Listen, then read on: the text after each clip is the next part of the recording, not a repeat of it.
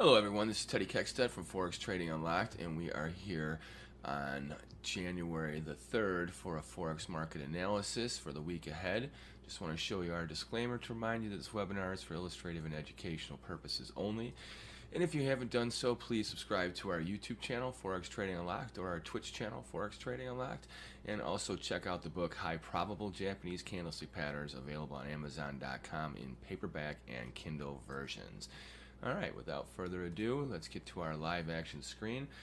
We have the Forex-Trading-Unlocked.com website pulled up here. We have the workstation page already ready to go. All right, step one, let's check out the economic calendar and see what we have going on here.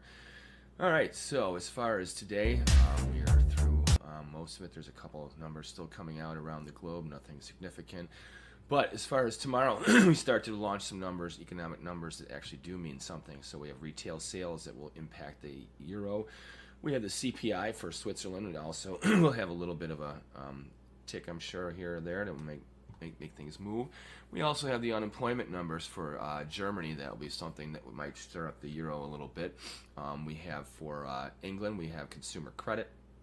So the pound may have a little reaction off of that. Might stir up the Canada, interesting enough, we have raw material prices. Canada, like Australia, is a commodity-driven country. This is a number that actually will most likely influence the Canadian dollar to some degree tomorrow. But then for the U.S. dollar, we have the ISM and manufacturing PMI number. That is also something I would definitely watch out for. It is likely to stir up the interest rate market a bit, and if it does do that, it is more than likely to stir up the currency market as well, because remember that interest rates are a function of currency pricing. So it's very likely that the dollar come 9 o'clock tomorrow will have a little bit of interest and possibly an increase in volume, I would think. So I'd be mindful of that. All right, then we have consumer confidence for the U.S. dollar yen also tomorrow. As far as Wednesday, we have normal oil numbers that will be coming out. That'll mean something. The ADP national employment number probably will be something to take a look at. I'd be mindful of that. I think that's probably going to come out as expected. I wouldn't think that they're going to have much of a difference on that one, but we'll see. Then we have, once again, the crude oil numbers that are coming out. That'll be an impact for the dollar. Let's see. Then we have Thursday. Consumer goods for Germany, that's something, and manufacturing number, that's something that will probably have a little spin on the euro-US dollar. They also have the CPI for Germany. That's another number that may move the CPI, or excuse me, the euro dollar a little bit. Then we have, let's see, composite PMI for the pound. Producer prices for the EU as a whole, that's something for sure. That's month on month and year on over year. It'll be interesting to see how that is. I would assume that those are going to be climbing at an escalated slope. CPI also for Germany, that's another number that's going to come out. It'll be big. Durable goods and factory orders for the U.S., that will be very big. I know that U.S. pork exports, sales net, what have you, doesn't seem to be something that you would want to be concerned about because unless you're a cattle trader, or excuse me, a meat trader, not a cattle trader, pork belly trader. But we'll see. I think that this is something that's a key number for inflation and supply issues to watch, especially because it is food, and food is something that's a very big indicator right now for the markets moving forward. Initial jobless claims will be interesting. Durable goods will also be big. Factory orders, all these are economic numbers that are sure to stir up the bond market. I would expect that the 30-year Treasury bond and the 10-year note are going to see a lot of action. And there's something else you should be mindful of because of the fact that we know now that the Fed will be raising rates most likely 2 to 3 times over the course of the next 12 months. The question is, will it be sooner than later? I believe that it probably will be sooner than later. Probably not yet in this first January, the first meeting of the year coming up. I think it'll probably be around the second or third meeting before they start to pop the rate. I could be totally wrong on that one. I'm not 100% on that, but I think that they still want to evaluate a lot of the numbers coming into the new year before they really pull the trigger. So, all right. Now we have CPI for the U.S. dollar yen also. And then we have Friday. Unemployment for the Swiss, not so much. Industrial production for Germany will be big for the euro. Retail sales for the Swiss, probably not so big. And normally it is a big number, but I don't think that's going to really shake up the Swiss too much. We have CPI for Germany, that will be big. And then we have retail sales and consumer confidence for the euro as a whole. Those will be big numbers for the euro. Then we have the employment number for Canada. We also have the employment number for the U.S. That one, believe it or not, this is something that is not going to stop anymore, but the employment number is always a big monthly economic number. I would be very mindful of what's going on with employment in the U.S. This is something that is definitely going to be huge for the currencies moving forward over the next 12 months. All right, step 2, let's conduct some market analysis here for you and see what's going on in the world, all right? All right, so euro US dollar, as you can see, is having a big sell-off today. It's hanging on its lows as we speak right now.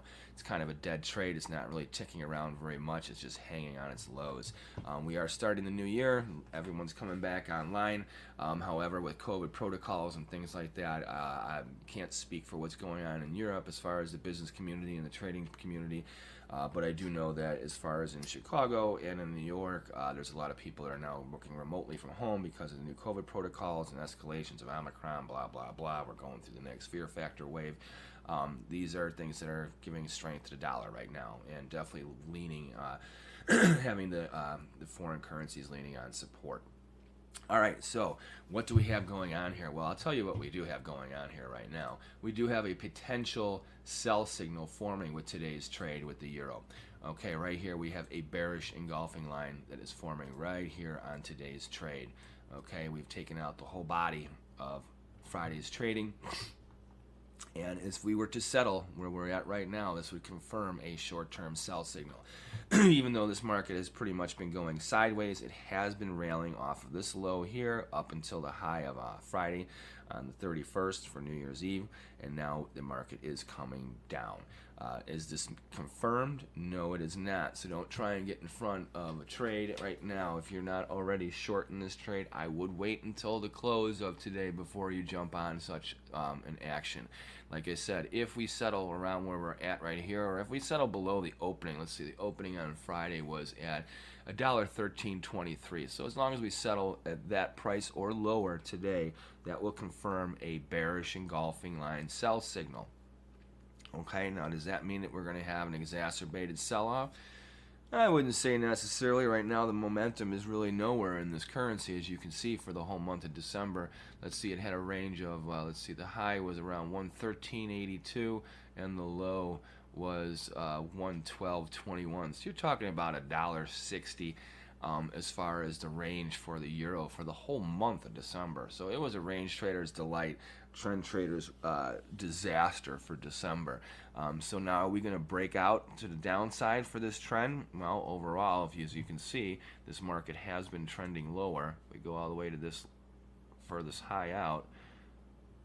As you can see, there we go. Okay. All right, so here's the downward sloping trend line, keeping the trend intact. As you can see, before we hit this downward sloping resistance line, we have this sell signal that is forming today. So by attrition, we would be coming out and breaking out of this slope. However, with the way it's selling off today, I would expect it probably have some follow-through going into Tuesday and to Wednesday, maybe even into unemployment on Friday. Remember, we have a bunch of economic numbers that are coming out for the euro this week, predominantly starting with, well, tomorrow there's a bunch, and then we have Thursday and Friday for the most part. So I would think that if this trend, this signal is sparking the beginning of a new trend, you will probably see that the market, probably, most likely, within the next few sessions, we'll be testing the lower boundary of this range that we were trading in for the month of December. So I would key off of this $12.21 area and be very mindful that any failure from here has us pressing the flirting with new move lows, and I would expect that we will take out the low that was set here in November. Now, are we going to sell off radically? Right now, we have to see how the next couple days shape up and then how the numbers shape up. Remember that Europe is going into lockdowns in a severe way. They are really, really clamping down. Italy has imposed really harsh restrictions. France has as well. You have all kinds of nightclubs and restaurants that are now shuttered for the next 2 to upwards of 4 weeks. This is something that we are going through it again. So as far as it's not about what you think about the narrative, it's just a reality of what's going on. And this is starting to impact the U.S. too. I can't speak for the whole country. It's definitely divided. But in New York, and I'm in Chicago, and now they have new measures where it's if you're not part of the short-term experiment in the jab, you are not allowed to go and do anything anymore. You can't go out to dinner. You can't go to public places. You can't go to all kinds of things. So as this does happen, you have to realize that it's going to cause a clampdown on the economy in the United States as well. So that's why I don't think you're going to have an exacerbated sell-off with the euro, because the dollar is going to be taking some pressure off from those things that are happening. But right now, currently, as you can see, we are just off the lows. Euro US dollar is bearish. So let's go to the British pound US dollar. Okay, so the British pound US dollar here is also falling on support, not quite as heavily as the euro is. The pound, because of oil and because of some other things, has a little bit more to gain. Now, even though the overall trend for the pound has been negative, currently over the month of December, you can see that the British pound started to be a little bit of a range trade in the beginning, first half of December, but then boom, it sparked a low here on the 20th and has started this, at least right now, an upside correction. Today we are selling off. Do we have a sell signal here? We do not have any sell signal here. So I will be very cautious right now. The short-term trend is bullish, with oil looking like it wants to break out to the upside again. It's very likely that the British pound will have a little support versus the dollar and other currencies. I would be very cautious being a bear right now with the British pound US dollar. Obviously, this last low here from the 20th is a key support level. Any failure from 131.74 or trading around in this range will have this market flirting with new trend move lows. So the question is this just a correction to the upside, or is this the beginning of a turn in the market? Really hard to say with the lockdowns going on and being imposed in the UK. This is also disrupting the pound. So we'll see how either ahead of the curve or behind the curve the countries in Europe are. Now remember, the pound is no longer part of the EU, even though the pound has always existed, even through the when England was part of the EU. Remember, Brexit has occurred. We are in post-Brexit now. We don't even talk about post-Brexit anymore. It's been so long. But that's why there's probably strength in the pound US dollar versus the overall weakness that we are seeing in the euro US dollar. So be very mindful of this. We'll take a look at, in fact, here, look at the British pound AUD. This is a trade you might want to be watching for. See how explosive this is? This is because Australian dollar is down today, so is the pound today versus the dollar. However, even though Australia is a totally commodity-driven country, the lockdown measures around the world and also the ones that they've had there are so strict that it is really putting pressure there. So this is a trend. Look at this. There is pound strength versus the Australian dollar. I would be mindful of this trade here, for those of you that trade either the pound or the Aussie crosses, that this is a really hot trade. Most likely you're going to see a challenge of these highs from the beginning of December sometime within the next week or so. So there's a little pop you might want to look at. Now for the US dollar Swiss, as we wrap up our European analysis. Okay, look at this, like a balloon underwater. Here we also have a potential buy signal. Like if this market settles for sure where it's at today, we have a confirmed bullish engulfing line. So like we had the bearish engulfing line, which is in the euro. We have the bullish engulfing line forming in the US dollar Swiss. This is very key. When you start to see high probable Japanese candlestick patterns evolve or form at the same time in major markets, there's typically a very big turn coming on with the dollar. So if we look at the Dixie, here's the dollar index. Friday it was tapping its lows. Today the dollar index is coming back on and challenging resistance. So are we going to have a buy signal in the dollar index? We're going to have to wait and see how that is. But let's go back to the US dollar Swiss. So as the dollar turns, and right now it seems like we are bottoming in the dollar, looking for some strength. We have confirmation with the euro and the Swiss right now on a daily basis, intraday, that strength wants to turn this market around. And now, does that mean we're going to get a monster rally? Well, not really. If you look at here's the base on this whole chart going back to August. We basically be trading from 90.88, so basically just under 91 to 93.74. So you're looking at a $2 range that this market has been swinging around. Now, unlike the euro that has been totally sideways through December, this one was whippy. I mean, it was sideways, and then it's been trending lower for the last week and a half, just like the pound had been trending lower as well. So I would think that most likely you're going to see follow through over the next few sessions. We're coming into the middle part of this range. You can see what this market was doing in December. It could get very, very choppy. So I would say if you're not long right now, I would wait for confirmation of this buy signal today. I mean, anything can happen. It's only 11 o'clock Central Standard Time. We got a full trading day to go get through. So we'll see whether strength prevails and whether we do have a valid signal come the close of today's trading. Just to let you know, for compliance sake, and we are currently long the U.S. dollar Swiss. We're also long the U.S. dollar yen, which is something that we're going to get into right now. So, U.S. dollar JPY, let's look over what's going on in the Asian markets. As you can see, the U.S. dollar yen trade is pushing resistance slightly, but not as radically as it is in, say, the Swiss or the pound, as we've seen how it's trending today. However, this is the little bull that could. It is falling, it is pressuring resistance and looking to try and break out of this high from November at around 115.55. We've had 116 as a price target in the U.S. dollar yen for quite some time. It's been bobbling here, and but it based, and now it's been trending higher since the beginning of December. You can see it's been inching higher, crawling higher. No really big moves except for this one day here and this one day here. Also back here when it first based. But 3 out of 20-some trading days doesn't really make a trend now, does it? However, each day you can see it's positive. There's very little red on this slope. So the question is, will we have a breakout to the upside today? Probably not. I would say that the trading for the U.S. dollar yen is very, very, very tight. Just to give you a little clue as to what to be mindful of for the U.S. dollar yen, watch the energy sector. So here we're pulling up the CME site just to show you real quick. You can always look at what's going on with interest rates and all kinds of other things. Oil today, as you can see, is up about a little over half of a buck. So it's just under $76 a barrel. If you see crude continue to trend higher over the next couple sessions, this will be one of the driving forces that in the short run is going to help certain commodity-driven currencies. So the pound, because British Petroleum and blah, blah, blah, and then a bunch of other interests for the UK, they're very strong as far as oil producers, even though they don't produce it so much around the UK, but they own the interests around the world. So an uptick in the oil futures most likely will help to drive the British pound US dollar trade higher. Simultaneously, though, it will put pressure on the euro US dollar as well as a couple other non-commodity driven countries.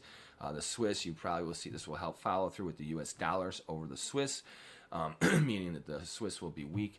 Australian dollar, for the most part, will be probably stronger than some other currencies, except for versus the pound. It has to do because of the degree of lockdown measures. So we'll take a look at that later. Something you also might use is when you check out the CME market tab here, go to interest rates. This will show you the 30-year, the 10-year, and the other ones. As you can see, you have the 2-year, 5-year, 10-year, and 30-year. This is significant. The U.S. dollar is impacted by the pricing of interest rates. Okay, so today the U.S. Treasury bond futures are down 2 full handles. That means 2 full dollars plus 6 more ticks. So this would be each dollar in the Treasury bond futures is 32 ticks. To a Forex trader, that would be a pip. A pip and a tick are the same thing. Okay, so each dollar, this is down $2, is 32 ticks. So that's 64 ticks the market's down plus another 6. Okay, so that's down 70 ticks on the U.S. Treasury bond futures just to start off the week. This is huge. As interest rates go down in price, that means interest rates go up. Okay, so there's an inverse relationship. So as interest rates are going up, this is why you're finding strength in the dollar as well, okay? So this is going to help to fuel this trade. So we'll see how the markets close today. If the dollar index sets a buy signal, which it may do because of the pound and what's going on with the Swiss, then it's very likely that you're going to see a lift in the dollar for the next 3 to 5 trading days, or at least going into Friday's unemployment number and other economic numbers. So does it mean we're going to be an overall bull for the rest of the month? I'm absolutely not even going to bother trying to lean on that one. But what I am going to tell you is that it's very likely that we will continue to challenge resistance for when it comes to the U.S. dollar versus other crosses. So be mindful of this. But once again, we are long the U.S. dollar yen. 116 is our first price target, and then 122 is our longer term target that we're looking for. We're looking for oil to get above $100. We're looking for oil to hit 150 sometime in the next year.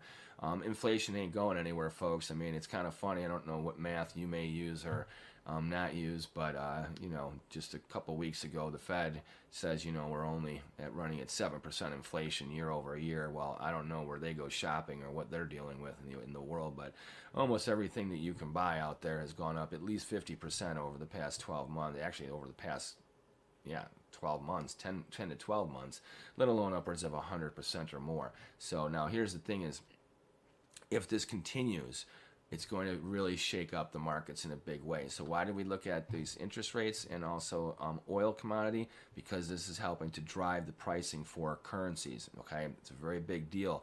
It also means that the buying power for the U.S. as the dollar gains in strength, our exports become more expensive, but our imports become cheaper. Well, that's great in certain regards, except for it's not good for our businesses. And as far as imports, well, right now we need to be more concerned about our economy than helping to fuel other ones around the globe, especially with the supply chain issues that we're incurring.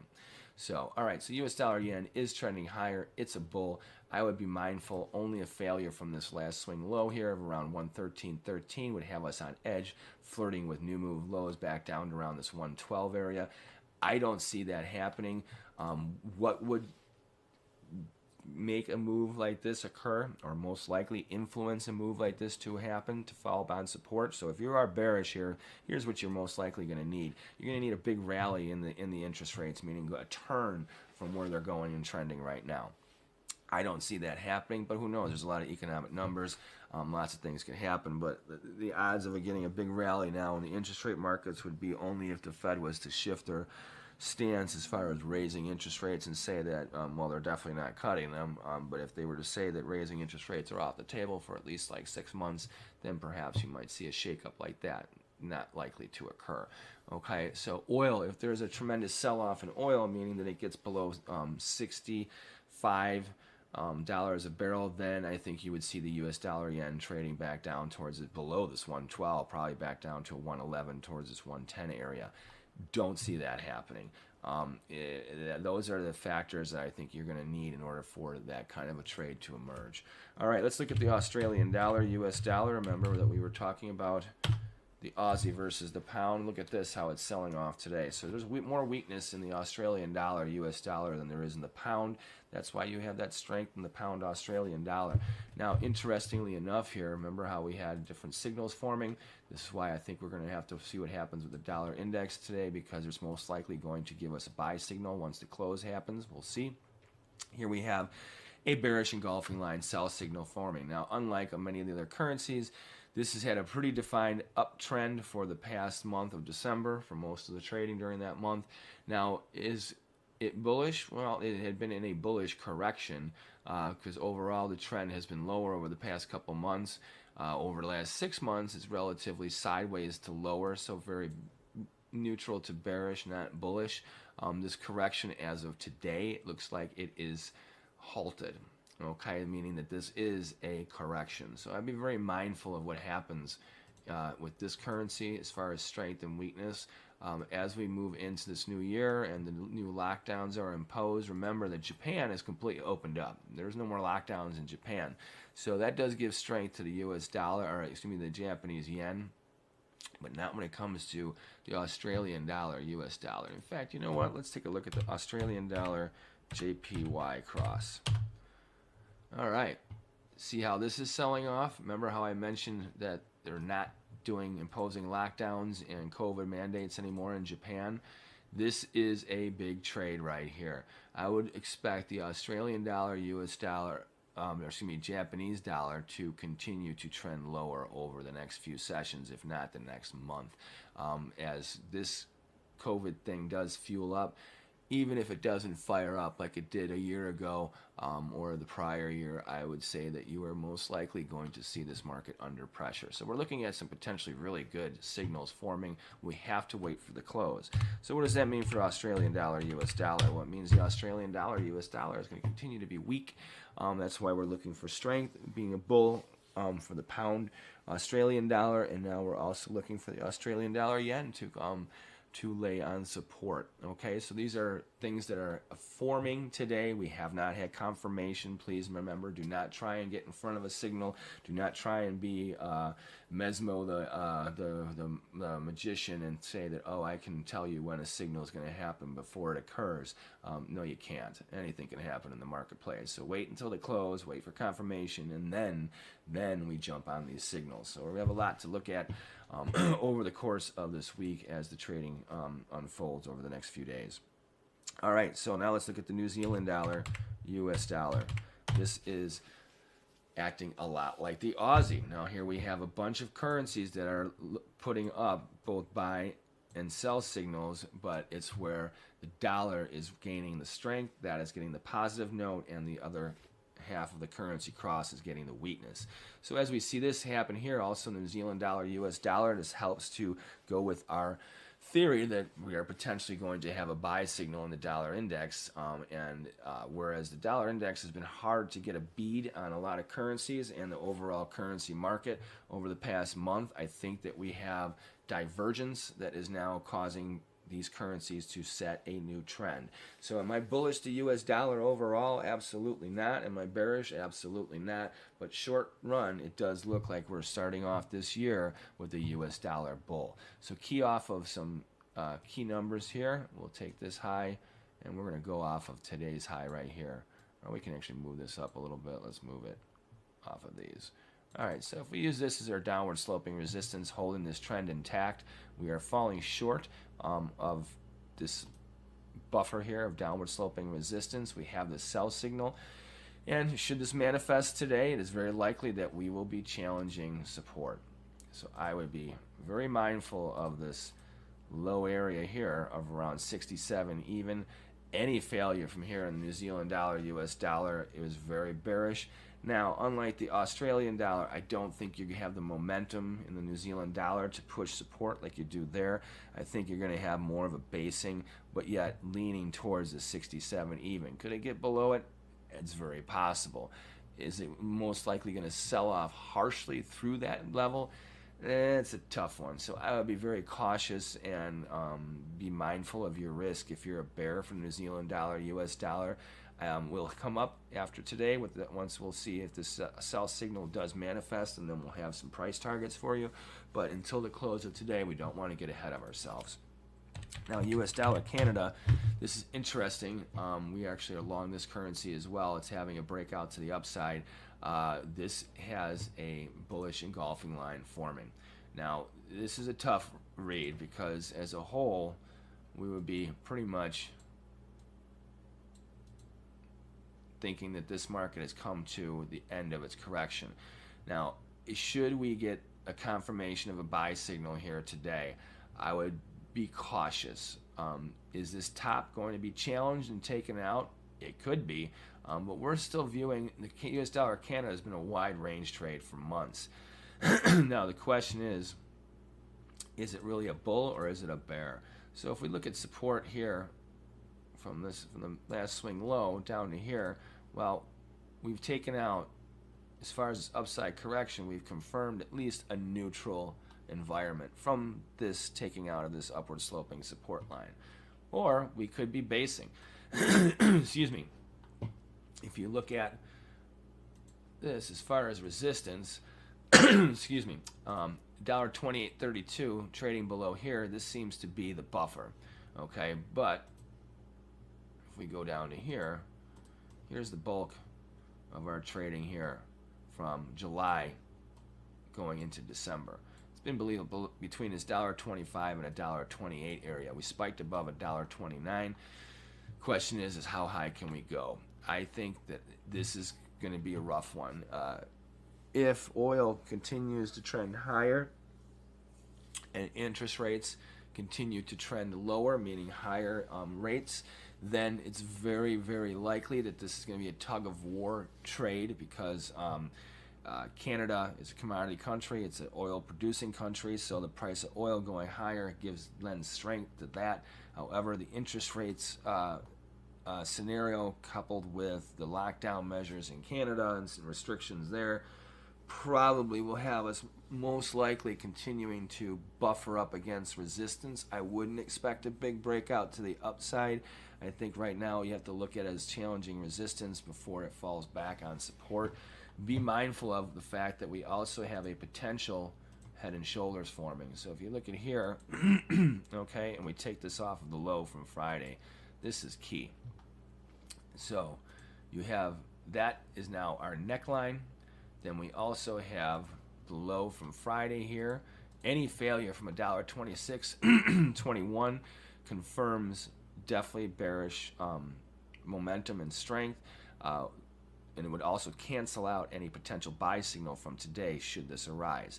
So be very mindful of this $1.2621 if you are a bull. Any failure from here has this market on edge. It could be choppy and a grind, but you do not want to be bullish below here.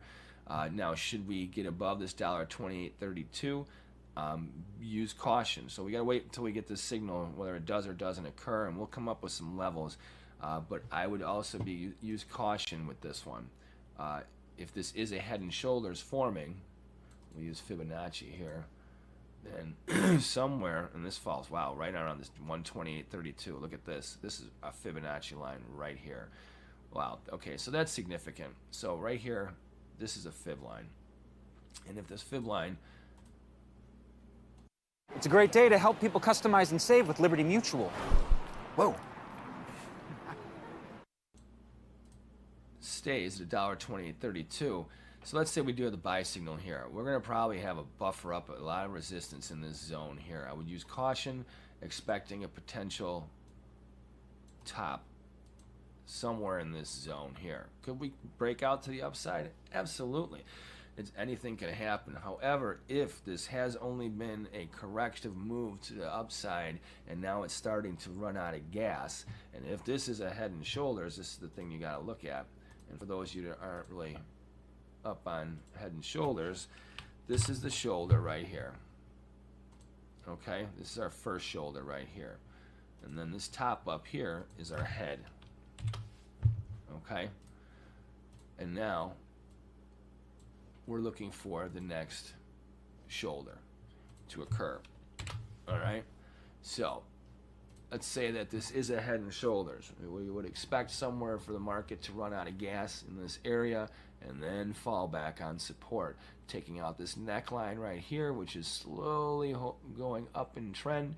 And then should we take that out, very likely to test this low of $1.2621, in which case all bets are off, and I would expect to see the US dollar Canada fall back below 125.18, probably around this 124 area. So we have to see what's going on here. We have conflicting ideas. I think that this kind of scenario works out well. A short-term buy signal to push us up into the next shoulder, run out of gas, fail, and then hit on support. That would get us through the first week of economic numbers and see what challenges we have to start this year off in this trading month, and then reverse gears. So let's see, we'll see how that happens and manifests over the course of the next couple trading sessions and couple weeks. All right, now let's look at the crypto market.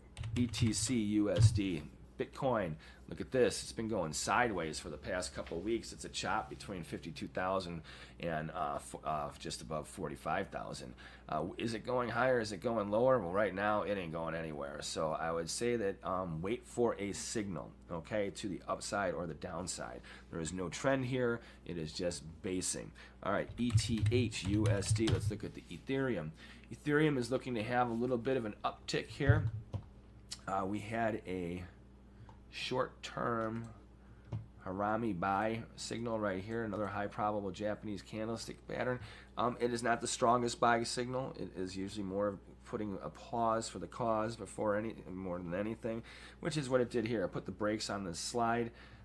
helping to form a base. As you can see, the trend isn't very strong. I would expect this to grind and most likely try to challenge resistance more than support. If there's a failure from the low here from a couple sessions back here, what is this, on December 30th, then I would be very mindful of new move lows. Is it going to sell off in a big way? I don't think so. But I would be cautious as it does grind support and wait for a more valid buy signal. So short term, we have a little bit of a buy signal, but there's not a lot of strength to really bank on there. All right, XMR USD. Let's look at Monero. Monero, on the other hand, here is looking a little weak. The trend has been lower, as you can see, for the last couple of months. We had a nice upside correction that, as of the past 2 sessions, is falling back on support. I like Monero in the long term. I think at the levels where it's at right now, down to where the lows were of December, it's a good buying area. Obviously, the market's trending lower. It's an upside correction. I would use caution here as a bull. I would wait for a reason to buy down here. Maybe look to buy in and start to piece into the market here for longs, and just be mindful of that. Overall, are we very bullish? Not extremely bullish. I don't see this market going to like 2,000 or anything, but I could see it getting back above this high, to that swing high from a couple sessions ago, and get back to around the 280 to 300, 320 level before it starts to turn back on support. Now let's look at the Doji, just to be mindful and remind people of what a dog the Doge really is. Going nowhere over December. This is a greater fool's theory if there ever was one. By attrition, it's breaking out of the downside trend, but it's all sideways. So we'll see what happens with this one. I think that if anything, it's going lower than higher. So, oops, we got the dog, not the Doge. There we go. Same thing. Excuse me. So Dogecoin here, trading around 17 cents. Could it go lower? I think this thing is eventually going to go down towards a penny. So I would look to sell out of stuff more than buy into this market. So if you have a position on any uptick, I would say try to get yourself out of this cannonball loser, because there's just no future in it. It's one of personal. When it comes to people who do like the Doge and are bullish on it, they're either so long and so upside down in their position they can't help but being to float that kind of idea, hoping to find some other suckers to get into it. I don't care how you market this one. The technology is not sustainable. It's embraced by people who would basically still be a fan of a buggy whip, you know. So be careful if you're flirting with this one. I hope it's throwaway money, and if you've already thrown money into it, get out of it. So, but that's up to you.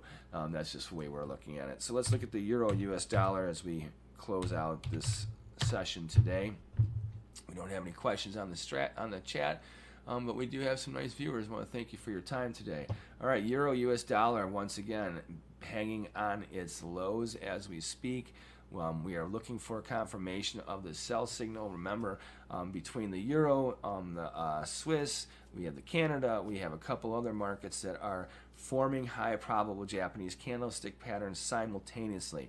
Whenever you do have this kind of situation, is nice, because that means that typically you're going to have a signal in the dollar index that you can usually base a good trade off of for the next 3 to 5 6 sessions. And considering all the economic numbers that we have coming out, I would expect it to be a choppy trade, no matter which way it trends, whether you see strength in the dollar or weakness in the dollar or whatever currency cross you're looking at. So we'll be mindful. Remember, do not jump in front of trades. We still have a lot of trading left for the afternoon session yet to come through. And until we have closure on the markets, none of these signals are valid. Remember, between now and the close, all these markets could reverse gears and cancel out any even semblance of these signals. I've seen it happen before. Holiday markets are over, baby. We are back to work again. It is 2022, January 3rd. Let's kick off this trading year and have a very profitable one. All of you out there, we're looking forward to working with you. Please, once again, if you have not done so already, make sure that you subscribe to our YouTube channel, Forex Trading Unlocked, or our Twitch channel, Forex Trading Unlocked, or even do both. We would appreciate it. Make sure you subscribe, like, and share our videos, if you would please, to help us out and spread the word of Forex Trading Unlocked. And also check out our website, forex-trading-unlock.com, for all of your Forex information. All right. So thank you very much. I'm Teddy Keckstead once again. Want to appreciate your time. You guys have.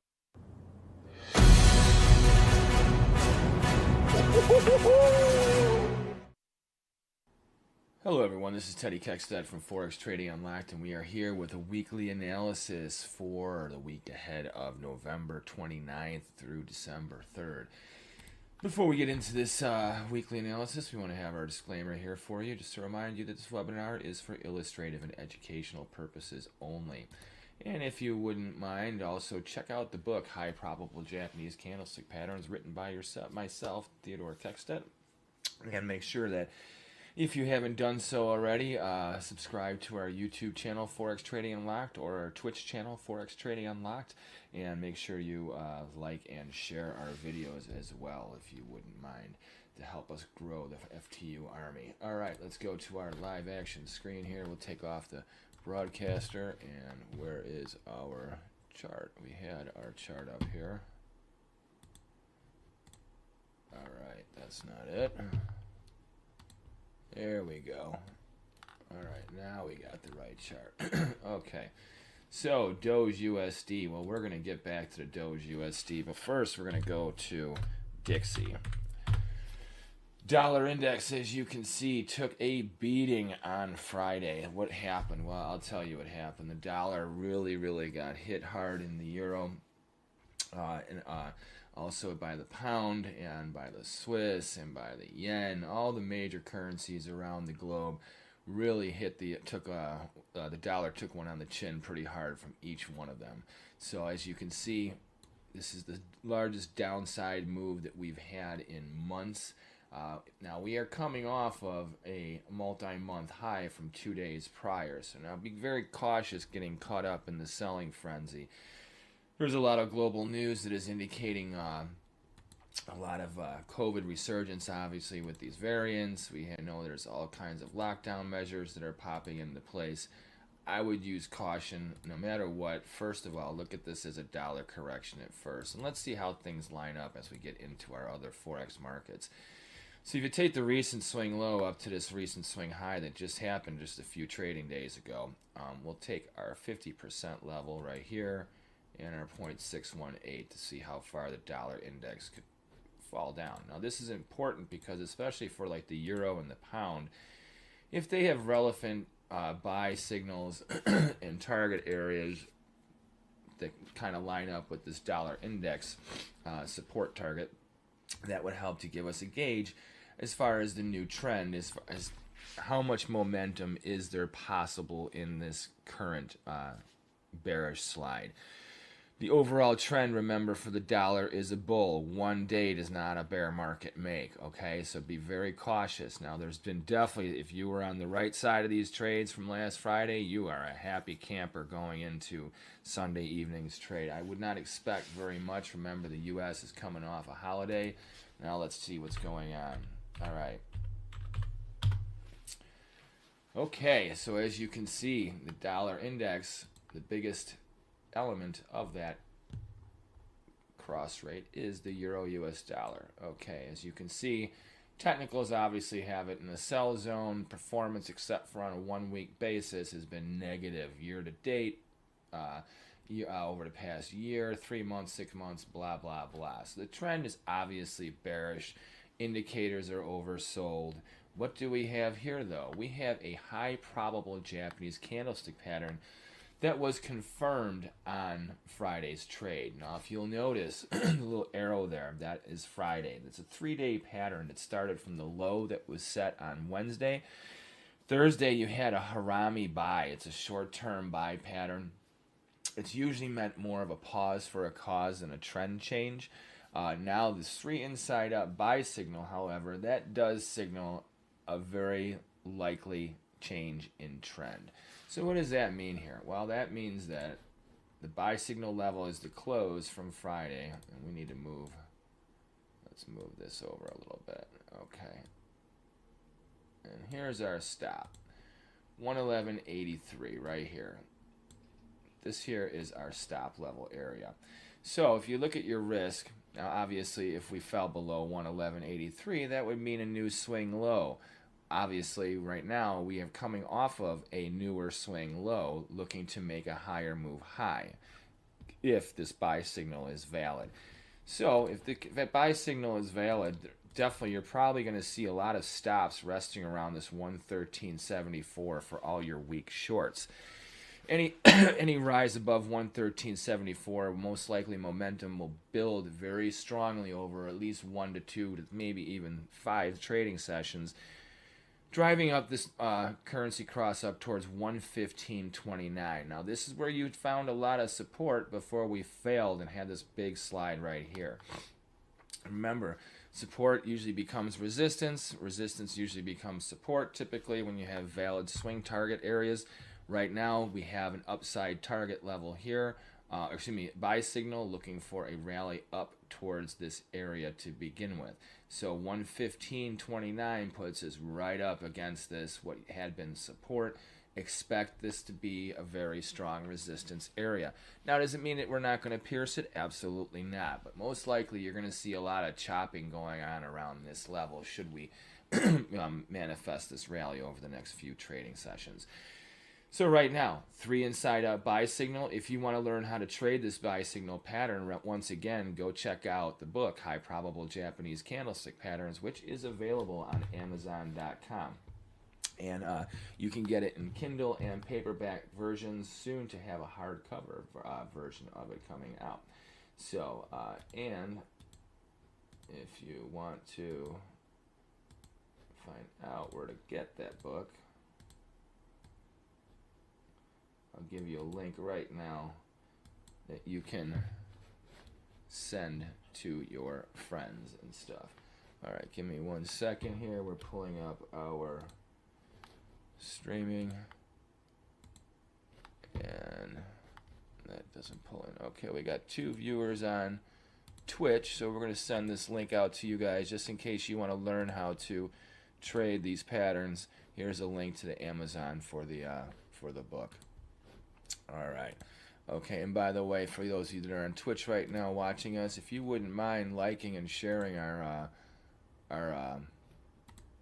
video right now, we would really appreciate it as well. All right, so let me send out this link on to you on YouTube. Okay, so you guys got the link. All right, so once again, if you want to learn how to trade a 3 inside out buy signal, you can read about it in the book, or you can watch this trade manifest over the next few sessions and see if it works. Now, interestingly enough, today we have a couple other buy and sell signal patterns emerging. We also have a continuation pattern. These are all patterns that will follow through with this short-term turn in the US dollar. So are we calling for a top from the past couple sessions ago? Short-term, yes. Are we bearish? Short-term, yes. We are definitely looking for a little more follow-through because the euro right now has got a buy signal. So that would be negative for the dollar index because the euro is the #1 component in the dollar index. Now, let's go to British pound, US dollar. Let's see what's going on here. So let's say the dollar index really is making a turn. It's very likely that with these other currencies that have reversed in a big way, that the pound may at least stay neutral. So it's coming off of a lower move low. It's the currency that definitely, while the other ones were turning already a couple days ahead of time, the pound had not done so. But it did set a lower move low, settled positive on the day. So we're looking for possibly, if we have a correction from a Fibonacci basis, we have your 50% to 0.618 right here in this area. This would be a nice little corrective area for the pound to gravitate to. That would also fall in line with the dollar index. Remember, with the dollar index is the biggest components is the euro and the pound. So the euro already has a buy signal, kind of looking for a corrective area that would line up with the dollar index falling into that area that we had indicated from the beginning of this webinar. The British pound US dollar, should this correct to the upside and roll with the momentum of the other global currencies against the dollar, then we would say that most likely you can see a pop up to this 135.55 to 136.21 area. This is where you can see we had found support once again also in this market, and you see where a lot of consolidation happened, right, especially at the upper part of this range. Once again, this would be a perfect scenario for this market to correct up to this area here. Doesn't mean we're going to set a big bull rally going on for the long term, but definitely in the short run, we have a good potential to rally up to this area, probably set a range trade at that point going into 2022. Reason being is we have some, obviously COVID's on the resurgence. The question is, how much are the lockdowns globally going to influence things? Is trade going to slow down even more again? Is international travel restrictions going to start to come back after just having been opened up? I mean, people from the U.S. are finally allowed to go to Europe. Now all of a sudden they're locking down again. So what impact will this have on the economy and other currencies?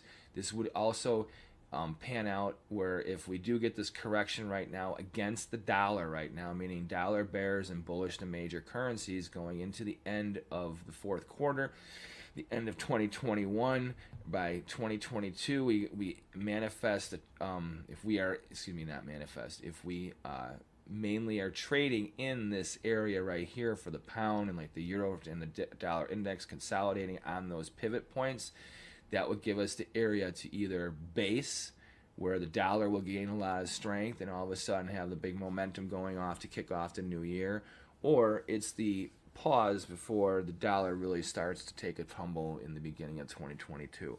We do have a lot of things to look forward to in a negative capacity, which is, I guess, no matter what, we know it's on the horizon. Chinese tensions globally are growing. The odds of them invading Taiwan and making an attack on them at the very least are very likely. This is not a conspiracy thing. We know that their military drills, if you will, tests have been pushing the gauntlet. And now with North Korea also, I would be very leery of strength as far as with the yen. Even the Australian dollar is going to be very tenuous at best. So we're going to see a lot of swinging going on, and we'll have dollar strength in certain currencies. The question is, will it be a dollar bull all across the board, or will the dollar be under siege? And it's going to be very interesting. It's going to, as a currency trader, I can't even begin to tell you. If you think that we saw some swings over the last year and a half, from my experience with what's going on, I would say that 2022 aims to please on as far as volatility for currency traders. I'm not saying it's going to be an easy ride, but I definitely don't think we are going to have a range trade market, which we have had for sure in the past. Like, that's something we have not had for a couple years now, where the trends in the currencies will remain, I think, where we are definitely going to have sweeping trends, which is nice, especially when you trade something like the British pound US dollar. Speaking of the pound US dollar, let's go a little precursor to some other currencies. British pound AUD. This is something that exploded to the upside. Now, isn't it interesting? The pound set a low, short-term low versus the dollar, and settled positive, but is at the bottom of a trending lower move. To try and say that its bottom is really hard. But look at this. British pound has had strength against the Australian dollar for a while, and the Australian dollar is falling very hard against the dollar. So that's where you're seeing this very interesting show of strength. So the pound has strength versus global currencies. That's why I think that yes, on Friday's positive close there and very tight range, that we may see a big move to the upside sometime between Sunday night tonight and into Monday afternoon tomorrow. So right now you're seeing strength here in the pound, weakness in the Australia. Wait till we get to the Australian dollar currency cross. You'll see why. All right, now let's go to the US dollar CHF. This one, talk about, it was trending higher, just bobbling here with this double topping, and now shabam, boom, did this get whacked on Friday. We're coming off of this higher move high from this recent uptrend. Talk about how I always say markets go out like they come in. Wow, the steepness of this slope. In one day, we came all the way down to 92.14. I would key off of these levels. The Swiss could be range bound. If you look at how it's been swinging, This just hit the upper parameter of where resistance seems to be very strong, and all of a sudden in one day it came down to where support seems to be there. Like, this has been an area where, as you can see, resistance, then boom, it comes up, becomes support, support, holds support, and then boom, fails. This is the explosive level above. We're right in the middle of this pivot point range. So I would key off of the low from Friday.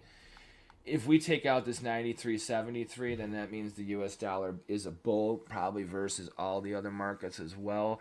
Until that situation arises, it could be a big choppy range trade here for the US dollar Swiss. We don't have a signal here. We have a very, very bearish slide that happened on Friday, but we're coming off of a higher move high. The trend is, no matter what, a bull. We do not have a reason, even though we had this violent sell-off, to be on the bandwagon. And the Swiss may be overdone. Think about this. I've been talking about this for weeks, even on some of the excerpts I do on tfnn.com on Wednesday mornings at 8:40 Central Standard Time. I'm their Forex consigliere, if you will. We talk about also the different futures markets and equity markets. And one thing I've been stressing that's been a dynamic that most of the pundits don't talk about is the volatility as far as range for the Swiss has been so much more than the euro on any given day over the past 4 to 5 months now. Now, relative to the pound, in that relationship, it's definitely larger, but no matter what, the Swiss is hard to outpace the pound and is in a range on any given day, because the pound just has it's one of the widest range currencies out there to begin with, even when it has a tight day. But that being said, Friday is a day where you have to wonder. It's like, uses that famous Greenspan term. Is it irrational exuberance as far as what happened with the selling off on that market that day? Overall, the Swiss is a flight to quality currency. Now, this is where you have to look at this, where if the dollar truly is setting a short-term top, meaning it's going to trend lower for the next few sessions to maybe even the next few weeks into the end of the year, that means it would lose a lot of ground versus the Swiss. Remember, the Swiss, the flight to quality currencies out there, number one is the US dollar. Then it goes by your trade zones, where the Swiss is for the European trade zone, especially now that the UK, remember, the pound has still always existed during when it was part of the EU. They had a sovereign currency, but it was part of the EU. Now, because of Brexit, the UK is now solely on its own. And the EU no longer has the backing of the UK as far as on a monetary support level.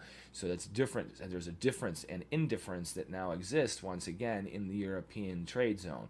That being said, the Swiss is a flight to quality currency. It's the one neutral currency there, and it's definitely the flight to quality. It's a currency of economic strength. So be very cautious being bearish on the US dollar Swiss. This market right now is in an overall bullish trend. Just because it is having a short-term violent sell-off of one trading day does not just mean that we are now bearish this market, especially even if the dollar is a bear versus all the other currencies. Be cautious, because when the dollar turns back to even just a bullish correction based on no matter how far it falls, whether it really tanks and drops significantly over the next few sessions, the next few weeks, or if this is truly just a short-term bearish correction, whenever this dollar does turn again bullish, this US dollar Swiss most likely will violently turn to the upside. Don't discount the fact that you could have a bullish run like we've had back in this little area here. So real quick, I just want to see on Twitch, do we have any questions? All right, we have a couple viewers, but we don't have any questions out there, but that's all right. So we just want to make sure that for those of you that are doing it, that are watching this, that you are giving us a little shout out and a little tweet, if you don't mind. We would appreciate it. All right, so US dollar Swiss range trade, and as you can see on the technicals, neutral. Overall performance very strong, once again confirming that the US dollar Swiss is in an overall bullish market. Right now, it's in a negative way just because of the violent sell-off. Like we're talking, it absorbed a lot of trading range in just one session. But remember, that's because of the news that's hitting the market. I think the algos, and it was a holiday market. One thing, if you look at my interview on TFNN.com on last Wednesday prior to the holiday, I warned all their viewers, and I always stress this from all the years in the business.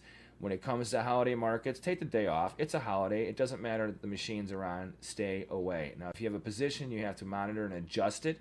You do what you would normally do. You discount the fact that it's a holiday, but you do whatever happens, happens.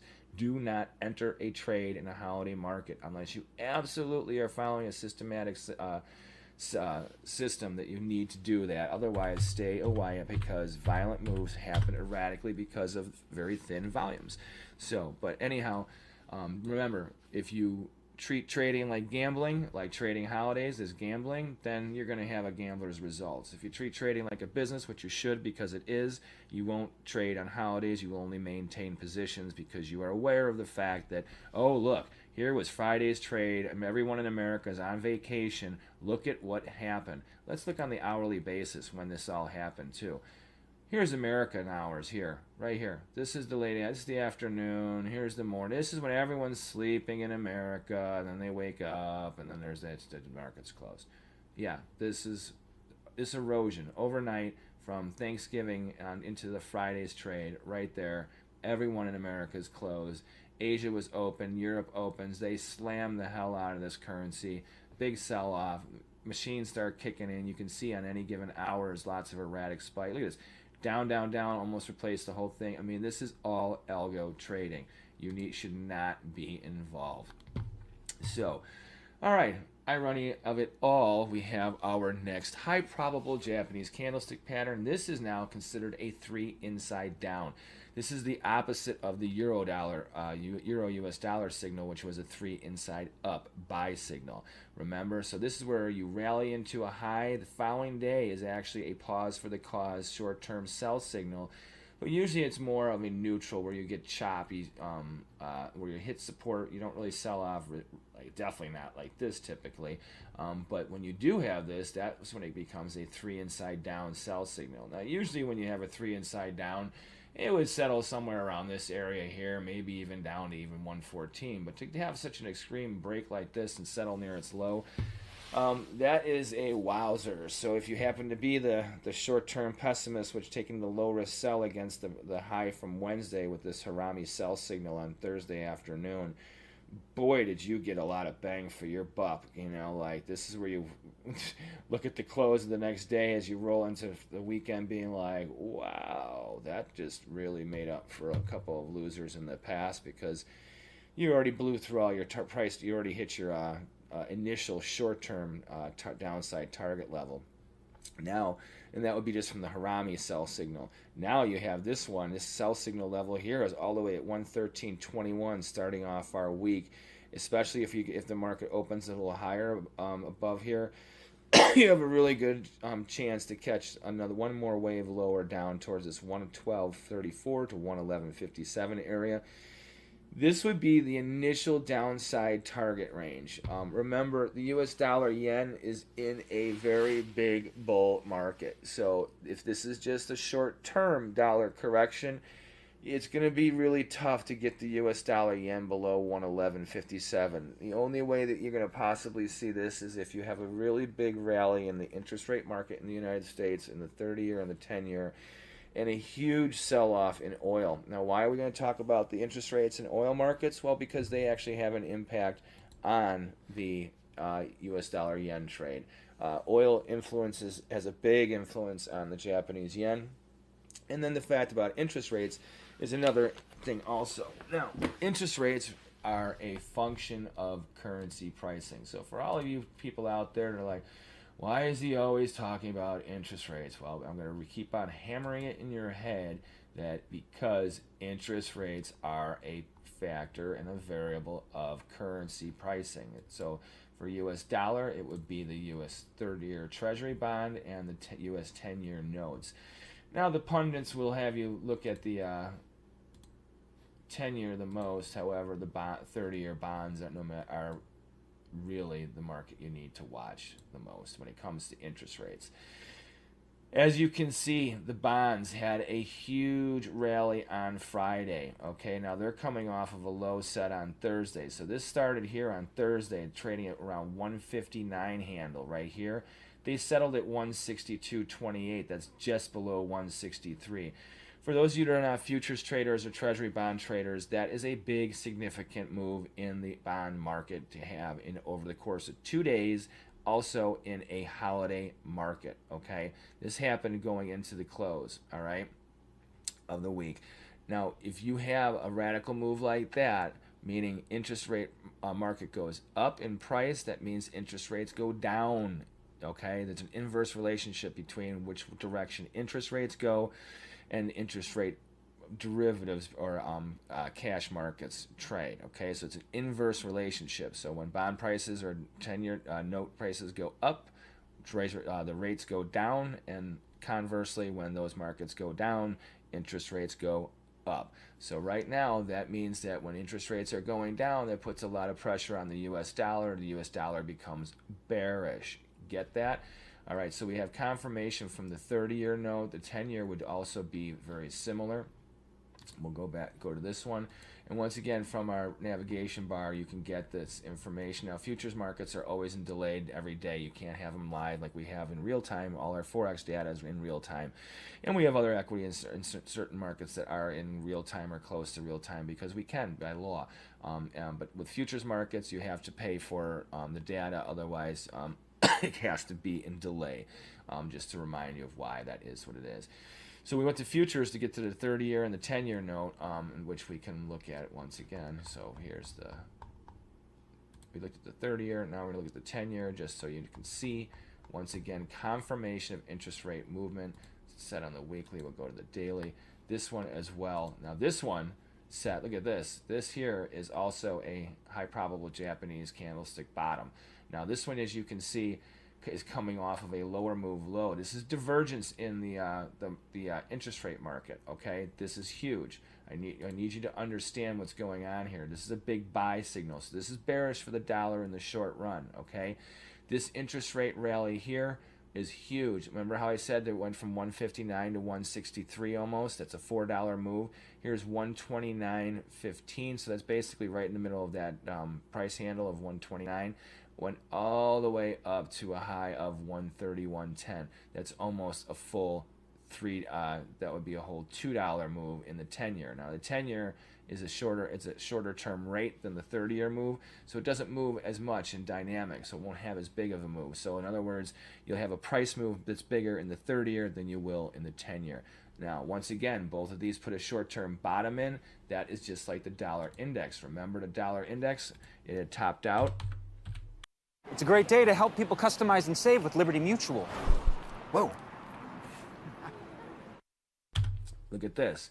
Just like how those interest rates, they did it's an upside down chart almost. This market turned radically, as you can see, this big sell-off that coincides with the interest rates. So the pricing is there. You have the confirmation of all these trends that we've been talking about, okay? So that is huge, all right? That brings us back to the U.S. dollar JPY. So we have the dollar index, which is supporting the sell-off in the U.S. dollar yen, meaning that it's very likely that we can get down below this 112.34 and pressure this 111.57 area, okay? Then we have oil, which we're going to bring up now. Let's see what's happening with this one. This is the one where it's also dictating a lot of what's going on with the trade going on with the U.S. dollar yen. So we go back to the markets tab here. We're going to go to our commodities page here. Now here we have a listing of all kinds of grains, meats, energies. Right here you go to crude oil, and this will pull up the chart necessary to take a look. Look at this. Look at this sell-off. This is huge. We have not hit. Look at the price of oil in one trading session. Look at what happened. Look at that. We went from that's a $10 move. This is a huge sell-off. I've been calling for $100 a barrel oil for a while. This is now this is where you got to use caution. Watch out. If the oil market snaps back, which I think it will, this is because of the whole Biden pushing out the U.S. reserves. What you don't understand, and which the media always downplays, is that when we touch the reserves, it doesn't mean a thing as far as gas pricing. It is so nominal when you look at the consumption for the national on a national level that it is just a speed bump. You're talking about a penny for a day, literally. And I mean, that's a little extreme, but it's a little more than a penny for a day. But it's what it means. This is all news reactionary, guaranteeing right now you have all these bears. This was a perfect profit taking time for people that have been long. Okay, so believe me, this isn't heavy shorting. This is people taking profits, and you have a lot of, I'm sure, buying pressure that people are willing to take some heat on this trade because the oil is in a bull market. This is just a short-term sell-off, and this will be where I think you're going to see a consolidation of oil first. You're going to see the interest rates continue to rally, meaning interest rate pricing going down. This will put pressure on the U.S. dollar, which once again, this bodes well for the yen. Now, if oil stabilizes, this is about where you're going to see the U.S. dollar yen sell off to. It's most likely not going to continue lower unless you see an extreme rally in the bonds, and the 10-year, which I don't think you're going to see. I think you're going to see a continuation to the upside, a little follow through, but not much over the next couple of sessions to even couple weeks. Only if you have a radical trend follow through in those markets would you see the U.S. dollar yen most likely get down to this 109.32 area down around here. So it's a very good market to trade. Expect a lot of swings. If you are short, or if you're short selling into this market today, sometime tonight or tomorrow, somewhere around the 113.21 or higher, will be a great area to catch another slip down towards this area over here. All right, now let's look at the AUD/US dollar. All right, well, with the crashing price of oil, that doesn't help Australian dollar. With the rallying interest rates, however, it should, but it's not. So in this case, why is Australian dollar, US dollar falling through the floor right now? I mean, we're looking at hitting multi-month lows no matter what, and we almost hit them on Friday. So, overzealous sell-off because of the American markets being closed, possibly. The sell-off in oil definitely is adding fuel to the fire for this one. Once again, the interest rates should be causing this to slow down and not be like this, but it's not. So since we don't have that neutralizing of impact, it has to be the lockdowns and what's going on there. So Australian dollar, US dollar, forget about it. We had this big rally up here that ended at the end of October. This slide that we've had through the whole month of November, this is not that steep of a slope. Granted, Friday was a very harsh sell-off, but I think that what you are seeing here is just the beginning of something that's going to continue longer. The overall trend here is lower. If we take out this multi-month low here, we're treading right above key support right here at the 70-cent level. Anything below 70 cents has us trending down towards 65, and I wouldn't doubt that if these lockdowns persist, that this low here in 2020 and during the height of COVID here, where we got down to this 55-cent area, we could see this level here again, and we could see this level probably by springtime. So right now you're looking at a very good chance that it's a sell rally forecast. If you can get a chance to sell it higher than it's settled at on Friday, it's a low risk sell. And as far as how far can you ride this trade, if you are already short and you work it, I would say you have the potential to ride this trend lower for the next not just 3 to 5 trading sessions, but at least the next 3 to 5 trading weeks, if not maybe even the next 3 to 5 trading months. That would put you out to, let's go March 14th. Let's go out to March 28th. So 3 months from now, we could literally be down here, somewhere in this range. This is our target right here for Australian dollar, US dollar. Especially as tensions with China seem to grow globally, and if they really do start to kick up their heels militarily, which we think they will, you're going to see that continue. Now, in the same trade zone, New Zealand dollar, US dollar, as you can see, this one is not in the same necessary trend that Australian dollar has been in. Short term, yes, it is bearish. Short term, it is definitely very negative. The momentum is very strong. It is not as bearish as Australian dollar, US dollar. We do believe that you're going to see newer move lows over the next 3 to 5 trading sessions, maybe even the next 3 to 5 weeks, just because there's a lot of other dynamics with them as well. If the lockdowns really are going to continue to grow in Australia, it looks like they're also going to continue to grow extremely in New Zealand as well. That is negative. As you can see, the performance as far as the indicators here, this market, even though it's not in a violent negative bear trend like Australian dollar is right now, all the technicals are bearish. 1 year all the way down to 1 week performance, everything is all negative. So do not try and catch a falling knife. Look for reasons to sell this, rallies to sell more than breaks to buy. Okay, that would, I would say, would be your safest method of trading New Zealand dollar, US dollar. All right, US dollar, Canadian dollar. Here comes our next buy signal. So once again, a high probable Japanese candlestick pattern, the rising three methods continuation pattern. So this is a 5-day pattern here. We peaked out here with this rally here, made a little higher move high on the day, but you had this negative closing bar, and the body is consumed within the first day's trading range. Then we have a lower trading day again, followed by a third lower trading day. Then boom, the fifth. This is the key. After we had this 1 day up, then we have these followed by 3 negative days. The fifth day, we had, boom, this big rally that took out the high from the first 2 days of the trading pattern, and then we settled all the way up here.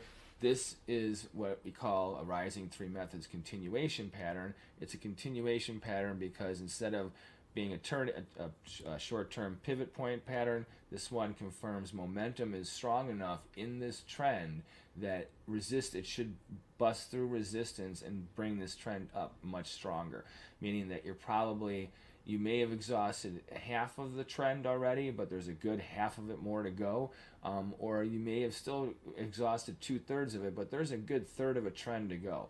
So this is something where you're not looking just to make a new high by a couple pips or maybe even a half a buck. You're looking for an extended move to the upside. So how far can this go to the upside? Well, here's the thing you got to look at too, which is key. If you look at your just normal trend dynamic, so we got to go. Let's take this out. I'm going to show you something here. So we take this high through here. Now here was our head and shoulders sell pattern. That's worked out well. We came all the way down to this bottom and hit our target range really nice. Look at this. This is interesting.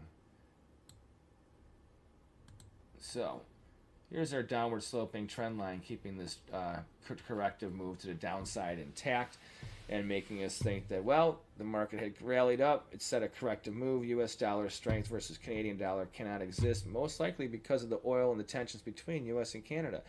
Well, oil sold off significantly. That's big strength for the U.S. dollar. Remember, the dollar index, U.S. dollar is getting hit by everything else. This is strength in the U.S. dollar. Remember, you're not always going to be bullish or bearish one currency against every other currency. Because of the price of oil slipping, because of this continuation buy signal here, continuation buy pattern, this confirms strength for the U.S. dollar in this cross with Canada. There's weakness for the U.S. dollar overall, but this is where there is strength. Okay, now obviously if there's a turn in oil and it starts to rally, I would say you're going to probably see a cap very quickly on the U.S. dollar Canada. Reason being is because interest rates should make the U.S. dollar Canada actually be hitting support. But because of oil, which is big for Canada, hitting a $10 move, that's overwhelming as far as the support for the U.S. dollar versus Canada, because Canada's strength is in oil. So the price of oil took a like 15% hit in just 1 day as far as value. That's huge in any given day, let alone in a market such as oil, which has a ripple effect in so many other market mechanisms around the globe. Irony of it all is that the oil sell-off is because of the lockdowns. It's not because of lack of demand, because right now you have supply issues. But then if all of a sudden people aren't going to be driving or using gas and whatever, the supply issues no longer become an issue, correct? So it's very interesting how the oil trade is literally being right now. Is it the dog wagging the tail, or is the tail wagging the dog? This is the case of the oil being the tail wagging the dogs all around the world right now. Very interesting how these things play out. if you have any questions about this, definitely leave some comments and we will answer them. Read the book, High Probable Japanese Candlestick Patterns. We give you a little bit of insight into these things. And keep watching our videos and sharing them, because we talk about these things and give you insights that you just aren't going to get other places. And we give you the technical variables. We also give you the fundamental variables that actually are important, that are valuable and useful, and give you a good insight into what is really shaping up, where money is moving from one market. Because money is always moving. You want to chase the money. Where's big money going? Where is money? Is it leaving? Where is it going to? That's how you make your profits in the market. So follow those things, and it will help to reinforce your trading business. All right, now let's get to the cryptocurrency space. For all of you that have hung on in this video, we've been dwelling on the Forex markets, but we had some big patterns, big move in the dollar to go over. Now let's look at Bitcoin here. Bitcoin has been selling off over the past couple of weeks. We had this kind of head and shoulders that was confirmed. This gave us a nice little sell-off. The question is, like right here, this could be a shoulder here. This is a head here. This is a shoulder. This here is our neckline, as you can see. Once we failed, boom, boom, boom, but we came down to a good support area. So let's just double check that as far as where we're at. All right, so if we look from the last major swing low to the last major swing high, and we go to 50%, so we'll go to right here where it was, oops, a little higher, and then here is 0.618. Okay. All right, so there we go, Fibonacci. All right, so 50% level, we're bobbling on this from the last couple sessions, and as you can see that today's trading, for Sunday, we had actually made a lower move low. Now we are positive on the day. Now this was interesting because this kind of coincides with, we have a, oops, where is, okay, I don't know. Oh yeah, Ethereum. We had a buy signal here that was triggered a couple days ago, and as you can see in the past couple hours, we've held above our risk level. We're back above our buy signal level. Technicals are, as far as performance, are neutral. Technicals are very bearish. We have a short-term buy signal. Bitcoin is like, we can compare it to the dollar index as far as for cryptocurrencies, even though it's not an index. But as far as strength right now in the market and weakness, a lot of people are watching Bitcoin and Ethereum. So Ethereum, we have a buy signal. So if we tie that in with Bitcoin here, that's probably giving us a short-term lift. So as Ethereum is getting a little boost, people are looking at Bitcoin seeing strength, or are less likely to sell off Bitcoin when Ethereum is rallying right now. So it makes sense. There's a little bit of a, it's hard to have divergence between these two right now, especially when the trading is slow. So since the trading is slow, a lot of people, I think, like I said, are watching one. As long as one is trending, is starting to spark a move, that's where the other one will go. Not that we're expecting a big rally or anything, but yeah, I think right now you're more likely to see a move emerge because of Ethereum versus Bitcoin. So right now, as far as where our targets and where we're looking for this market to go, well, from this high and from this head and shoulders, our target range was right down into this 54,416 down to 50,779. So we've hit the upper range of our buy zone. Could we get lower? Absolutely. Have we set a bottom? Maybe. I don't know. We'll see. Right now, I would use caution selling Bitcoin at this area and look for a reason to buy it even from here. For buying it from here where it's at now down to 50,070, or basically 50,800, seems to be a good value as far as looking to jump back in and wait for the next move higher. And since we mentioned Ethereum, let's go to ETHUSD. So we showed you the hourly buy signal.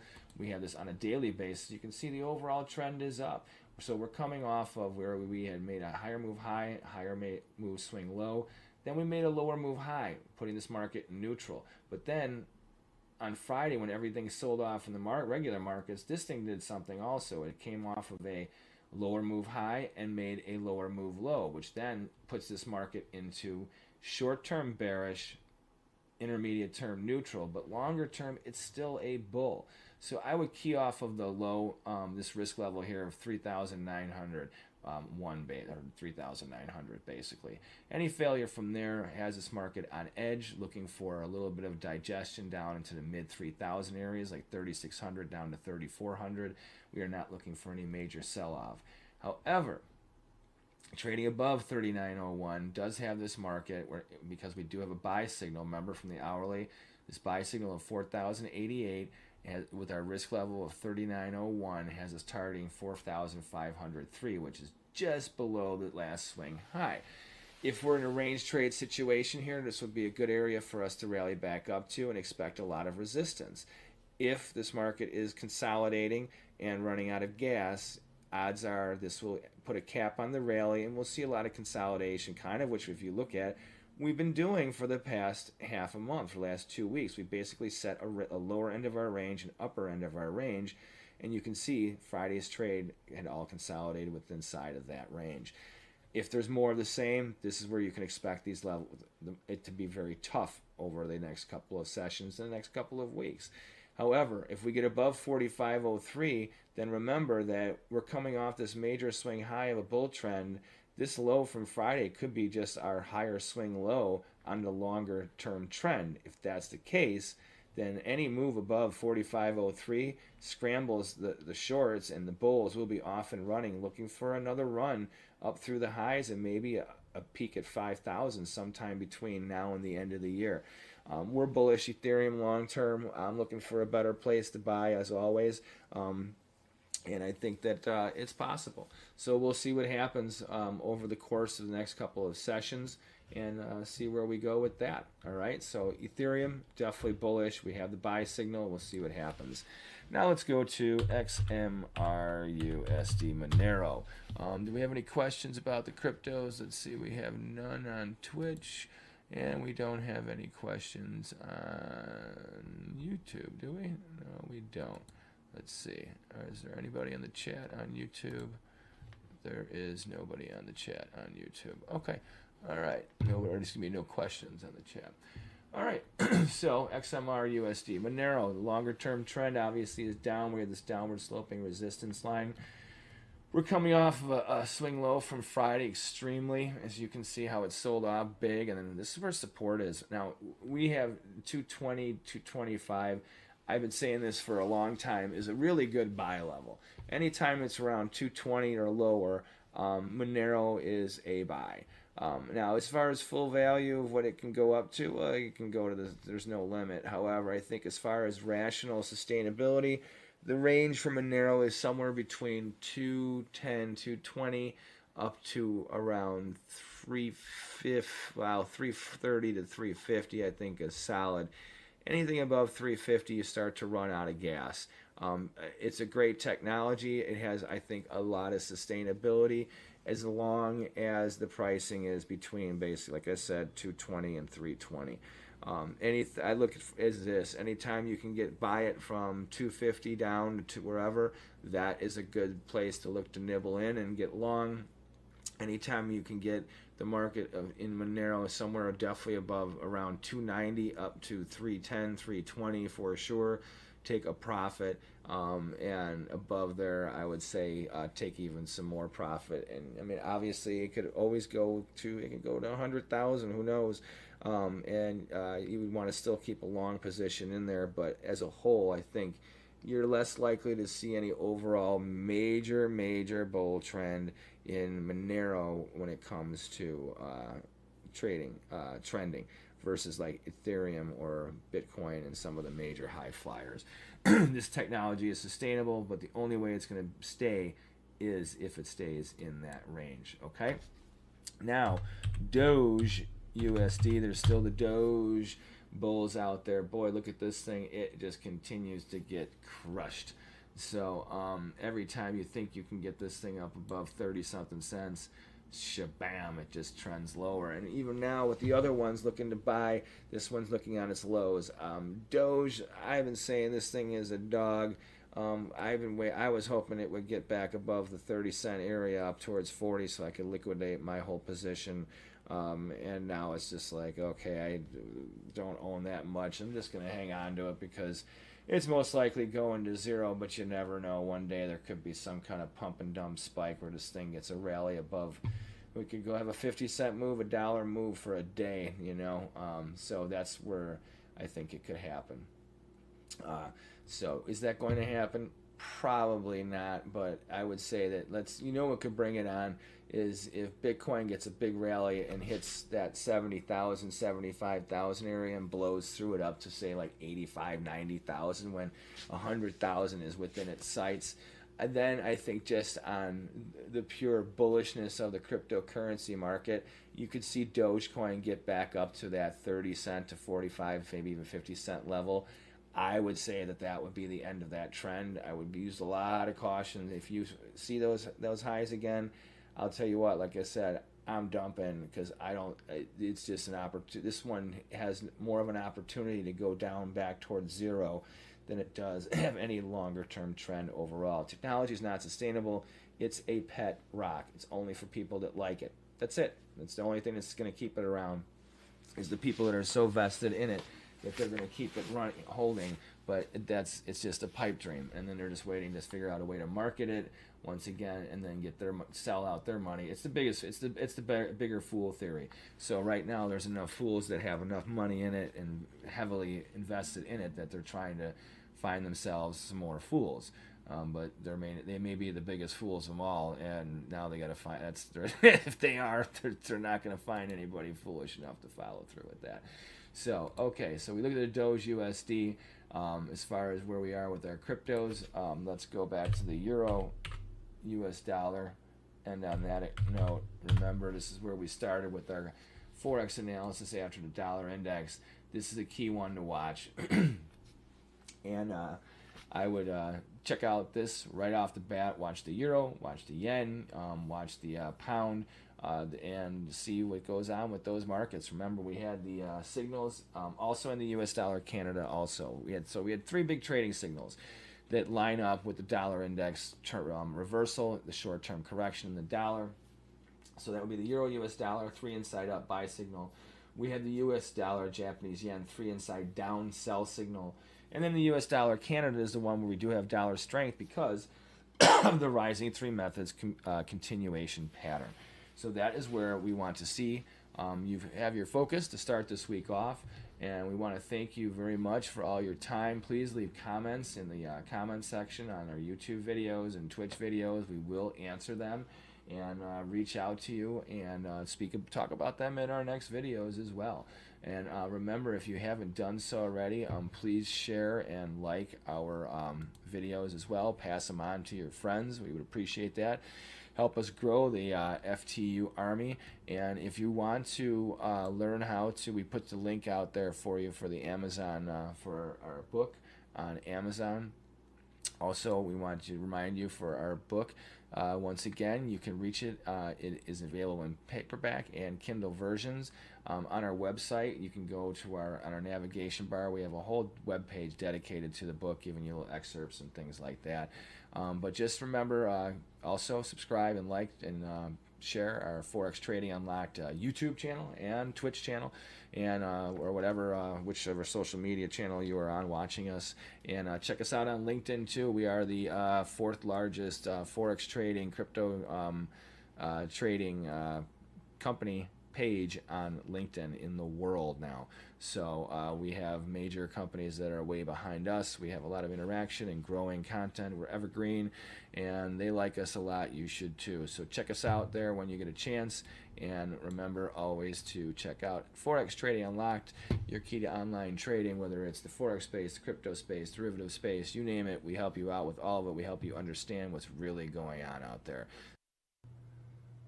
Hello everyone, this is Teddy Keckstedt from Forex Trading Unlocked, and we are here for a Forex trading and cryptocurrency trading analysis for November 1st through the 5th.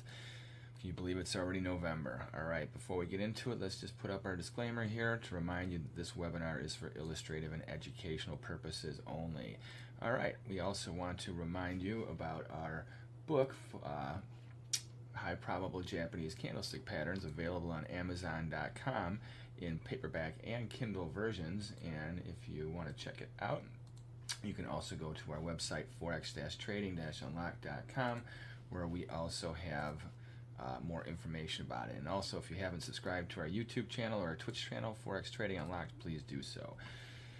Okay, we have the forex-trading-unlocked.com website pulled up here, and we are going to take a look at what is going on in the Forex markets first. So we have from the navigation bar our workstation tab pulled up, and let's go and start and look at some of the numbers. Okay, alright, so for November 1st, let's look at retail sales for Germany. That's going to be big for the euro. We have car sales and truck sales for the U.S. That'll be big for the U.S. dollar. Manufacturing PMI also U.S. dollar. That's a big thing also for the Canadian dollar. So a lot of economic numbers coming out in the midst of also a 3-month bill auction. We also have, let's see, on Tuesday, CPI for the Swiss. Swiss has been making some moves. We're going to be talking about that today. We have labor for and some numbers for Australian dollar that will be big on the 2nd. Then we have on the 3rd, let's see, what do we have on the 3rd? We have a composite PMI for the UK. That'll be big for the British pound, US dollar. Unemployment rate for the euro, US dollar. That will be big. Then we have, let's see, durable goods. We have factory orders and also the oil numbers on Wednesday in the U.S. All big numbers for us. Let's see. Then we have PMI for Japanese yen also on Wednesday. Thursday we have consumer goods and manufacturing. They'll affect Germany and also the EU. Then we also have the producer prices for the EU also coming out that day. Bank of England has some stuff coming out also, so that the British pound might see some action also that overnight. Then we have initial jobless claims going on Thursday in the U.S. That'll be a big deal to watch. And then we have on Friday, we have the big numbers coming out. We have industrial production in Germany. That's a big number to watch. Then we have for the we have employment number for Canada. We also have the employment number for the U.S. These are all big numbers that are going to be a big deal playing in the markets this week.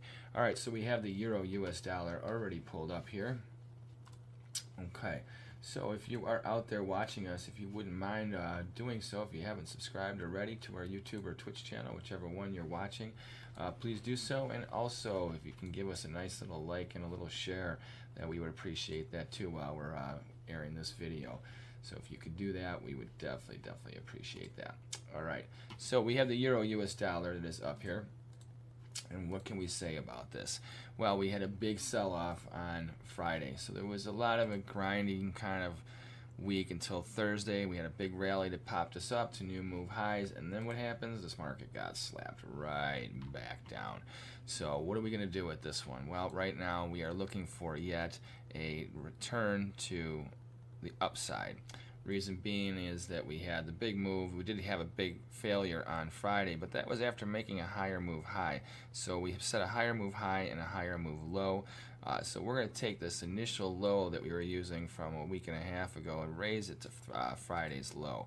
Anything below here, this market is back on edge and bearish. However, right now we are looking for a little bit of a digestion and a slow creeping rally up towards this previous higher move high that was made last week around $1.1696.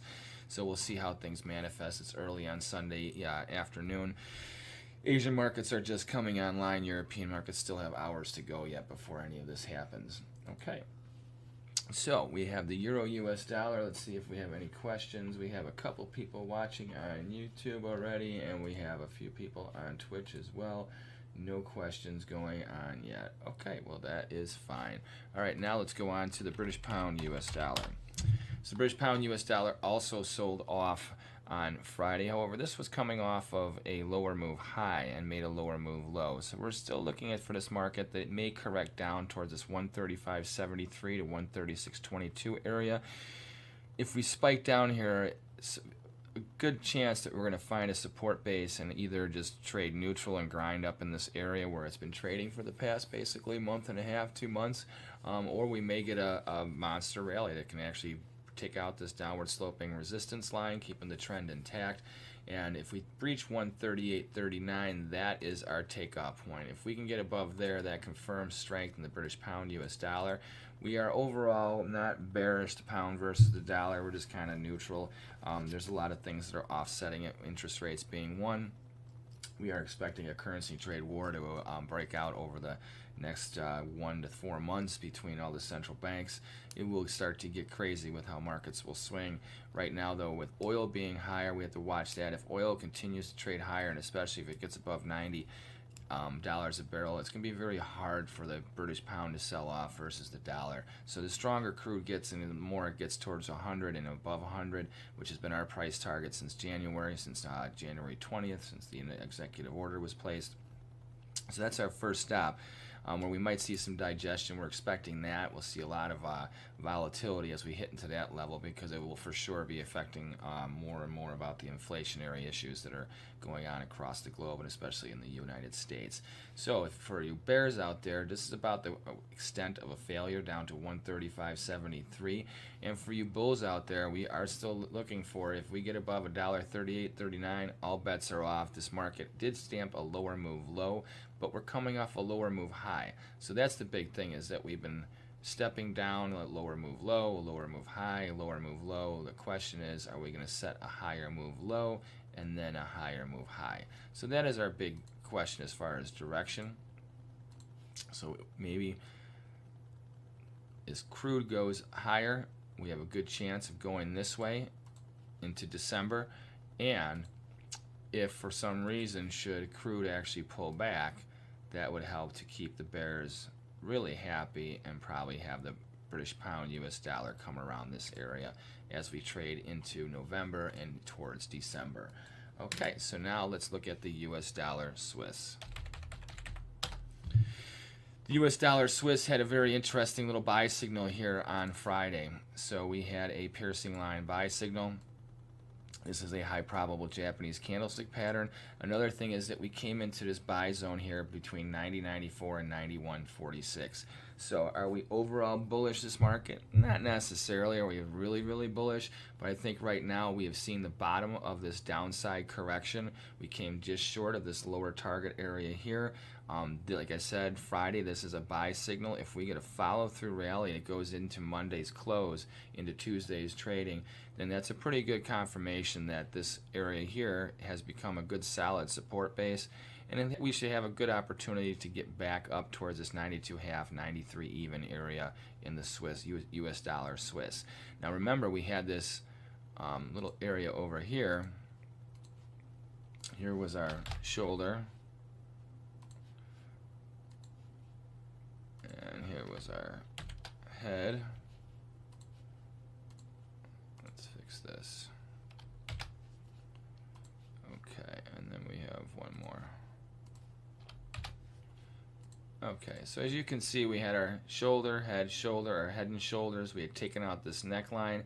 We had a nice little sell-off into our downside target range, which also was support for the market before.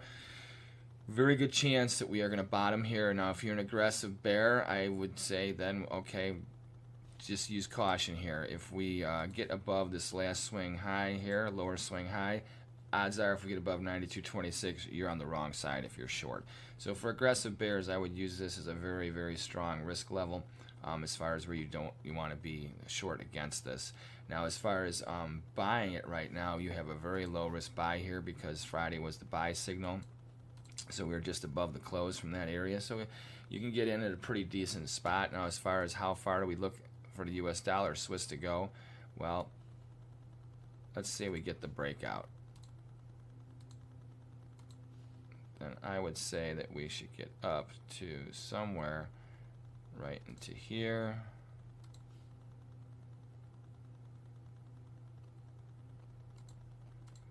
Okay, so this little area right here, I'm going to draw this with a little ellipse. So it starts there, and this is our range. Now notice how we have this critical swing high here. Taking out that would definitely have a good chance of getting us into this upper resistance area. As far as if we're going to run into a lot of downward pressure, this would be our first selling area. We'll see what happens. Right now, though, we have a good chance at getting from we're trading at 91.59, a full dollar rally up to 92.59, somewhere in there. So as far as a risk for a low risk buy, 91.03 versus 59, you're risking 50 pips to basically make 110. So somewhere in that area. On the very minimalist for a short-term bullish trade. Okay, so right now we have no questions on Twitch or on YouTube, do we? No, we just have a couple viewers out there. All right, hello everyone. Hope you guys are doing good. Hope you had a good weekend. Hey, while I'm going through this, put something out in the chat and let me know what you guys are trading, what you're bullish, what you're bearish on, and if you got any questions for at the end after we finish the cryptos, I'll be looking at any specific markets that you want me to do. All right. So we have the U.S. dollar Swiss. We've wrapped up that one. Now let's go to the U.S. dollar JPY. So speaking of that oil trade, and look at this bad boy. By the way, we have, for compliance, we'll let you know that yes, we are along the U.S. dollar Swiss and the U.S. dollar yen. We had taken some heat on the yen trade because we've had this on for a while. We've been long since the 111 area and 110 area. We're staying long all the way up to 116, 122. That's our long-term objective. 116, though, we had by Christmas. It looks like we can do it by Thanksgiving, maybe even sooner. And 122, I think, would be very reachable now by the end of January, maybe even the end of this year. Reason being is the price of oil. If oil continues to escalate, there's a really good chance that U.S. dollar yen will have a good chance at making easily up between the 116 as it weighs up to 122. There's a lot of other factors that would help drive this trend, but if oil does get above 90 bucks a barrel and if it hits near 100, I can't see how the U.S. dollar yen would not be up around above 116 for sure. Now, if we have a correction going on here, since we have made this high, we're looking for a higher move low. If we want to press this correction down into this 111.74 as our extreme, I think you're going to have a lot of support between 112.76 and 113.22. I believe it'll be a grind in here before we make another run up through resistance. I don't think you're going to see much more of a correction, but don't be surprised if we go sideways with all these numbers for the next couple of sessions. So we may not take out 113.22, but we may not get above 114.77 until the end of the week. I don't know. We could also see an accelerated rally if we see oil up, say, like $1 tomorrow, and especially if it starts pushing above $90 a barrel or more. You get a really big rally that way, then I would say that you will probably see the U.S. dollar yen trading above 115 even before the Monday session is over tomorrow. So yeah, we are very bullish on the U.S. dollar yen. Let's see if we got anybody liking that one.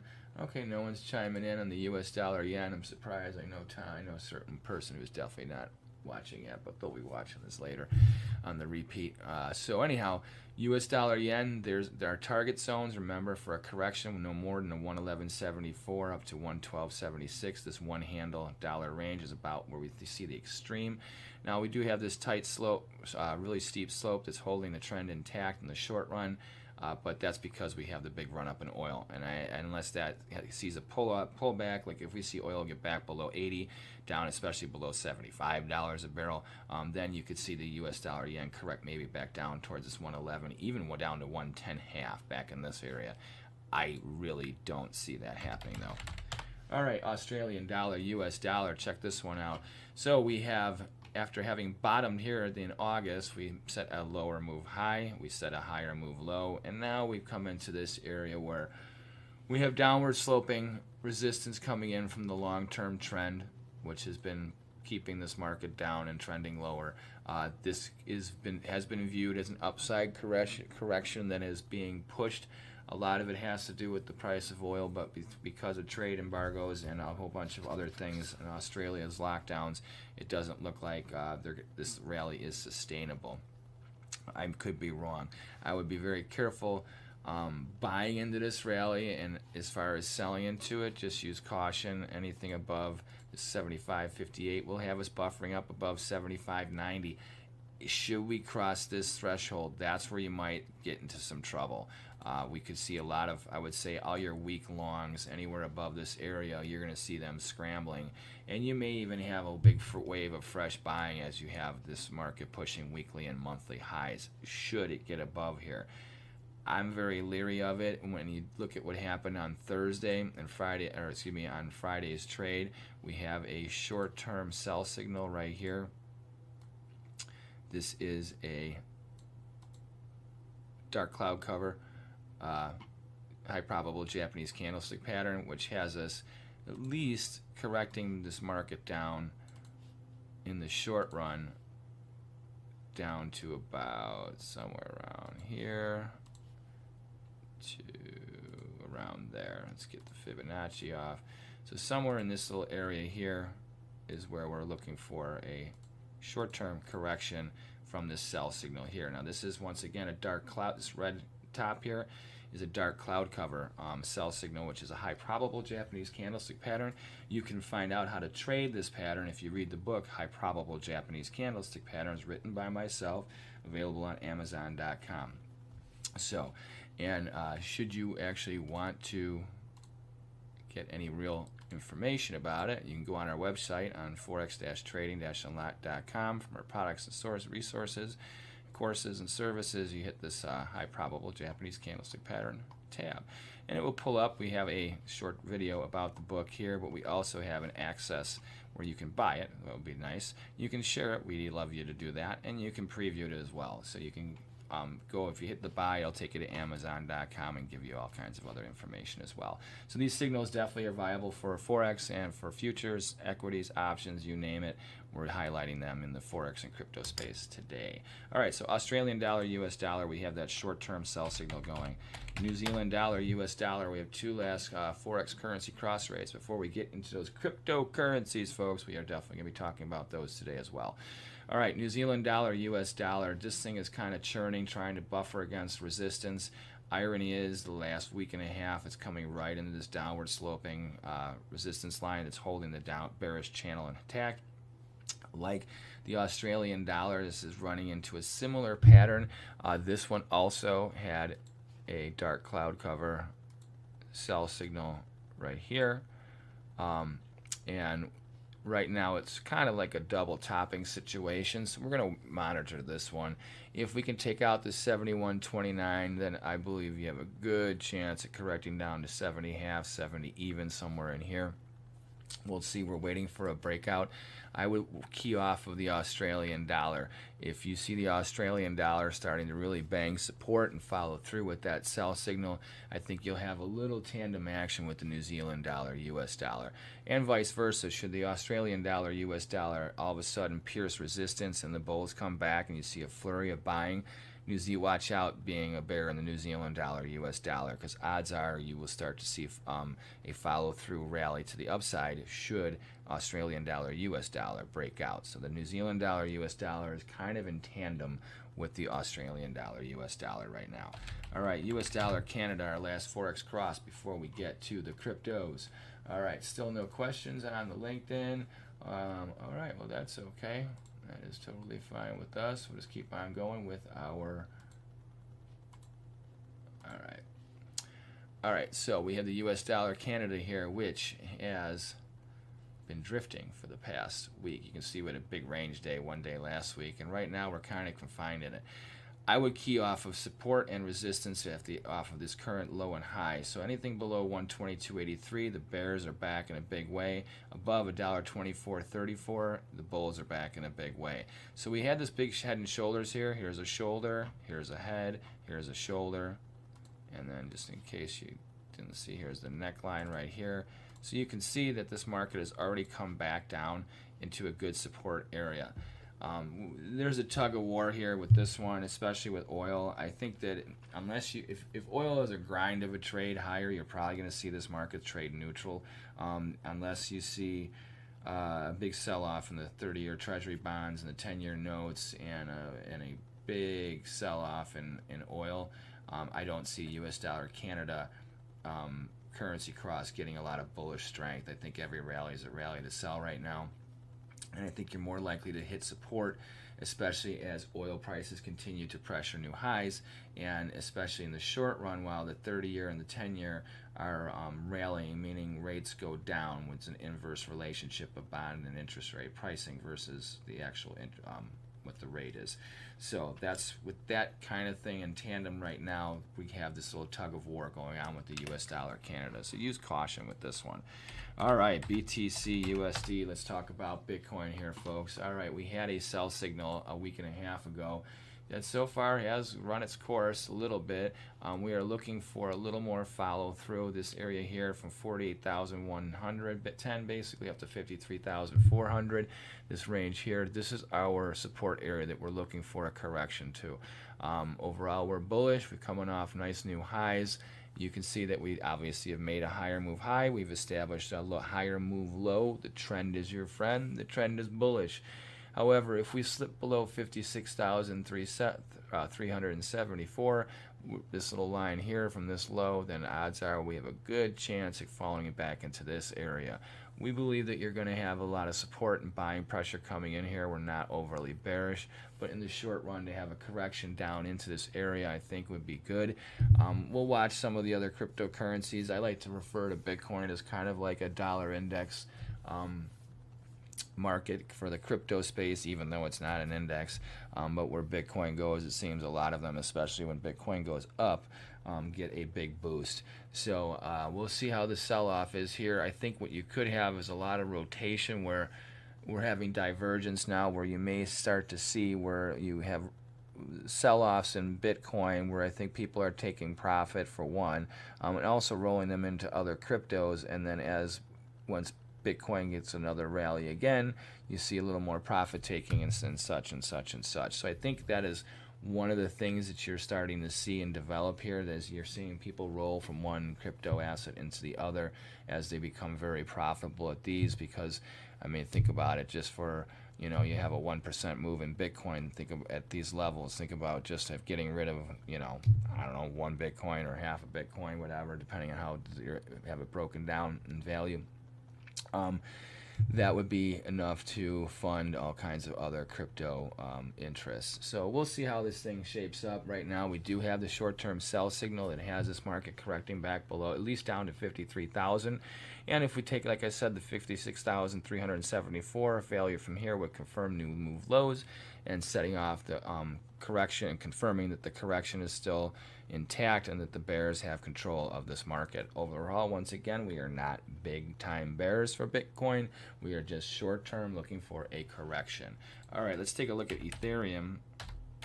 Oops, ETHUSD. All right, Ethereum, this one here had a little sell signal on Saturday.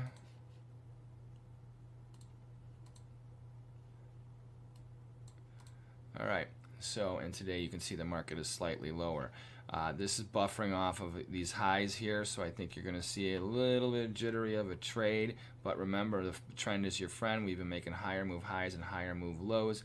Only a failure here from this 3,882 level do we see the market correcting back towards 3,500 to 3,000. For total value, I like this. I think it's a great buy anywhere between 1,700 and 2,250. I have a problem with value above 3,500 though for this, as far as sustainability for the technology. In the long run, I think you definitely have that potential, but in the short run, it's getting too costly, too quick, and it's going to get more. It's going to get harder to use other means on the network and stuff like that because of the costs, which all these things are supposed to help reduce costs and improve efficiency and speed and what have you. All know the mantras. So as far as we have a short-term sell signal, what are we looking for? Like I said, we're not looking for a big correction, but I got a feeling that we could easily come back and test this 3,882 level and come back towards around 3,500, maybe even down to 3,250. I find a lot of value there, and that's an area where I think that a lot of you're going to find a lot more buying pressure should we have a correction down to there. I just think right now we're a little toppy and getting ahead of ourselves for value for Ethereum. I would happen to own it, so I'm happy that it's right below these highs. I'm just saying, use caution, especially if you're looking to buy into it right now.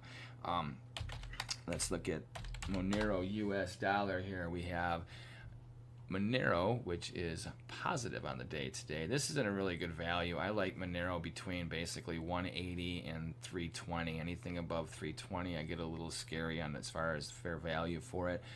It's a good technology that I see is not only embraceable and being embraced, but has some longevity in the future. These are all good things as far as which crypto asset to remain a bull on and which ones to hold. So long term, we are a bull on this one. We are looking for this once again to hold its value at the very least over time. So, and we are short-term bullish. It's been making higher move highs and higher move lows.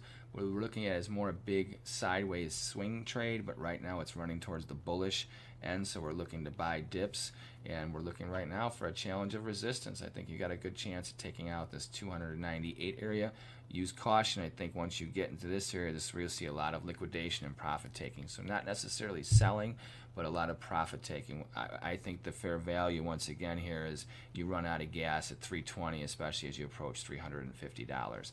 However, value is definitely down here in the 180 to 200, 220 area, and anything in between here. I think you have a good scalp, if you will, for range traders to buy dips and sell rallies to take profits and wait for dips to happen again. So that's kind of the scenario I think we're looking at that's going on with the Monero right now.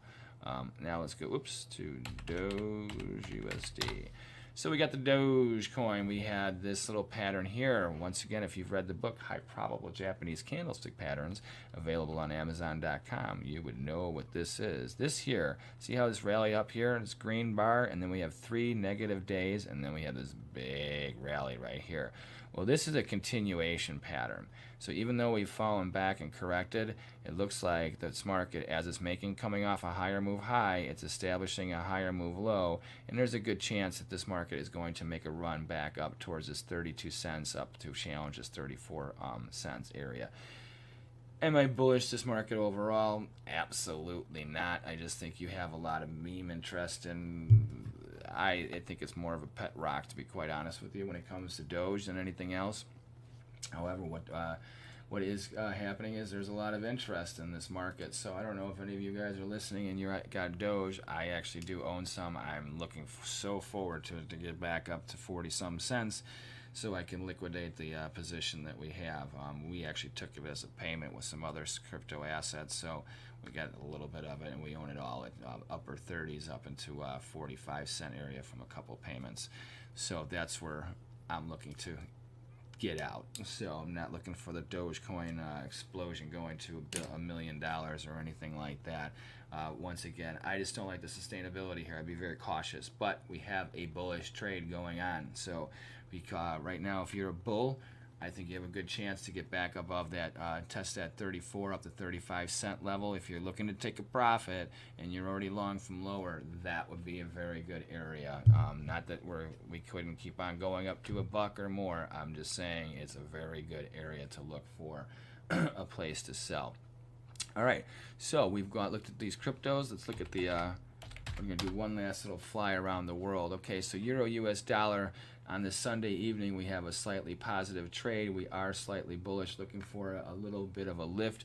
We're not looking for a major bullish breakout here, but at least while we have the numbers coming out this week, we're looking for a little bit of a rally as we trade into Monday.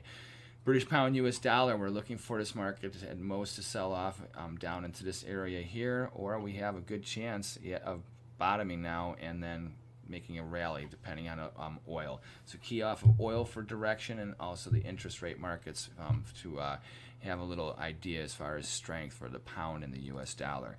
US dollar Swiss, here's the one that, remember, we are bullish. Since we started this webinar today, this market is up. I have a very big feeling, especially with the oil thing going on and the interest rate stuff going on, that US dollar Swiss here, it's oversold. This is the bottom area. We came into our target zone from our head and shoulders pattern. Now we're found this good support area. Let's see what happens. Aggressive bulls, now is a really good opportunity. For bears, use caution. If you're short this market, I would really be very leery. Only if we fail and take out the low from Friday do I see this market really selling off. Another market, remember, affected by the oil market is this US dollar Japanese yen trade. As you can see, it's gapped up a little higher today. Momentum may be out of control. I don't know. We will see how things go with the oil market overnight. and as we get into Monday morning. But follow that, and definitely if we rally into Wednesday's numbers for the oil market, and should we see the market start to press above 90 and hold above $90 a barrel, approaching 95, look out. I'm telling you, odds are if you are a bear, you are going to be just getting blasted this week.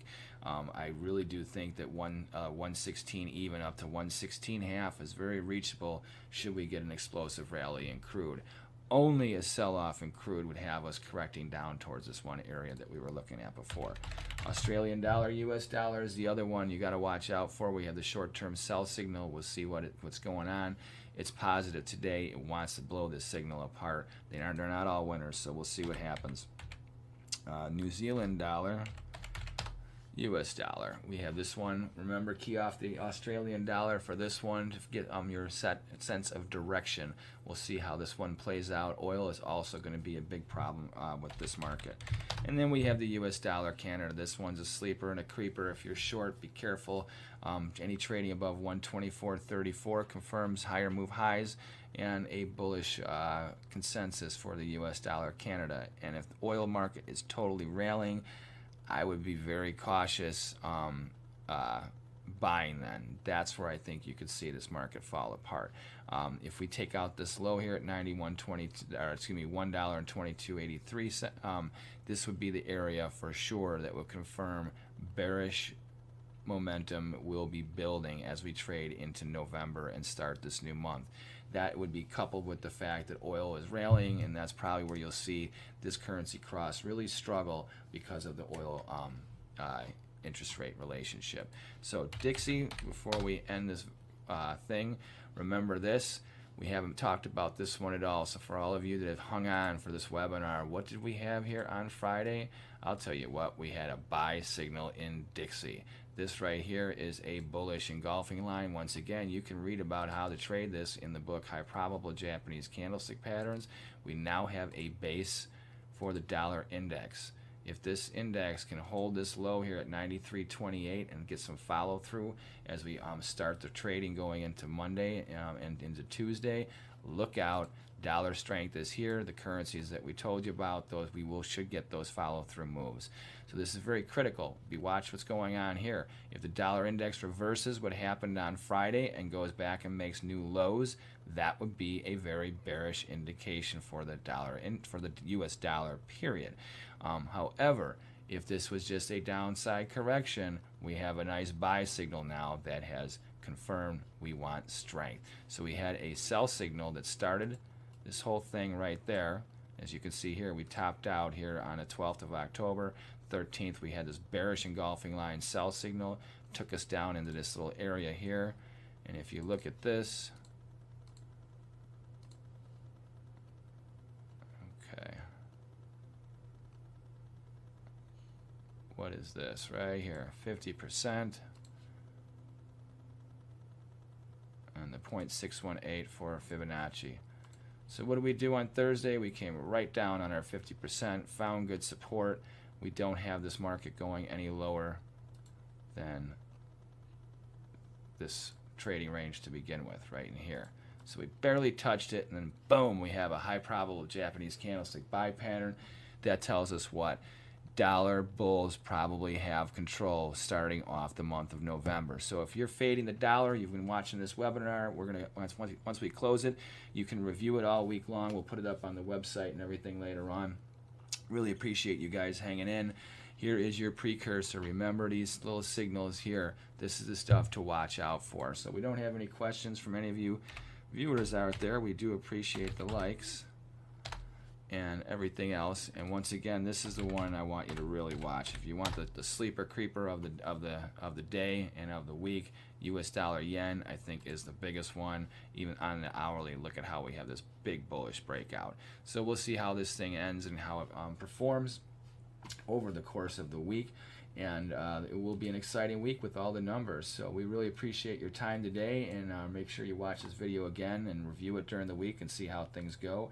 And if you haven't done so, please subscribe to our YouTube channel or our Twitch channel, or both. And please Besides subscribing, share it and like it with your friends in your community and on social media. And also, we had all those signals we talked about today, the high probable Japanese candlestick patterns available on Amazon.com in paperback and Kindle versions. I'm Teddy Keckstedt with Forex Trading Unlocked. And for all your Forex trading needs, don't forget to go to forex-trading-unlocked.com. We will see you. Keckstedt from Forex Trading Unlocked, and we are here with a Forex trading and cryptocurrency trading market analysis for you for the week of October 25th through the 29th. Real quick, we just want to show you our disclaimer to remind you that this video is for illustrative and educational purposes only. Also, if you haven't done so, please check out our website, forex-trading-unlocked.com, and also subscribe to our YouTube channel or Twitch channel, Forex Trading Unlocked. And if you have not checked out our book, High Probable Japanese Candlestick Patterns, available on Amazon.com in paperback and Kindle versions, please do so when you get a chance. All right, we have our live action scene up here. Now, we have the Forex-trading-unlocked.com website pulled up. From our navigation bar tab, we already have the workstation tab pulled up. Now, let's take a look at what's going on. Oops, no, we didn't do that. Excuse me. Clicked it. Thought I did. Now I got it. Okay, there we go. All right, step number one. Let's check the economic calendar for the week and see what we have going on.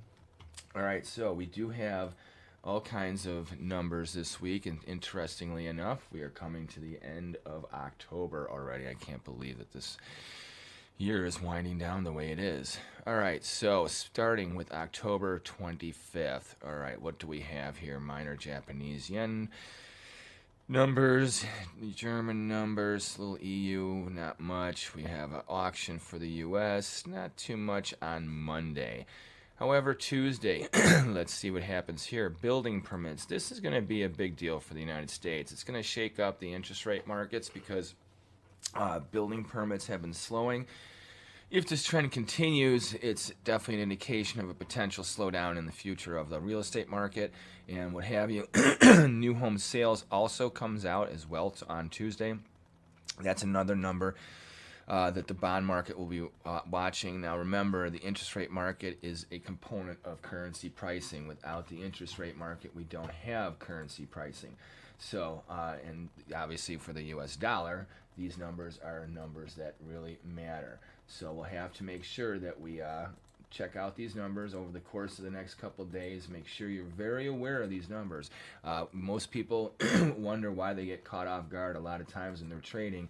And usually one of the first things is they skip the first step, which is just knowing news events. Remember that news events definitely have an impact on what is going on in the markets. So, and these are ones that you have control over, knowing when you're going to hear about them, unlike things that obviously happen spontaneously. So besides the auctions, that's about it for Tuesday. CPI, though, for the Australian dollar will be a big deal.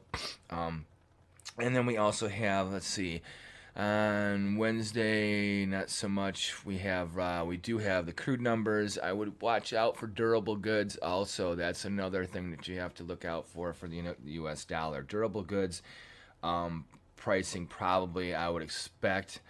They have it going down 1% as a forecast. I don't believe that's going to happen. Then we have the Bank of Canada rate decision.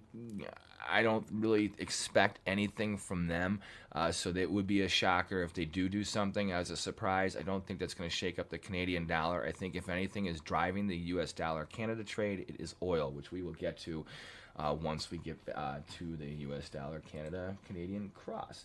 So by the way, while you're watching this today, if you don't mind tweeting it out and sharing to your friends, please do so. We would really, really appreciate that. All right, so now let's finish up our numbers for the week. So we have unemployment in Germany. That will definitely help to rock the euro, I'm sure, if it comes out unexpected. And then we have economic sentiment also for the euro. That's something to watch out for on Thursday. ECB deposit rate, not so much. I don't think you're going to have to really watch about those. Those could, if they shake up anything, it would be the euro-dollar interest rate contract, which is pretty much at the end, flat part of its curve. It's not moving. It would probably only bounce at a couple ticks. It's not going to influence the euro-dollar currency per se, most likely. GDP is something that you have to watch out towards the end of the week for the U.S. dollar, that will definitely be a big number. Initial jobless claims, they've been trending lower. However, I think that's because as subsidies and unemployment runs out, you have less claims. So there's not that there aren't people unemployed, because right now we still have over 10 million jobs available. So for some reason, jobless claims are going down, but the jobless market isn't. So and it's not because we're creating new jobs, that's for sure. Just look locally everywhere you go, whether it's urban or in the way out in the country, all the way to the inner city. There is just everyone's hiring. I hear it from everybody all across the country, so I don't know. People just don't want to work. Let's see. Then we have, after that, we do have a note auction, CPI for the yen. That is one to watch out. Definitely, the yen is also being influenced by the crude oil rally.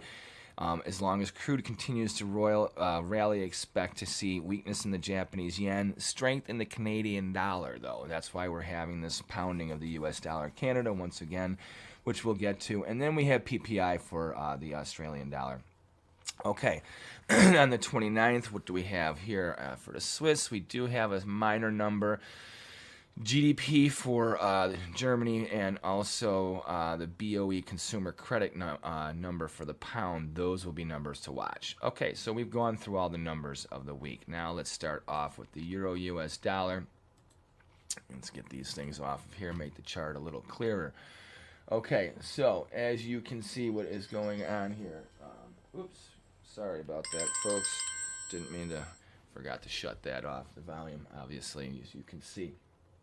All right, so once again, we have the euro US dollar pulled up here. Now, the euro has obviously been trending lower. It had a nice retracement last week. What's interesting about the euro is that we have a lot of things that are kind of conflicting as far as bullish and bearishness, where our interest rates aren't really moving except for the market. The Fed, is not doing anything. Central banks around the world are starting to raise rates. The ECB is probably just as torn as the U.S. Fed, so I don't think that's going to be an issue, but oil is starting to become an issue for them. As oil gets higher, the rating, the pricing for oil over there in the EU countries is extreme. So be very mindful of that. That's going to weigh on that currency. So for instance, if the U.S. dollar becomes a bear, against even most of the world currencies, as far as if the dollar index starts trending in a very bearish way, it doesn't mean that the euro is going to get a big rally off of that, let alone even rally if it does. That's something you need to be mindful of. So watch out for that. These are all things that we'll be paying attention to over the course of the week. But now let's get into our breakdown of what's happening. So we have the euro US dollar here, which is obviously trending lower, has had a nice retracement. Now, we had this buy signal that was executed a week ago. We had this bullish engulfing line. Once again, what is a bullish engulfing line? That is a high probable Japanese candlestick pattern. And if you check out the book, High Probable Japanese Candlestick Patterns, on Amazon.com, you will be able to learn about how to trade this signal. All right, so let's see if we have how far we have come and where we are going. All right, so remember I said that if the dollar is a big bear, that the euro is not going to be that bullish versus it, okay? So we're going to use Fibonacci here and put the 0.382, the 0.5, and the 0.618 up here. And let's see what we can jostle around. Now, as you can see, last week we had kind of a double topping. We hit big resistance here. Now, this is the big thing is, over here, this is kind of harmonically a good number because we had support here, had a nice big bounce, had a corrective move only, and then we fell down through it, and when we did, we set newer move lows and hitting support all the way down to what was the low here, around 115.24.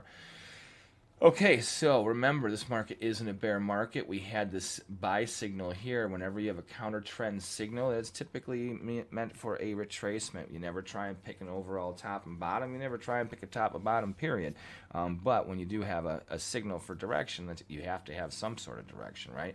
So as far as hitting our targets, this has not reached it yet. So we still have a little room to go. I would say that if the bull maintains itself, that it has a good chance of taking out the highs of last week above this 116.73 area.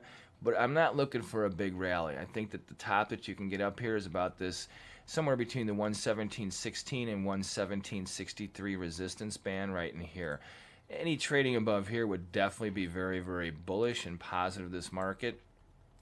However, no matter what, this currency continues to make lower move swing lows and lower move swing highs, and that is indicative of what? A bear market. So as you can see, this area here too, in this 117.16, expect a big fight, because this downward channel that this market's been trending into comes right into this pop. So now be caution here, like I'm sure there's a lot of weak shorts with stops just above this 116.73 area.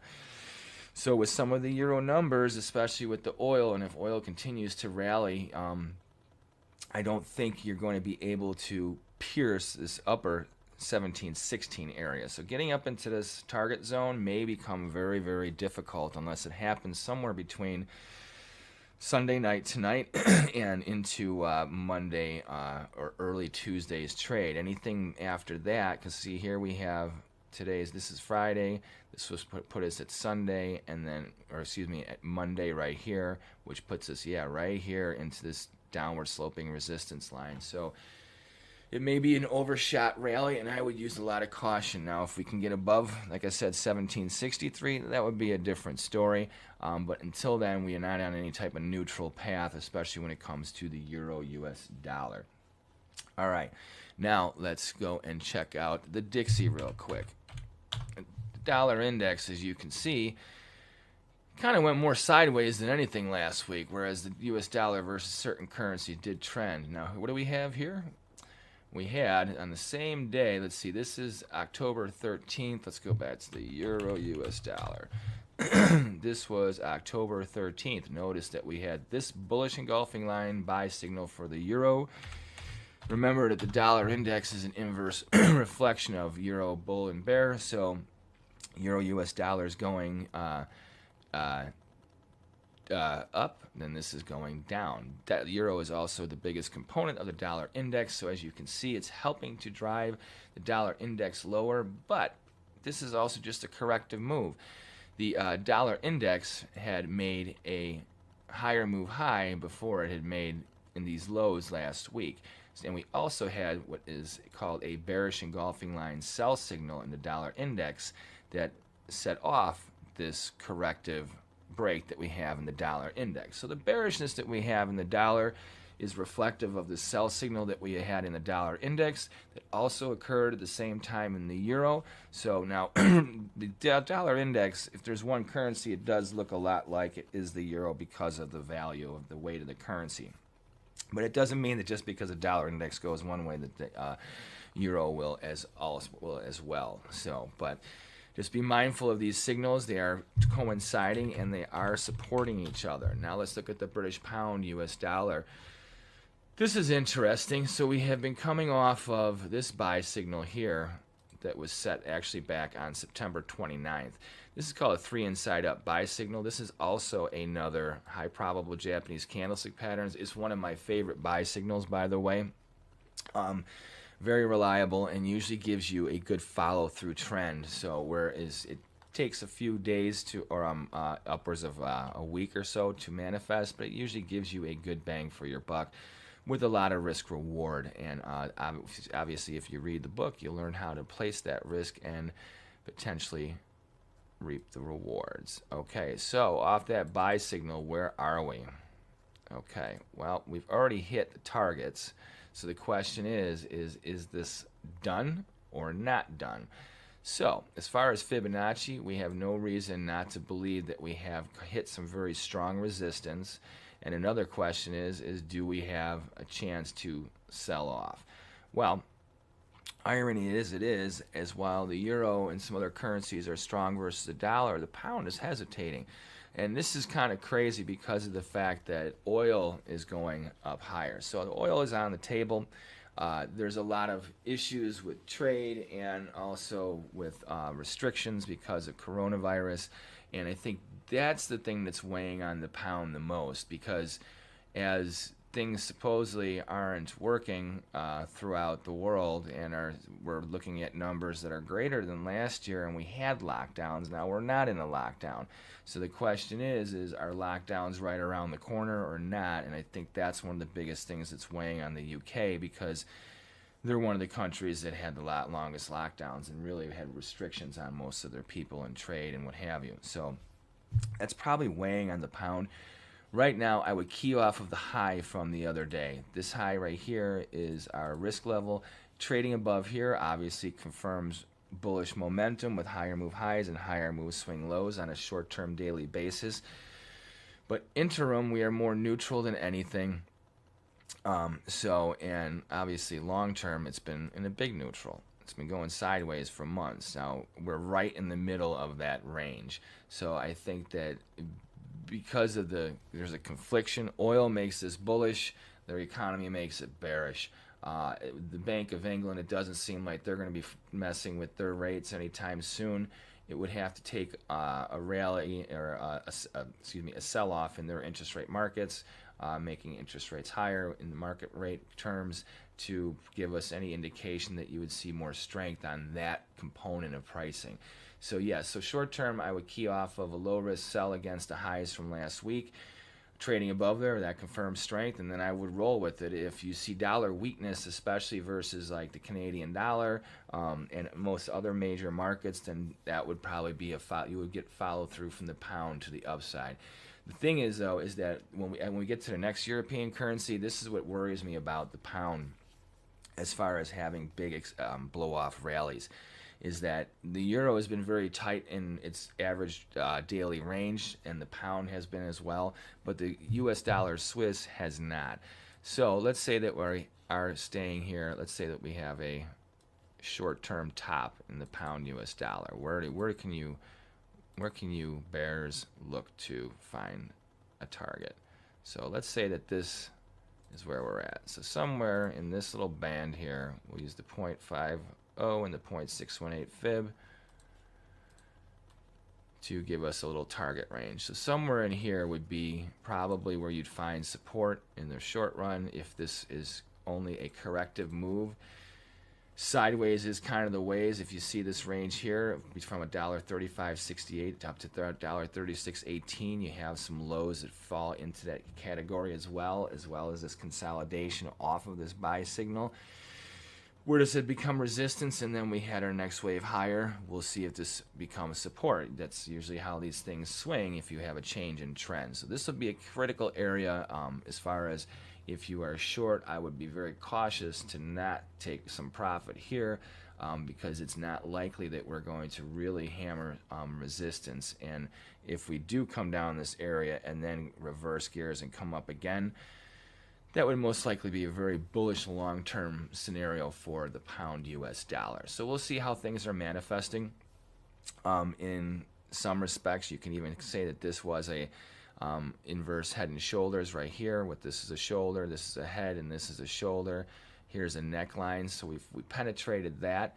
We've pretty much we've definitely hit our target for this buy signal here, which is the 3 inside up buy signal from the High Probable Japanese Candlestick Patterns book.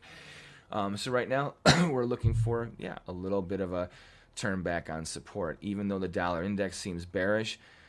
Once again, that's why it's not really banging the index lower, because you have a mixed bag of goods. You have the euro US dollar a little bit strong versus the dollar, the euro strong versus the dollar. Pound is a little indecisive.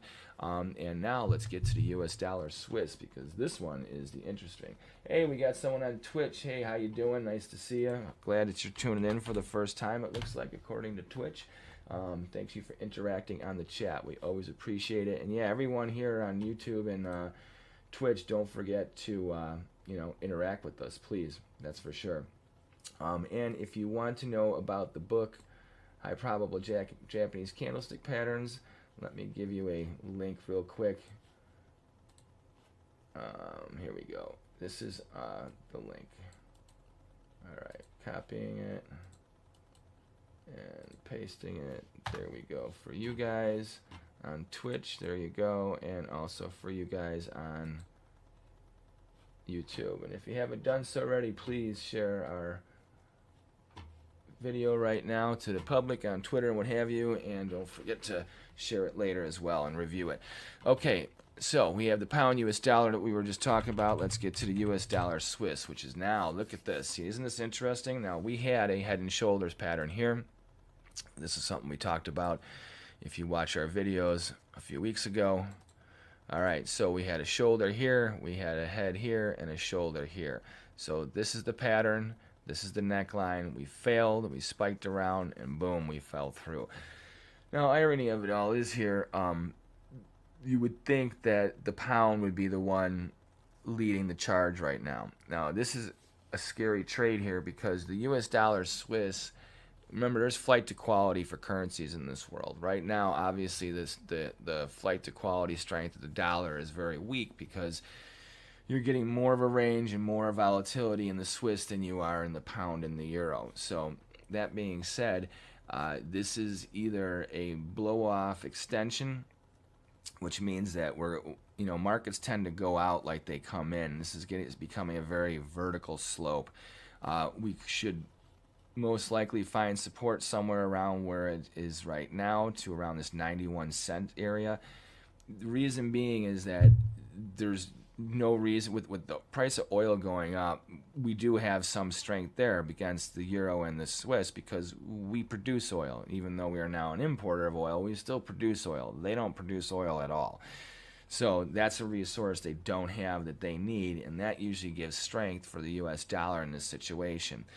The fact that the Swiss is so strong versus the dollar right now makes me wonder what's going on with the central banks, and I think that could be where the Swiss may be realigning their currency and purchasing in other currencies around the world and selling the dollar because they may be raising their rates, and we know that there's other central banks in the Eurozone that are already working against the EU and doing that, as well as other European countries, and it looks like other countries around the world are starting to shift from this being at zero interest rates or near it, or trying to be low and start to raise it to curb inflation. For one, like, it's a myth by economists that you don't raise rates to curb inflation, or excuse me, when you raise rates to curb inflation, that does cause inflation. And right now, they're doing their darndest to cause inflation everywhere. So the next pocket is the interest rates. This will start to put, if you think that we have supply chain issues now and strangulation of the economy, wait until rates start going up. That means the cost of carryover, the cost of every single thing goes up along the process, along the supply chain. So, for instance, crude oil, the fact that once it's drilled and it's moved, there's a cost of transportation, and there's an interest rate charge and a carryover charge, just like there is of any commodity. That cost goes up, just like the fuel cost goes up, which just drives up even the cost of fuel, let alone the cost of everything else that you transport, that you need fuel to transport, blah, blah, blah. It's a domino effect. So we'll see how these variables really start to become an issue, which, let me tell you something, if you think it was scary back in the George Bush era with the gas prices, just wait until 2022, because I predicted $100 oil back in January. You can look at all the shows that I'm interviewed on. Like, it's been something that's been rocking my world for a year, and as we've been getting closer, it's like, hey, we're getting there, and now all the big pundits, after we hit 80, they're like, oh yeah, $100 oil, I guess that is kind of rational now. It's because they're all on the other bandwagon. They don't want to admit that policies in our government are causing all this stuff. So whatever the cause, it doesn't matter. The markets are moving. So where are we going from here? All right, so as far as the sell-off from the head and shoulders, irony is this head and shoulders here was also a 3 inside down sell signal, which is a high probable Japanese candlestick pattern. All right, so as far as support, where are we at? Well, we came into a very critical area on Friday. Boy, did we hit it. And this is why I'm saying be careful with this oversold nature and strength in the Swiss. For one, this is a very big digestion area, excuse me, where we had found support along the way for months. We nailed this right here pretty much to the pip as far as what the low was on Friday for a 0.618 retracement off this high of from this swing low to this swing high. Overall, the U.S. dollar Swiss has been a bull.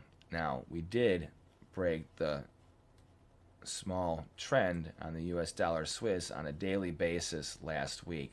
Doesn't necessarily mean that we're overall bearish and a top is in the market. It just means that this correction has been extended.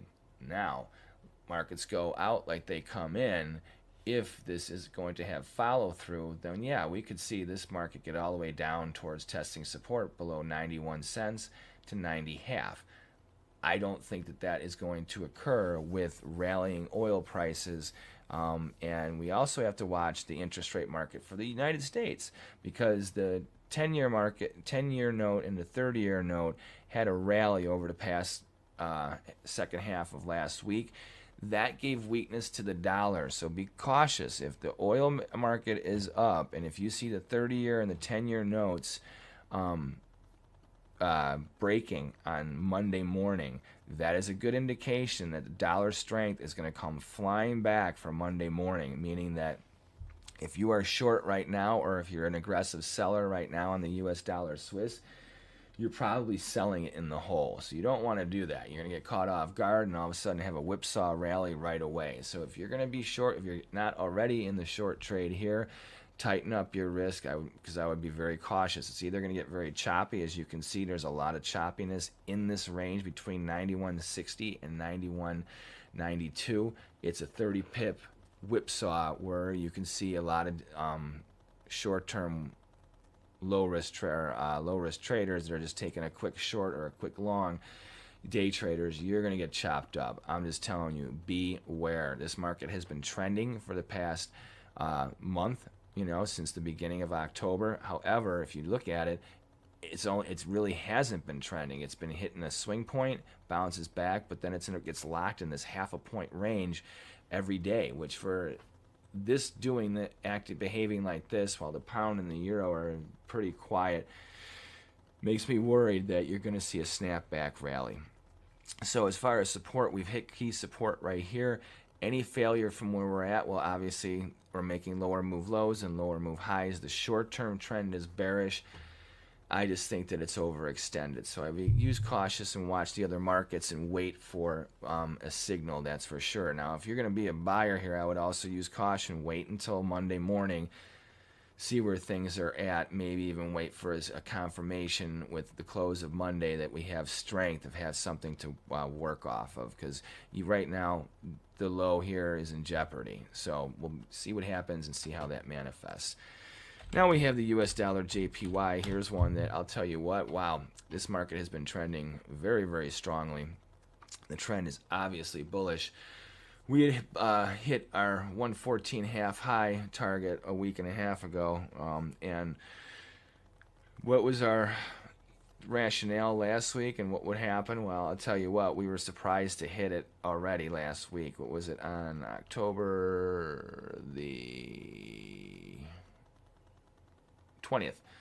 We got to a high of 114.69. We had 114.5 as our overall short-term target before we have a potential correction back to support. The rally that's been going on here is attributed to oil. The oil trade is back on the table for currencies. It was off for a good few months while it bobbled around in the 70s, but now hitting on the mid to upper 80s and looking for a shot at 100. It is just bearish the yen, no matter what other economic and political factors you want to throw at you.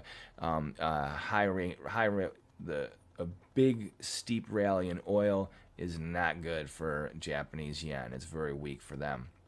And remember, there's some Bank of Japan stuff that's going to be coming out this week too. Be very mindful of what that happens. So the yen right now is having a 3-day sell-off. Looks pretty bad. However, if you look at the way it sold off before, it had a nice little consolidation here, and then it came back up. So I would use caution if you're short here in the U.S. dollar yen. Now, for compliance sake, we are long the U.S. dollar yen, just like I'm long the U.S. dollar Swiss. So both positions right now we're taking heat on. But we're looking for this to turn around. So I have an overall trend target of 116. in the US dollar yen by the end of the year, with 122 by April of next year. However, with the way oil is going, we may see 122 by probably maybe even the end of January or February, and not April. So this trend here, do I think the US dollar yen is going to maintain this steep trend? Absolutely not, but I do believe we are looking to find a little support base, and then yeah, we're going to rally off of that again. So as far as a correction here, if we go to the 50% mark and we go to the 0.618, there is a nice degree that this market can sell off. So I would use caution here. Like, if you're not long this market, wait for a buy signal. Don't just jump in. I would, if anything, lowball the market. Start out down here, and you can always lift it, whatever. I would just use caution, because there's a lot of space here to find support, which would just be a higher move swing low before the market could make a higher move high again. So right now it is in a corrective phase. So be mindful of that, okay? Just make sure that you're paying attention to this. So, all right. So how are we going to go on Sunday and Monday as we enter the week? Well, I think that we've had a nice little momentum here, sell off, and you're probably going to still see a little bit more of a break. So let's use the last swing low here and this here to try and find a little better range.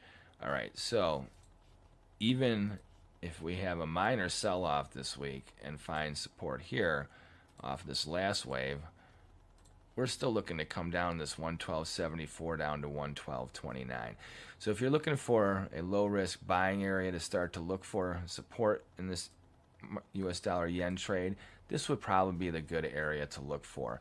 Remember, we have 116 as our overall longer term target, which I think we can reach before the end of the year. So if you're looking at what's our target as far as this, here's December 31st. Okay, so here's our timeline. So we're looking for us to find somewhere in this area. Now let's find the right drawing tool. Here we go, the brush. So somewhere around here, and then continue to trend up into the end of the year here, or we come down into here and do that. So now, will we get all the way up to 116? I don't know. We'll see. But somehow I think that the way the pattern is going to go is we're going to come down into this area, or maybe even find some support here and work our way down into here before we get up there. As far as a bearish scenario, these would be areas where I think you could find some good support and some good buying opportunities. As far as whether or not we're going to get all the way to this extreme one, that's a really good question. I just don't see it with crude. Now, if we had a big sell-off in crude and a big rally in the 30-year bond and 10-year note for the United States, then I could see the U.S. dollar yen getting down to this 111, even to 111.70 area. But it would take a big move in both of those markets to shake up the dollar enough to, I think, to really to perpetuate that kind of sell-off. So be mindful of this. And we'll see what happens as the week unfolds over the course of Sunday night into Monday. But it's most likely the scenario here that this is where you're going to see the yen going for the rest of the year. Once again, because of the commodity trade. The Japanese don't have oil resources, so they're very oil dependent, and on whom they also rely and they used to rely on the United States, but since we're not a net exporter anymore and we are an importer, that really hurts our ally. Because yeah, guess what? We were exporting oil to Japan, and we were definitely a backup source in case of any supply issues. We are no longer that. So that hurts the yen. That gives strength in the dollar against the yen. Not that it gives the dollar strength. Overall, it's just the dollar versus the yen. Okay, now AUD/USD. This has had an interesting bull run. It had a sell signal here on Thursday. It is a bearish engulfing line. Once again, another high probable Japanese candlestick pattern. And if you read the book, High Probable Japanese Candlestick Patterns, you can learn how to trade it. But right now, we're going to show you here that if you are a seller Below 75.51, this is your risk level. Any trading above here, I would use caution. As far as how high can this go, well, the momentum you can see is very steep. Irony of it is that this whole rally for this correction started with a high probable Japanese candlestick pattern right there. That was on September the 3rd, or 30th rather. This here is a piercing line buy signal, and boy, did that take off. Now it's ending with, or maybe ending, we'll see, with a high probable Japanese candlestick pattern. Now, obviously, we had made this low here, lower move high here, higher move low, now higher move high. So that puts us in neutral, not bullish for Australian dollar, US dollar overall, just because of what's going on economically and fundamentally over there. Now, the price of oil is definitely helping to prop up Australia. However, they have supply chain issues and distribution issues and a whole bunch of other ones that means doesn't matter how high oil goes, it doesn't mean anything if you can't get it out of the ground, let alone send it anywhere. So that's why we're probably going to have a good chance at having a corrective move down into this area around 74 cents down to 73 cents. And we'll use this last swing low and swing high as our basis here.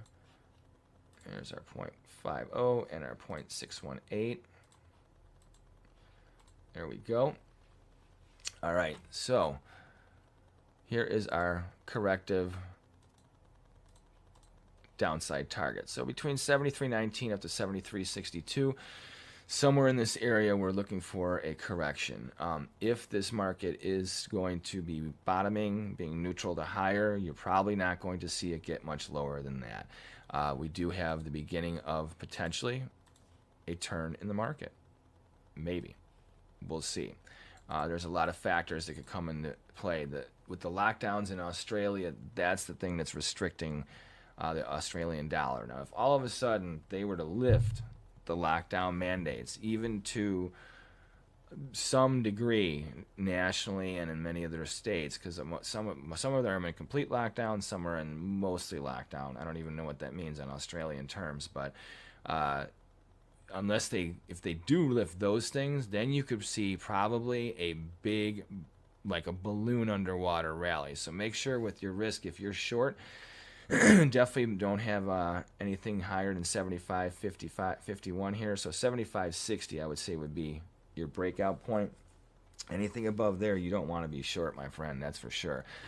So if you're an aggressive seller, this would be a good time to do it. If you're looking to be an aggressive buyer, I would use caution and wait for a dip, because obviously there's a good chance that we'll be pounding support for a little bit. Now, if oil really starts to pressure the highs, and if you see the 30-year and 10-year rally, meaning interest rates go down, those pressures would definitely give strength to the Australian dollar, US dollar. New Zealand dollar, US dollar. Okay, we got a couple more currencies to go, then we're going to get to the cryptos. I want to thank you guys for hanging out with us today on YouTube and Twitch. Please don't forget to subscribe to our YouTube or Twitch channel if you haven't done so already. Always go to forex-trading-unlock.com for your Forex trading needs. All right, so New Zealand dollar, US dollar, very bullish in the last couple of weeks. This also had a... Okay, there we go. This is a dark cloud cover sell signal, which is another high probable Japanese candlestick pattern. Once again, you can learn about how to trade that in the book. All right. So as far as a short-term retracement, now this one's a little bit more bullish overall than the Australian dollar, just because they're not quite as restrictive in the lockdown situation as Australia is. So right here, we're looking to correct back to the neutral zone, the big chop. So overall, New Zealand dollar, US dollar, we see more strength here than we do in the Australian dollar cross.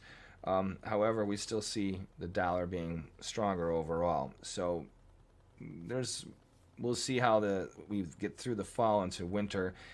If New Zealand stays where they're at, they'll probably be neutral to just chopping around in this big range, somewhere between 68.5 and 72.5 up here for the next, like, probably, and I'm not kidding you. See how we did this from June, and it just kind of, we spiked up. We set the higher boundaries, lower boundary of the range. Now we set a higher boundary of the range. We're pretty much going to be trading all through this area, like I said, from 68. Let's go 68.5 up to 72.5. This is it. It's a big swing trade.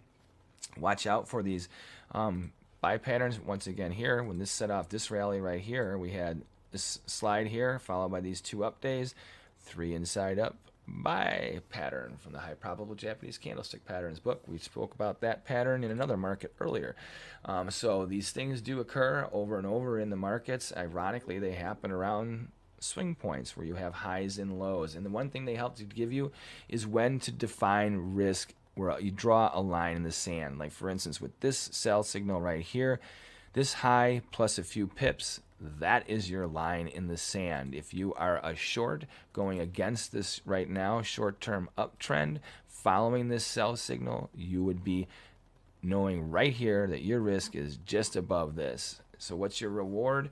All the way down to here. So think about had you sold this right here at the close, 71.55. So 71.55, you'd be risking, that's let's see, 63 pips for a break all the way down to 70.39, which that would be what? That's 100 and that would be 116. So up to, we have 69.97, which is even adding another 40 pips there. So using this as your range for targets, especially the 69.97, you're looking at a 3 plus reward risk to 1 ratio, which is huge for that kind of a sell signal. So as far as what's your potential over the next month or next week and a half to 2 weeks and hitting that, I don't know. We'll see. It depends on how the strength in the dollar does or doesn't go. But we have a short-term sell signal that is targeting this area. As we can see that the dollar has been under pressure from the dollar index. Remember how we looked at that before?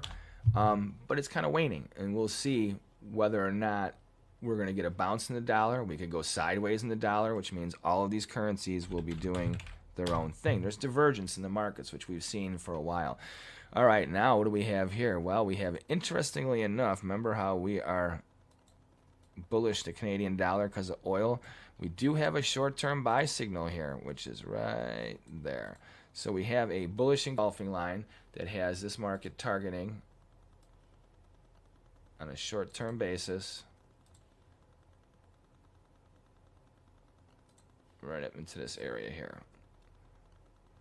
If this is just a correction, and that's what I would be mindful of, is that if you get a US dollar, Canadian dollar rally right now, I think it's a rally to sell. I think that the Canada, no matter what, because of oil and rallying price of oil and the relationships between the US and Canada, that you're going to see a continuation of the downtrend. Now remember, US dollar Canada had been in a nice big correction. We had a shoulder, head, shoulder. We finally came through it. Now we're sliding. This market right now is in a big neutral. Long-term bear. Short-term, it is not a bull. It just has a counter trend buy signal. Okay, so key off of the low from Thursday. And if you're an aggressive buyer, it's the same situation like the last market we talked about. You have a good chance here. I mean, right now, if you were the market's at 123.65, you're looking at only a for like 80 pips. That would be your risk here for a trade that you're looking for it to go all the way up to 25.32, up to almost 26 even. That's a nice swing trade. I would use caution once it gets up to that level. Remember that right now this market is in a short-term downtrend. No matter what, it's coming off of lower move lows, lower move highs. Okay? So be very, very cautious about this. And look at this. See how steep this is? So it's going to have a lot of resistance that comes right, especially like if it came in right now. So right now, we'll see it has to get it through this downward sloping resistance line here. That would, by attrition, take all the way until next week for that to happen if it goes nowhere. And if it goes nowhere, could that be basing? Maybe, and then maybe give us a nice rally up to here. But remember, it has to hold this $22.84.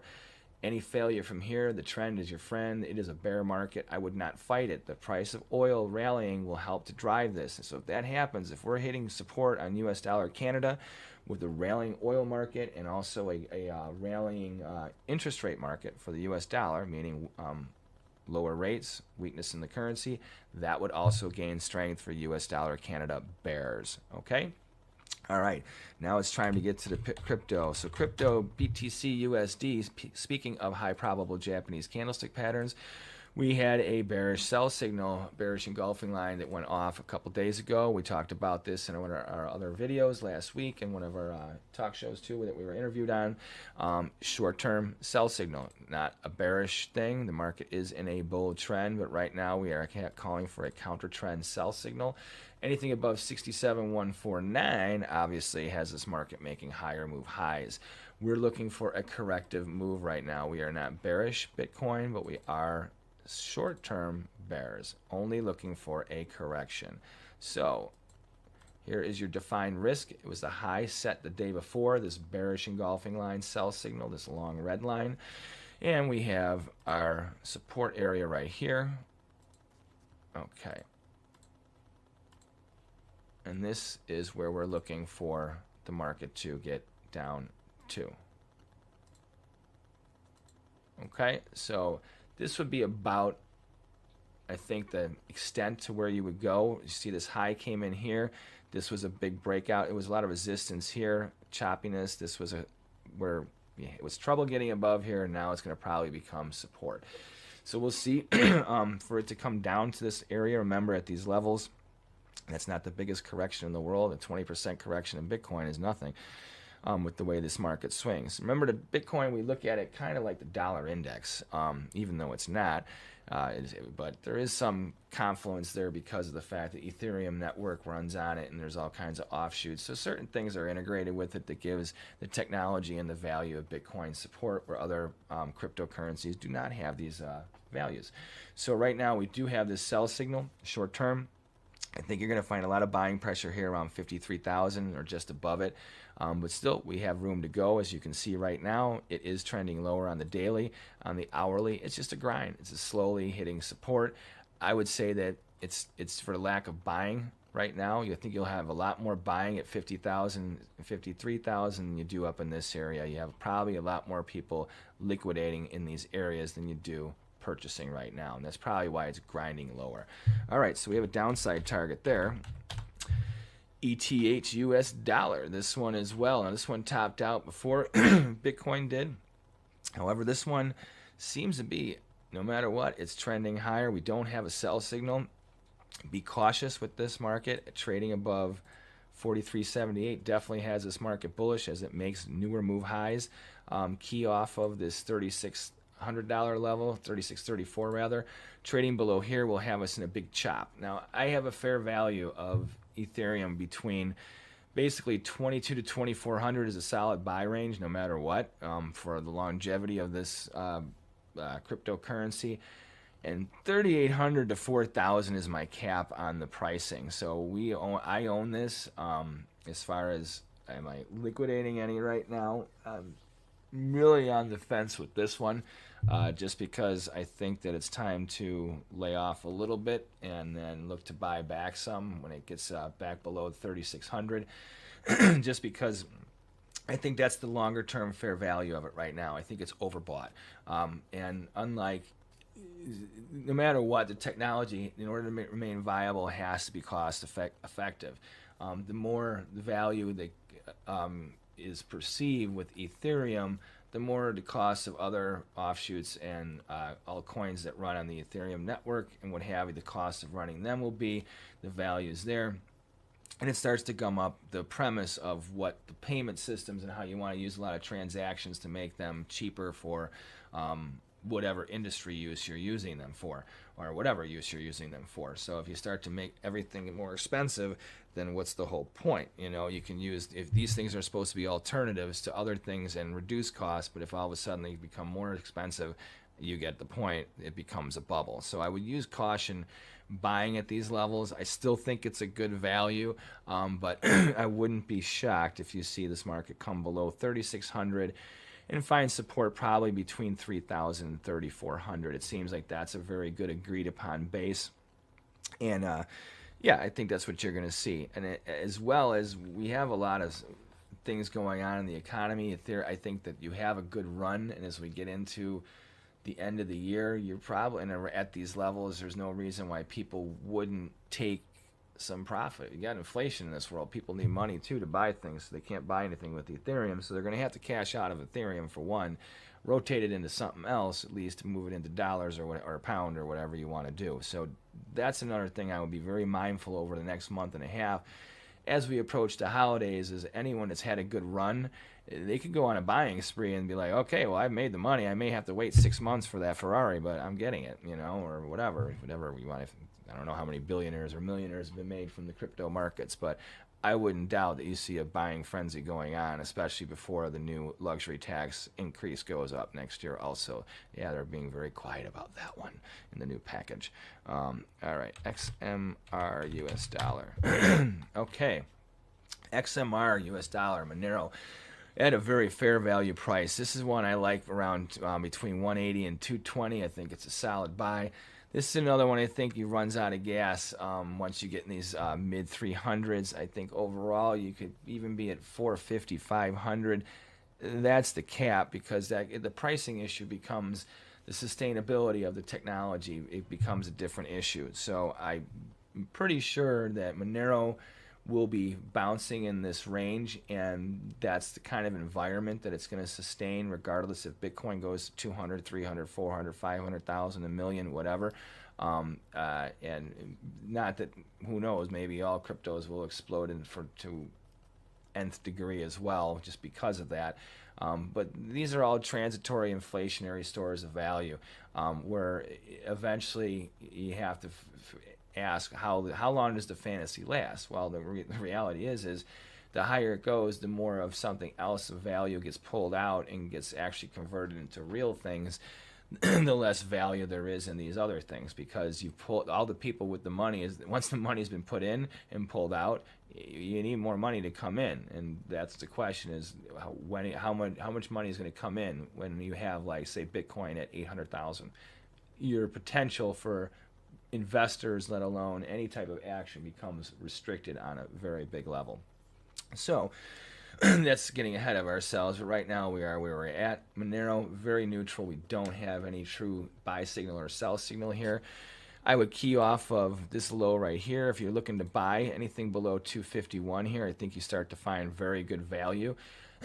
Anything above this area here of 296, 300, I would start to shave off some profit, looking to buy it back in this range or lower. So I think you have a good trade there. It's just a matter of playing that range trade.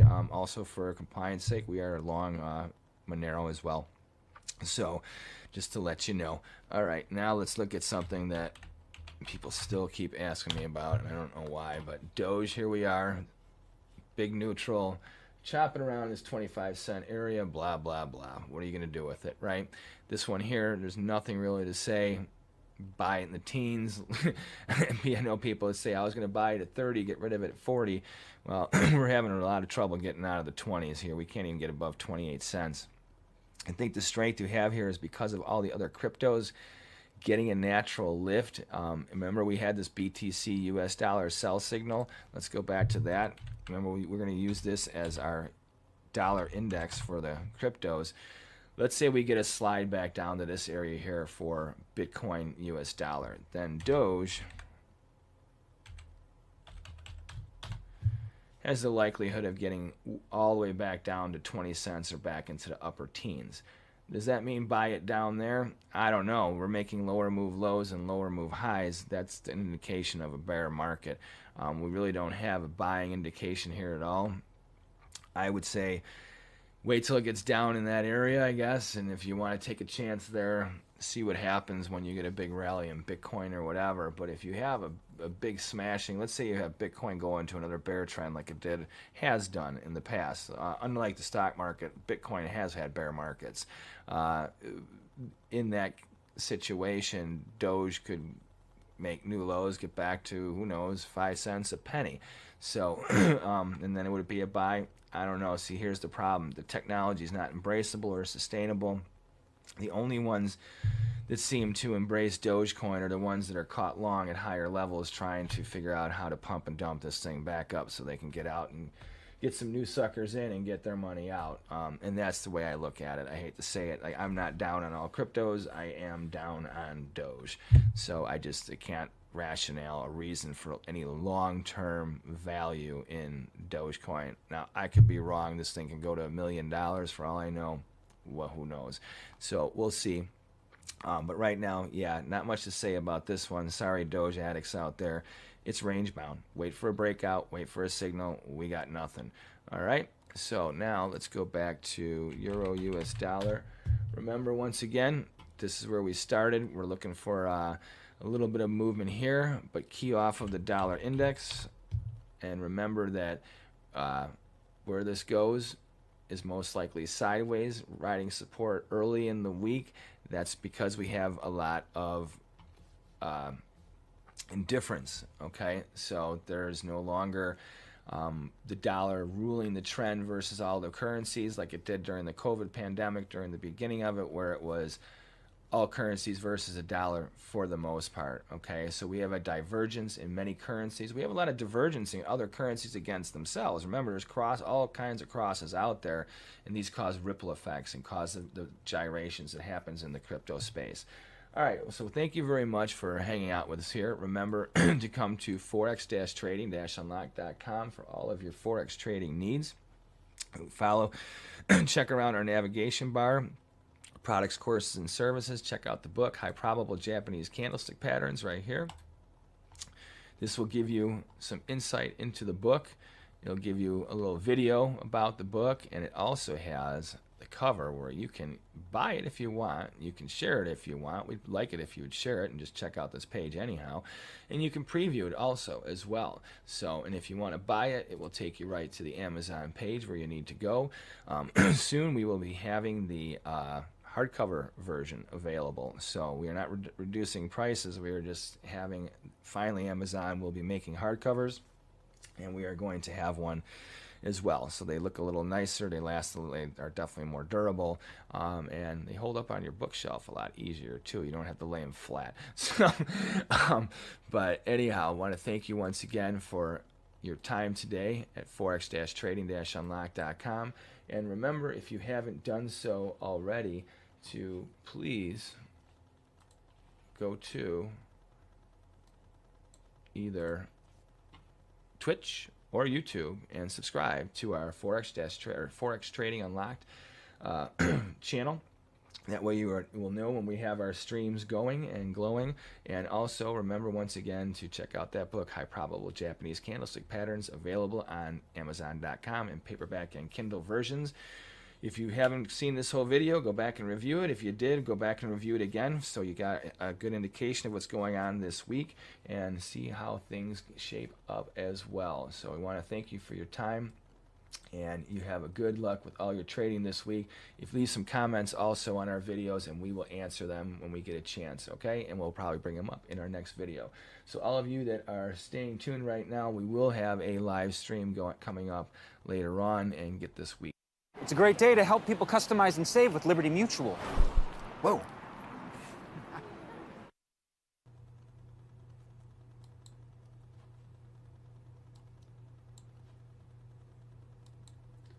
Hello everyone, this is Teddy Keckstedt from Forex Trading Unlocked, and we are here on October the 13th for a Forex trading and cryptocurrency analysis for the rest of the week. Now let's go to our live action screen here. We have the forex-trading-unlock.com website pulled up for you, and we are going to use the, there we go, sorry, from the Market Analysis Education tab, we're going to click the Workstation, and I already have it pulled up, and we have the Euro US dollar, which is the #1 component in the dollar index, that is showing some promise for the bulls today. So let's see what's going on here. All right, well, what we have here is a potential bullish engulfing line buy signal forming off of the low that was set yesterday. As you can see, the body of today's trading is absorbed almost as the whole body of yesterday and has almost absorbed the whole day. The signal is not confirmed until the close of today, so we need for the market to settle around where it's at or even higher, and that would be a short-term bullish indication that this market is looking for a correction, at least to the upside for a few sessions or so. I would key off of the low from yesterday at around 115.25. All trading below there keeps this market on edge. Remember, it is in a trending market to the downside. The trend is your friend, so be cautious, but this is a low cost, a low risk buying situation that we're looking at going into tomorrow's trading. We have to let things evolve and see how things go before we jump on the bandwagon. Remember, this is a trading signal that is forming. It has not formed yet. We have to wait until the close of today to confirm that anything like this is actually transpiring. Okay, so that is very, very important. Don't jump in front of this trade. Don't just think that because the signal is forming right now that we have this issue going on. So right now, what we are looking at is a signal that is forming. It has not formed yet. So this right now, as you can see, if it does come to fruition, is a bullish engulfing line. And that is one of my favorite high probable Japanese candlestick patterns, which if you read the book, High Probable Japanese Candlestick Patterns, available on Amazon.com in Kindle and paperback versions, you can learn how to trade this signal. So you got to wait until after today, though, because until the close of today, this is not a signal. It is forming. Now let's say that this signal does form. What kind of a retracement to the upside could we be looking for? Well, let's look at this last swing high here, and then the low from yesterday. And that puts us right into this little band here for the 50% retracement up to around $1.1716. Let's use the 0.618 as well. That gives us our target band right up in this area here. So should we get this signal to be completed by the end of the session, which is what it must do, then we are looking at a potential buy, or excuse me, upside target area for this buy signal right into this zone right here. So remember, we have to finish the day positive and above the body of yesterday for this to be complete. Otherwise, it is not a signal. So we are waiting for this to take shape. Very interesting to see what's going on here. We shall see how this pans out over the course of the next few hours. It's still early in the trading session in the U.S., so we'll see what happens by this afternoon, and then we will know whether or not we need to get long this market. So we'll see what's happening with a follow-up video also later on. British pound US dollar, the second biggest component of the dollar index, is also moving higher today. As you can see, it had bounced a week ago. This isn't already coming off of its lows from a week ago, unlike the euro. The oil trade right now is probably giving a little bit more of a lift to the British pound than it is to the euro. Remember that the UK is oil rich, so the price of oil escalating right now is giving a little lift to the pound, as well as a little pressure right now on rates going lower because bond and note prices are going up. So those things right now are fueling a little bit of relief for other currencies versus the dollar and bringing the dollar bears out. Now, unlike we have in the euro US dollar, we do not have a signal forming. What I would do is key off of the recent swing high right here and also the recent swing low of yesterday. So look for a breakout one way or another. This would be your most highest probable chance of getting a good beat on direction. If we take out this high, that will be a higher move high after a higher move low, and vice versa. If we take out this low, well then we will be making a lower move low after setting a higher move high, which would have us in neutral, not necessarily bearish. Overall, unless there's a big sell-off in oil and a major sell-off in the interest rates in the 30-year and the 10-year notes, in which case that would give a lot of strength to the dollar. That would be a reason why I could see the pound really banging support. However, what we do have here is already we have a buy signal that was triggered off of this little 3-day pattern here. This is called a 3 inside up pattern, and that, let's see, for as far as a short-term target, you can see that we've already hit the 50% level. So the question is this current upside correction just a correction? Is it buffering up against strong resistance, which here we'd found support? Perhaps this is going to become resistance. Or are we going to test support. So we'll see what happens. Right now we have a positive trade until we have a breakout to the upside above $1.3660 or a failure from $1.3566. I would stay out of this trade. Okay, so now let's go to the US dollar CHF and see what's going on here. Okay, so we have the US dollar CHF, which is selling off right now. This is a market that's been pretty much going sideways for the last couple of sessions, as you can see. One of the things you have to take note of when it comes to this right now is the fact that while the euro is coming off of major lows and the pound already bounced a week and a half ago, this market has been trending steadily higher for the past couple of months. So this one here, it's trying to show you in the Swiss that there's a lot of indecision. The interest rate issue, I think, is somewhat neutral with this. The oil issue is definitely something to be mindful of. What I would do if you're trading the Swiss, if you're not already long, which just for compliance sake, we are long, look at this. We have a potential head and shoulders forming. You have a neckline right here. You have your shoulder right here. And then you have a head right here. And we have what would be a shoulder that formed yesterday, potentially. Should that be the case, then we are looking for a continued slide down. Nice little sell-off here. We did have a sell signal back here where this head was. So for us to take out this neckline and test that, it's most likely going to occur over the next session or two. Be mindful of that. A failure from 92.28 definitely confirms that the bears are in control short term over momentum, and I would expect that you probably have a lot of your weak longs with a lot of stops resting here from your weak longs. A failure through here at 92.28 most likely will precipitate further selling action, driving this market back down towards this 91.5 to 91 even area. But let's use Fibonacci off of the most recent major swing low and swing high to figure this out. So we have the 0.618 right there, and we have the 0.5 right there. So that is our band that we are looking for. So should this head and shoulders come into fruition, we are looking for at least a test of somewhere in this downside target band right here. This is most likely where you'll see the market find a good body of support. As you can see, a lot of trading over the summertime was done around this range. So overall, we are bullish this market, but right now it's on a short-term reprieve, looking for a sell-off.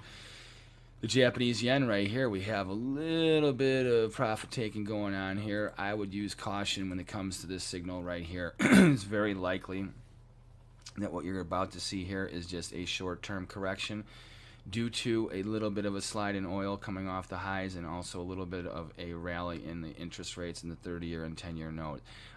That's where I believe you're getting this. I think this is profit taking. Remember, you've had a nice explosive run up over the past couple of weeks with major blasts to the upside. Would it be outside of the realm of possibility to correct back to the 112.5 area before bouncing up? I think it's very likely. Remember, the slope right now of this trade is very high.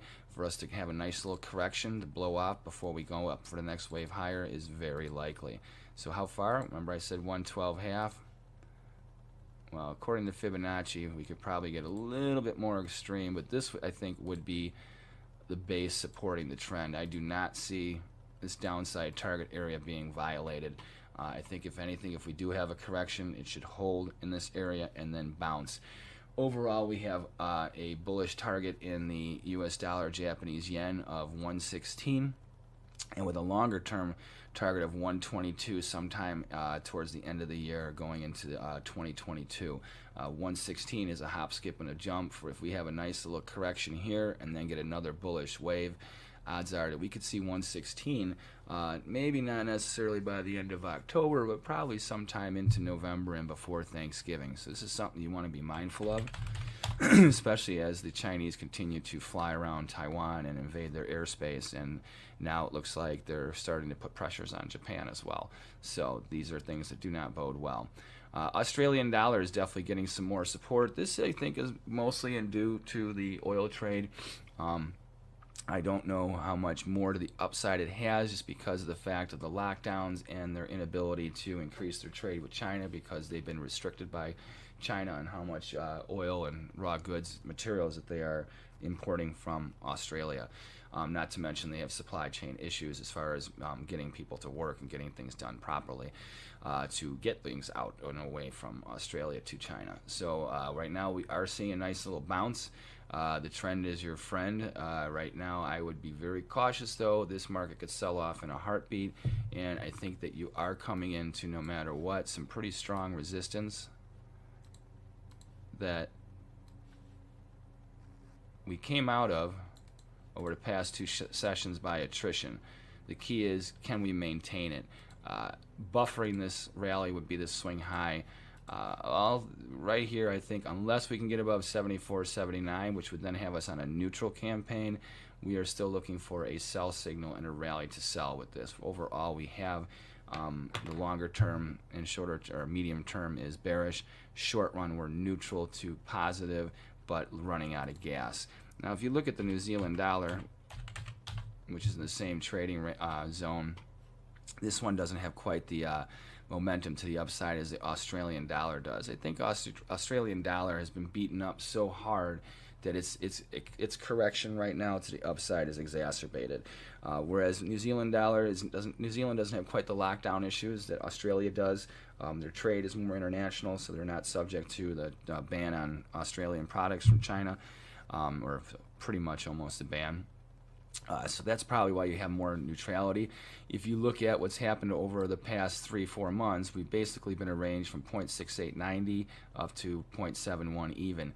Not much going on here. It's a range trader's delight, but not much of it. There's no trend here except for neutral. I think this is the neutral part of this is what has helped to buffer Australian dollar and give them a little lift.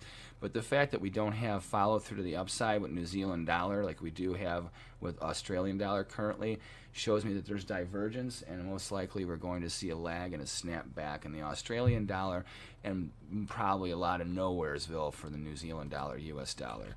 Now let's look at the US dollar Canada. This is another currency that is benefiting from the new surge in oil prices. We had a head and shoulders here, as you can see, that was triggered. So here we have a shoulder right over here. And interesting stuff going in the markets today, that's for sure. So here is our shoulder, and then here is our head. And for those of you that are not familiar with head and shoulders patterns, it's a classical bar charting pattern that has been around and very consistent for many, many years. So here's your head, here's your shoulder, here's your head, or excuse me, your shoulder. Here's your neckline right here. We had the violation a few sessions back. Due to oil prices maintaining their bullish stance, that is giving pressure to the US dollar Canada to the downside. Also, with the reprieve in interest rates right now, where you have 30-year Treasury bonds and 10-year notes, not necessarily bid, but bouncing off of the last two sessions in a nice, pretty good rally actually yesterday. That's putting pressure on the dollar. So we have interest rate pressure that is negative the dollar, positive the Canadian dollar. We have oil pressures that is negative the United States and positive Canada dollar. Remember that by executive order, we are no longer a net producer of oil in this country, and we are also importing oil, not just having it flow through our country to Mexico or something like that, which is something we do, but Canadian oil, we are now dependent on Canada for oil. So with that dependency by executive order, that weakens the dollar versus a currency such as the US dollar Canada. So even if we do have any type of bullish momentum in the US dollar coming for our way over the next couple of months, I highly doubt that you're going to see this in the US dollar Canada. And my premonition is that these lows from the summer where the US dollar Canada bounced, we will be testing these lows probably within the next month and a half or so. This trend is not going away. The only thing that would most likely reprieve the US dollar Canadian bear is if all of a sudden you see a huge sell-off in oil. This would have to do with a turnaround in the stance from the Biden administration, which that's just definitely not happening. They're going full throttle on destroying the oil industry, and it is crippling the transports in the United States, and it's going to continue to do so and it's going to definitely drive this currency without a doubt. So there's a lot of divergence as far as dollar strength and weakness out there. The oil trade is back on the table. This is accelerating the bulls for the US dollar yen. This is why I would not expect any major sell-off in the US dollar yen as long as oil's prices are high, just like I would not expect any major rally in the US dollar Canada as long as oil prices are high. The only thing that would change that would be if the executive order was relieved from January 20th, which is not going to happen. It was one of the only platforms that Biden ran on, so guess what? You voted for it. You can trade this. That's a nice thing. No matter what your stance is politically, you might as well capitalize off of what Sleepy Joe is doing. All right, now let's go to BTC USD. All right, we have a short-term sell signal that is trying to form here. We'll see what happens. We have to wait till the end of the day today to find out whether or not this does occur. Now, what we do have going on in the crypto space is a little bit of divergence going on. So that's a big word for us in the trading community. We like divergence. Typically, when you have divergence, it means that you have either a turning point in one market or you have an acceleration of trend in another one due to that divergence. So the BTC USD, Bitcoin US dollar, I've been saying for a long time, you can pretty much look at Bitcoin as very similar to a dollar index. It's not an index, however, right now it is pretty much an index for the cryptocurrency space. So as we are coming off of new move highs here in the Bitcoin market, right now I think it's more just a little bit of a profit-taking thing. Doesn't seem to be very dramatic or looking like the bears want to pounce, but I don't think the bulls have very much momentum to their upside either. Now let's see what we mean by divergence. So we have to wait until today for it to confirm a potential short-term corrective sell signal that is forming here in the Bitcoin USD. Now let's look at ETH US dollar, Ethereum. This one here, as you can see, is coming off of a lower move high, whereas Bitcoin's coming off a higher move high and is bobbling butting up against resistance. You can see that Ethereum is not doing so. So this is very interesting. I would key off of this high in Ethereum right now for strength. Should we get a rally above here, that probably means that you're seeing Bitcoin rally to new move highs as well. If Bitcoin fails to make new highs, odds are that this is the lead already on a corrective move for Ethereum US dollar. So how far could this one go? Well, let's take a look at. We look at this last major wave here, and due to Fibonacci, our famous technical analysis technique, you can see that this market had bottomed in this 50% to 0.618 area. This became a good buy zone for Ethereum. So we had a nice harmonic buy zone. Trend remained intact. We made a higher swing low, but now we made a lower swing high. So the question is, do we get Ethereum in the short run above this 3678 level? Now, here's the thing: is there's a valuation factor that goes on, especially when you start talking about Ethereum and these crypto assets, and as they grow into transaction mechanisms and what have you. The cost of technology can't exceed the demand and the need in the short run. So right now, where is the value for Ethereum network? Well, definitely between, I would say, where this bottom was around 1600 here. I have more like 1800 as a really good support base, but the overall average value, I think, right now for Ethereum is around 2100 to 2300, so a little bit below this buy zone.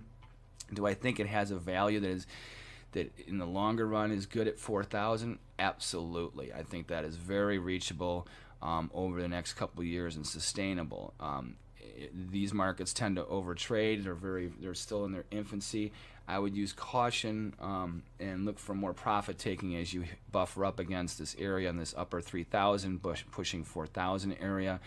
Unless we have a big runaway rally in Bitcoin pushing 75,000, 80,000, like making really extreme new highs in that sector, I don't see us really lifting Ethereum too much higher in the short run. I see it more of a range trade and chopping around, but from 4,000 down to basically 2,500.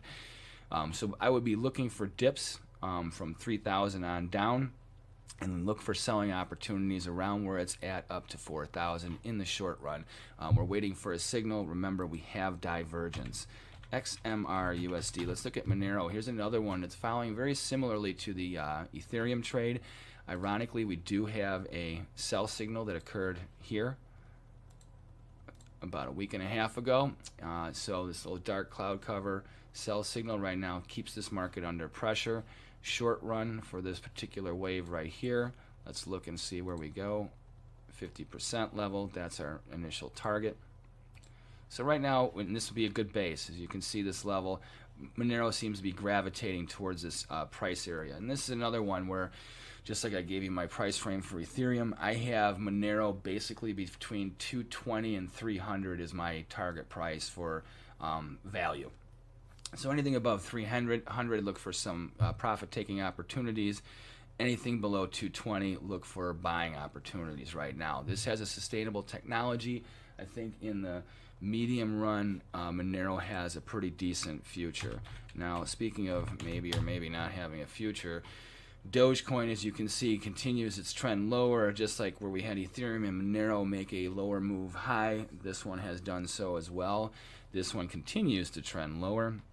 I think that this basing area around the upper teens to lower 20s is going to maintain a probably good support area. If you're in this and you're looking for buying opportunities, I would say that's where you wait for. As far as selling, I look to start to take profits anywhere between 24 cents on up to 30 cents. I don't know how much this thing really has in it as far as even a sustained rally in Bitcoin and the whole crypto space. I think that Doge as a whole, the technology is pointless and useless and not sustainable. It's a fad, meme, pep rock, pump and dump market is what it is. So I would use caution. It's not that you can't trade it, but you know, a fool and his money is easily parted. You want to get rich quick and you're looking for the lottery. Remember, these are things that on so many levels the universe tends to slap you in the head for taking such foolish things into incorporating into your program for making money. So just be mindful of that. I know there's a lot of supposed Dogecoin millionaires and billionaires out there, but I don't think you're making any new ones anytime soon. So just be mindful of that. Let's go back to the Euro US dollar. Sorry for those of you on Twitch. For some reason, it seems like our Twitch stream isn't working very well today. On YouTube, you guys are fine. Thank you for your inputs and stuff like that. I don't know why we're not going on Twitch right, but anyhow, we do have, once again, this bullish engulfing line buy signal forming in the Euro US dollar. We're going to wait and see what happens over the course of the day, and then we will act on these signals. So remember, don't get in front of these signals. A lot can happen over the course of the day. The Euro US dollar could be making new move lows before the end of the close today. So don't just try and jump in now and buy this signal because you think you want to get in front of a trade.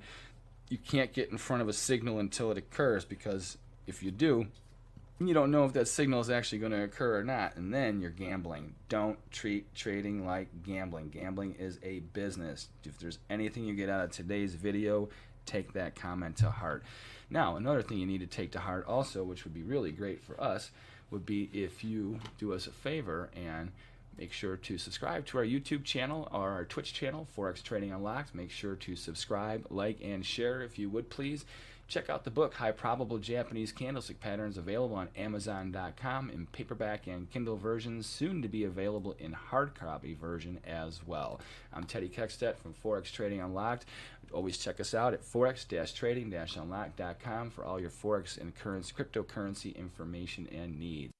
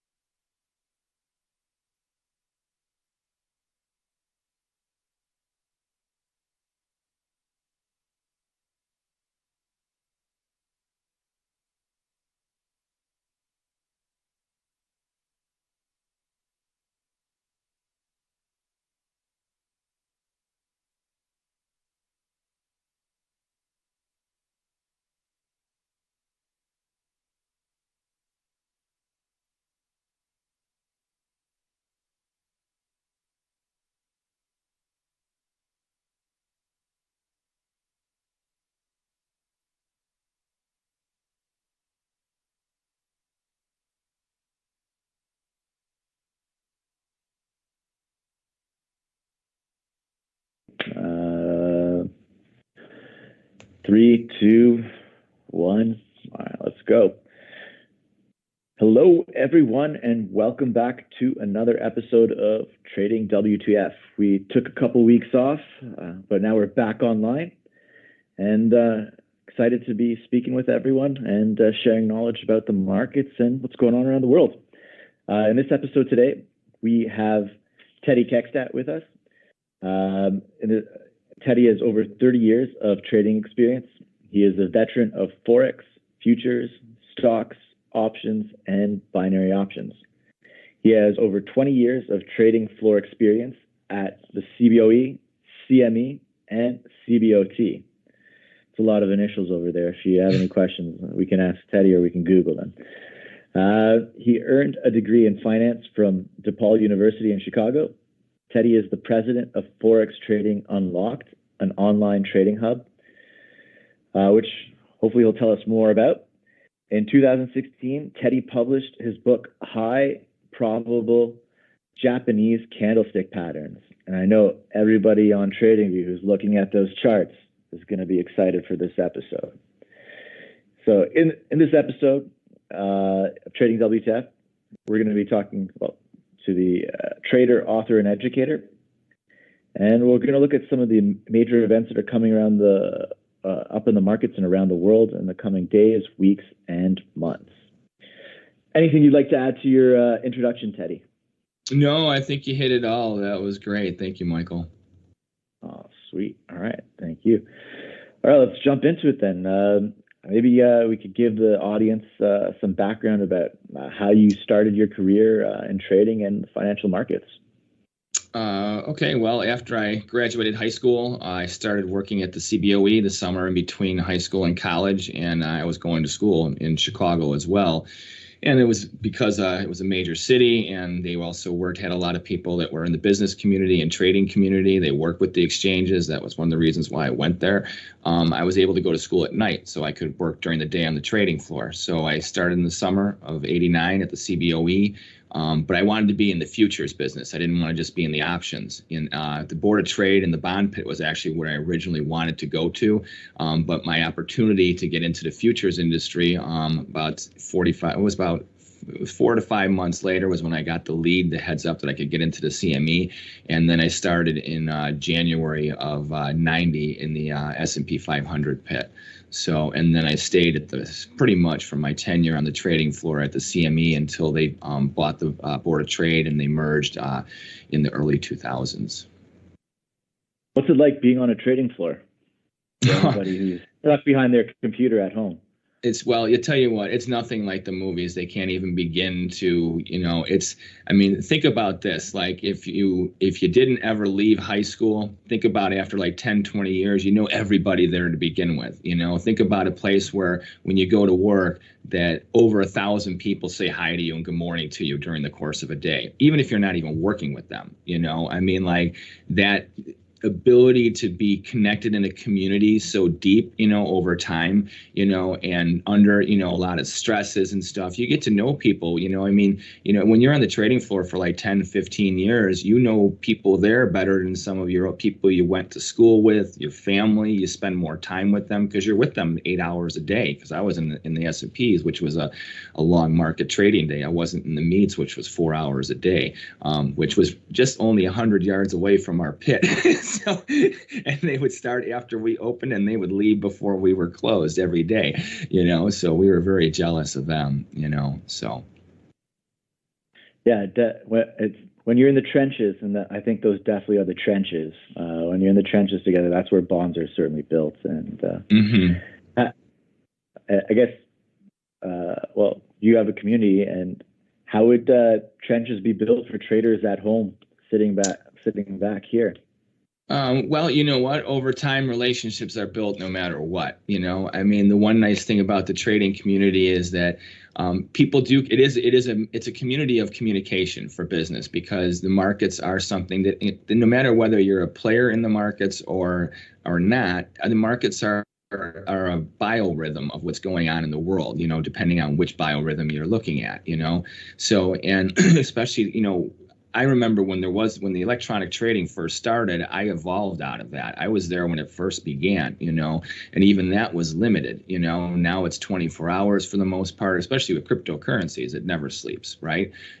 So, and the one thing I've noticed that when people migrated from the trading floor is that even though you didn't come into work and see each other, first they had the offices and that were in the building still, and sometimes they were in other high rises or even in the suburbs, and trading rooms just evolved, Now you don't have those so much because of the technology, people look at the pandemic, how it's impacted their lives and businesses.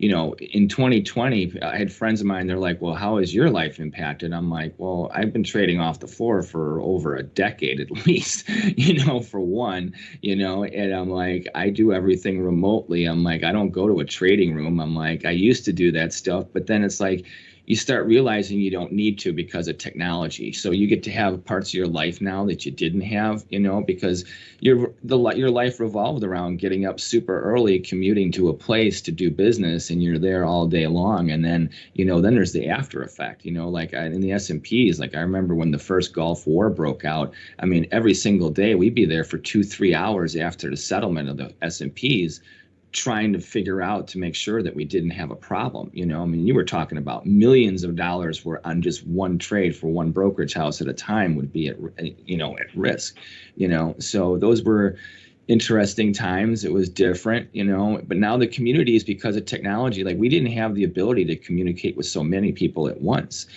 so whereas now is like the whole community can actually be hubbed together, whereas before we were in different buildings or you had some sort of, edge on communications before from the floor.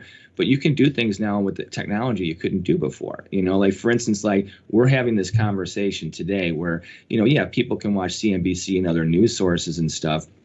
But this is something this is a niche part of finance. You didn't have the ability to have like a place to hone into where the whole community can see what we're talking about live, as the markets are going, while they're trading, these are things that I think it's very good for the new environment. I mean, do I miss the camaraderie and stuff like that? Absolutely. But I don't miss the stress. I mean, I probably, if I would have still have been on the trading floor for the last 10 years, I probably look 20 years older than I do right now.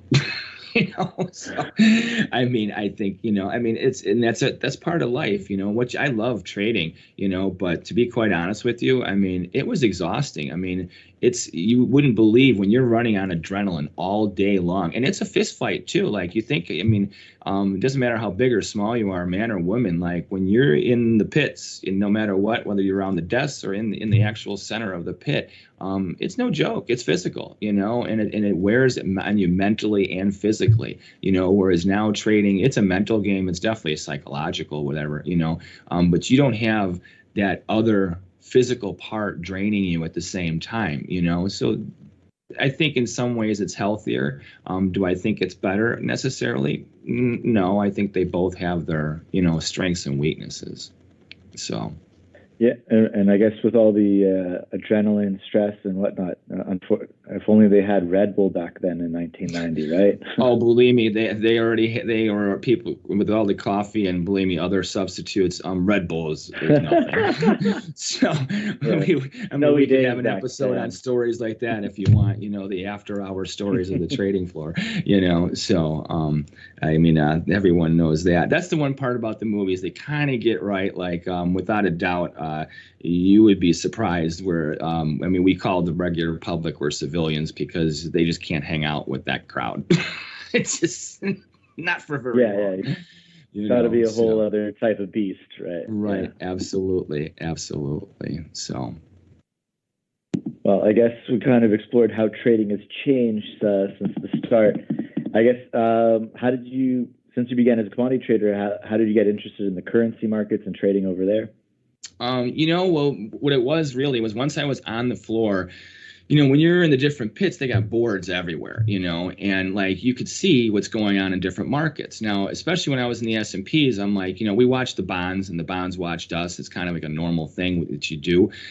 But then there was the currencies and other markets and other global equities and what have you. And you could see like what the DAX is doing and the Bund is doing, and what the, obviously at that time there was only 5 currencies traded at the Merc, all the major crosses, not like in the Forex markets now where you can trade every derivative of almost every cross, versus other currencies. So, but when I was in the pits, and I would notice how, as I was studying markets and learning how to analyze them and things like that, and the interrelationships of markets, most traders focus only on one market. And it doesn't matter whether it's S&Ps, whether it's the treasury bonds, whether it's the Deutschmark, which doesn't exist anymore. I mean, well, it actually physically still does. Most people don't know that. But now it's the euro, or the yen, but they only focused on that. And I remember on the trading floor as a kid, as a kid, it was early 20s, and I would ask other traders from like the yen, the currencies, or the euro dollar pit, which is not the euro dollar currency, it's the euro dollar future interest rate product. And I would ask them, I'm like, what do you look at? And they're like, well, I just watch this and this. I'm like, well, how come you don't watch the currencies and you don't watch the this and that? And they're like, well, why? And the reality is that there is an ebb and flow of cycles of markets. For instance, like, there's the gold market, there's the interest rate market, and there's the equity markets, and they all ebb and flow in a rhythm, when they start to set trends, no matter what, on the long-term basis, they do influence each other, And another thing that there's a variance of that is the currency market. And that's where I would say, it's kind of funny, like when you talk about gamblers, they understand this. Watch where the big money is. Like if you watch the horse bettors, they'll watch the tote board right before the last couple minutes before a horse race goes off to see where the big money, how the odds swing. Where's the big money going? Okay, and you can track that just like you can do that with options. And the other best way to do it is with currencies, because currencies trend. See, most markets only trend 30% of the time. 70% of the time, they're just gibberish. They're just gyrating, Yeah. So, and then when you look at currencies, though, it's the opposite, And so that is an influencing factor that you can use that variable to put yourself in a higher probable situation of success, because I learned, like, it's kind of funny. You would see pit traders, especially market makers, come and go. And then I saw these guys, some of the option spreaders, because most option traders are not outright traders, they're spreaders, and then a lot of the guys from the meets. What does a spreader mean? What does a spreader mean? A spreader is someone who either, for instance, if you're in the futures, you have different expiration months. So you can trade different months of the same contract. So you may be long the June and short the Dece, just like, for instance, with options markets, how you have different expiration months for any different product. Okay. So when you have that gives you different arbitrage opportunities and abilities to read where the market's actually going and where the money is, so you can tell, at times where the trend is being reinforced and where it's not, and spreaders, for instance, they would put on these positions like, for instance, an outright trader would have on like, 5 euros or 5 yen contracts, whatever, let's say. A spread trader will have like 10 times that, because the risk is not that big when you put on spreads. Okay, so and but the thing is they move over time. They move really slowly, but and then you catch trends that way. And the reality is that trend trading is how you make your money. You make your money on the action, not on the reaction. And the problem is most people, especially new traders, try and pick tops and bottoms. Dumbest thing in the world to do. The biggest thing is to always identify a trend and try and ride that trend. So you look for buying dips in rallying markets and selling rallies in breaking markets. And the reality too is that in bear markets, you have the biggest rallies in bear markets and you have the biggest slides in bull markets.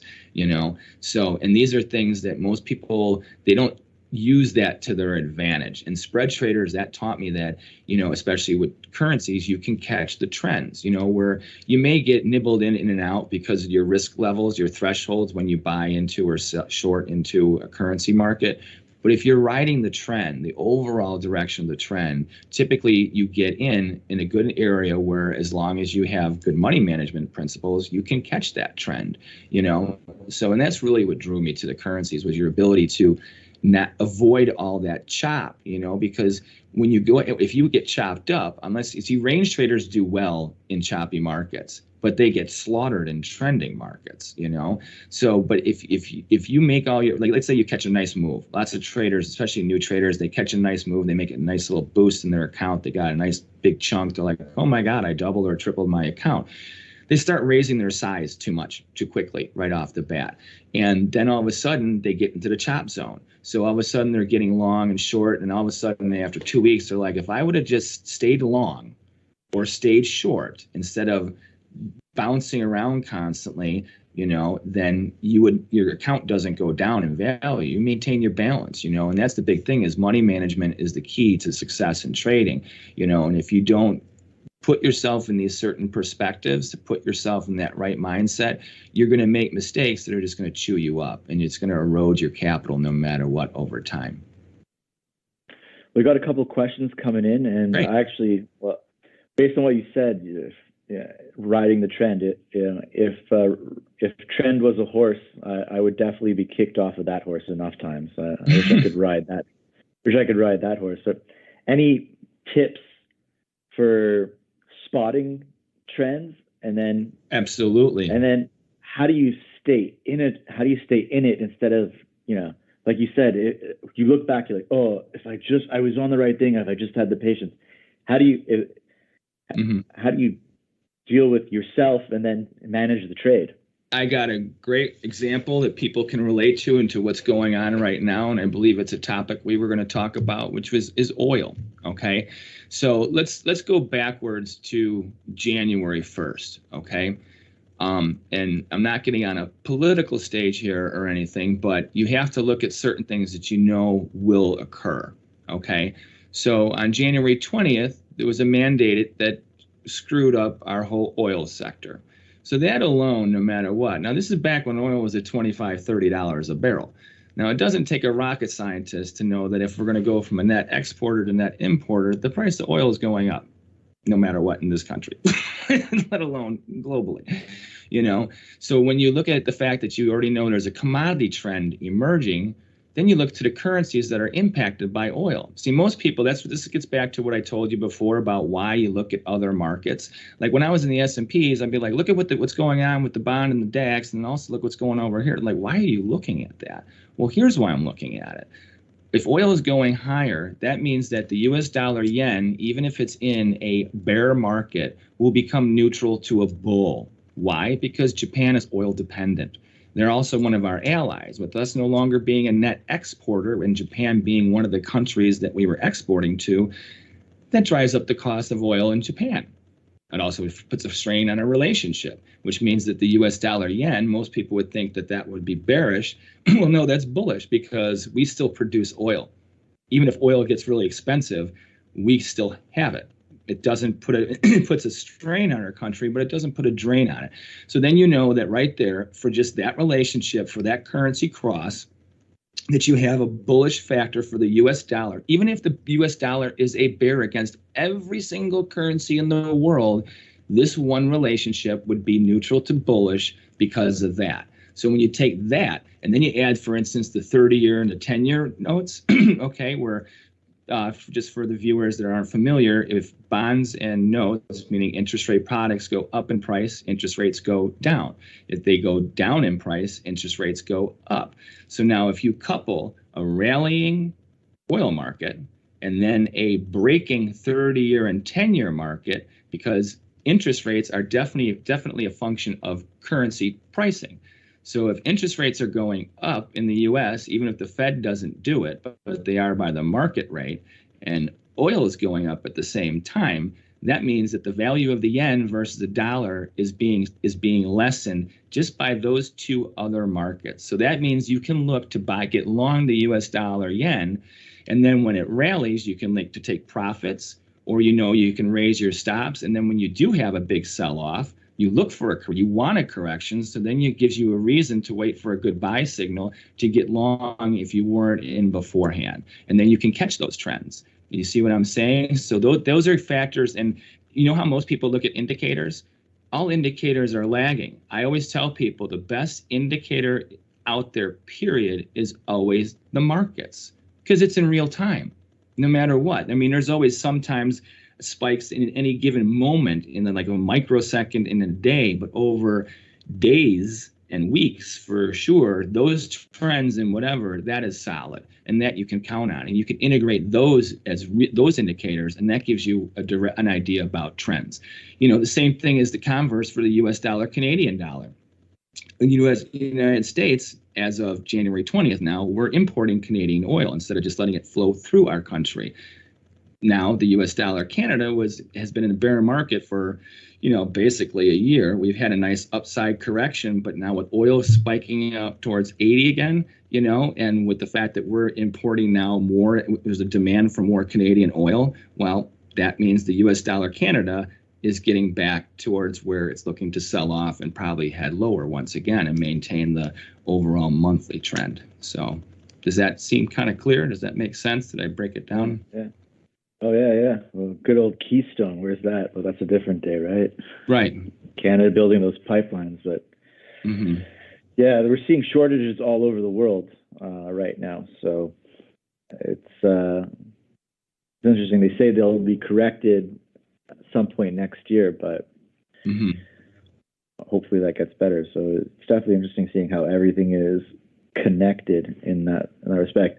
And I guess the other part of the question was how does someone stay in the trend? Or what are some things like staying in a trend I battle myself. So some of the things I battle when staying in trend is it's trending, but you just wanted to lock in profit. And maybe I didn't have a good enough plan to say, okay, I'm going to stay in here right then.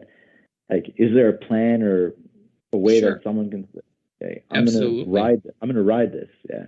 Absolutely. Well, that's right there. As far as a plan, you should always have a plan before getting in the market, and I think that's one of the, and this is something I remember from the trading floor days. And the worst thing that happens is when people are doing really well, they tend to exacerbate stupid behavior, because it doesn't cost anything to them, at least in the short run. They don't think so. Trading is not gambling. So whenever you put on a trade, first of all, it doesn't matter whether you're right or wrong. You need to know what your risk level is. No matter what, you have to have a risk, an entry price and a risk level of where you're getting out. You have to be secure in knowing that on any given trade, whatever market you're trading. Then you also do need to have a profit objective. Like I always tell people, like, especially get people who, especially who aren't really investors or traders, but, anyone can, it seems like they're a genius when they get long a very good big bull market, and anyone that bought Tesla a couple years ago or Amazon thinks that they're Warren Buffett, I mean, well, that's not the case. You know what I mean? So, and this,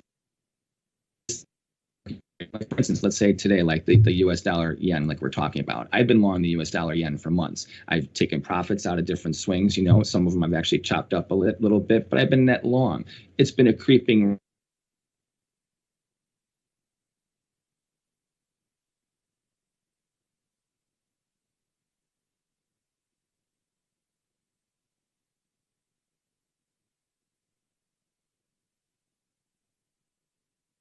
$16 before the end of the year, possibly at 122.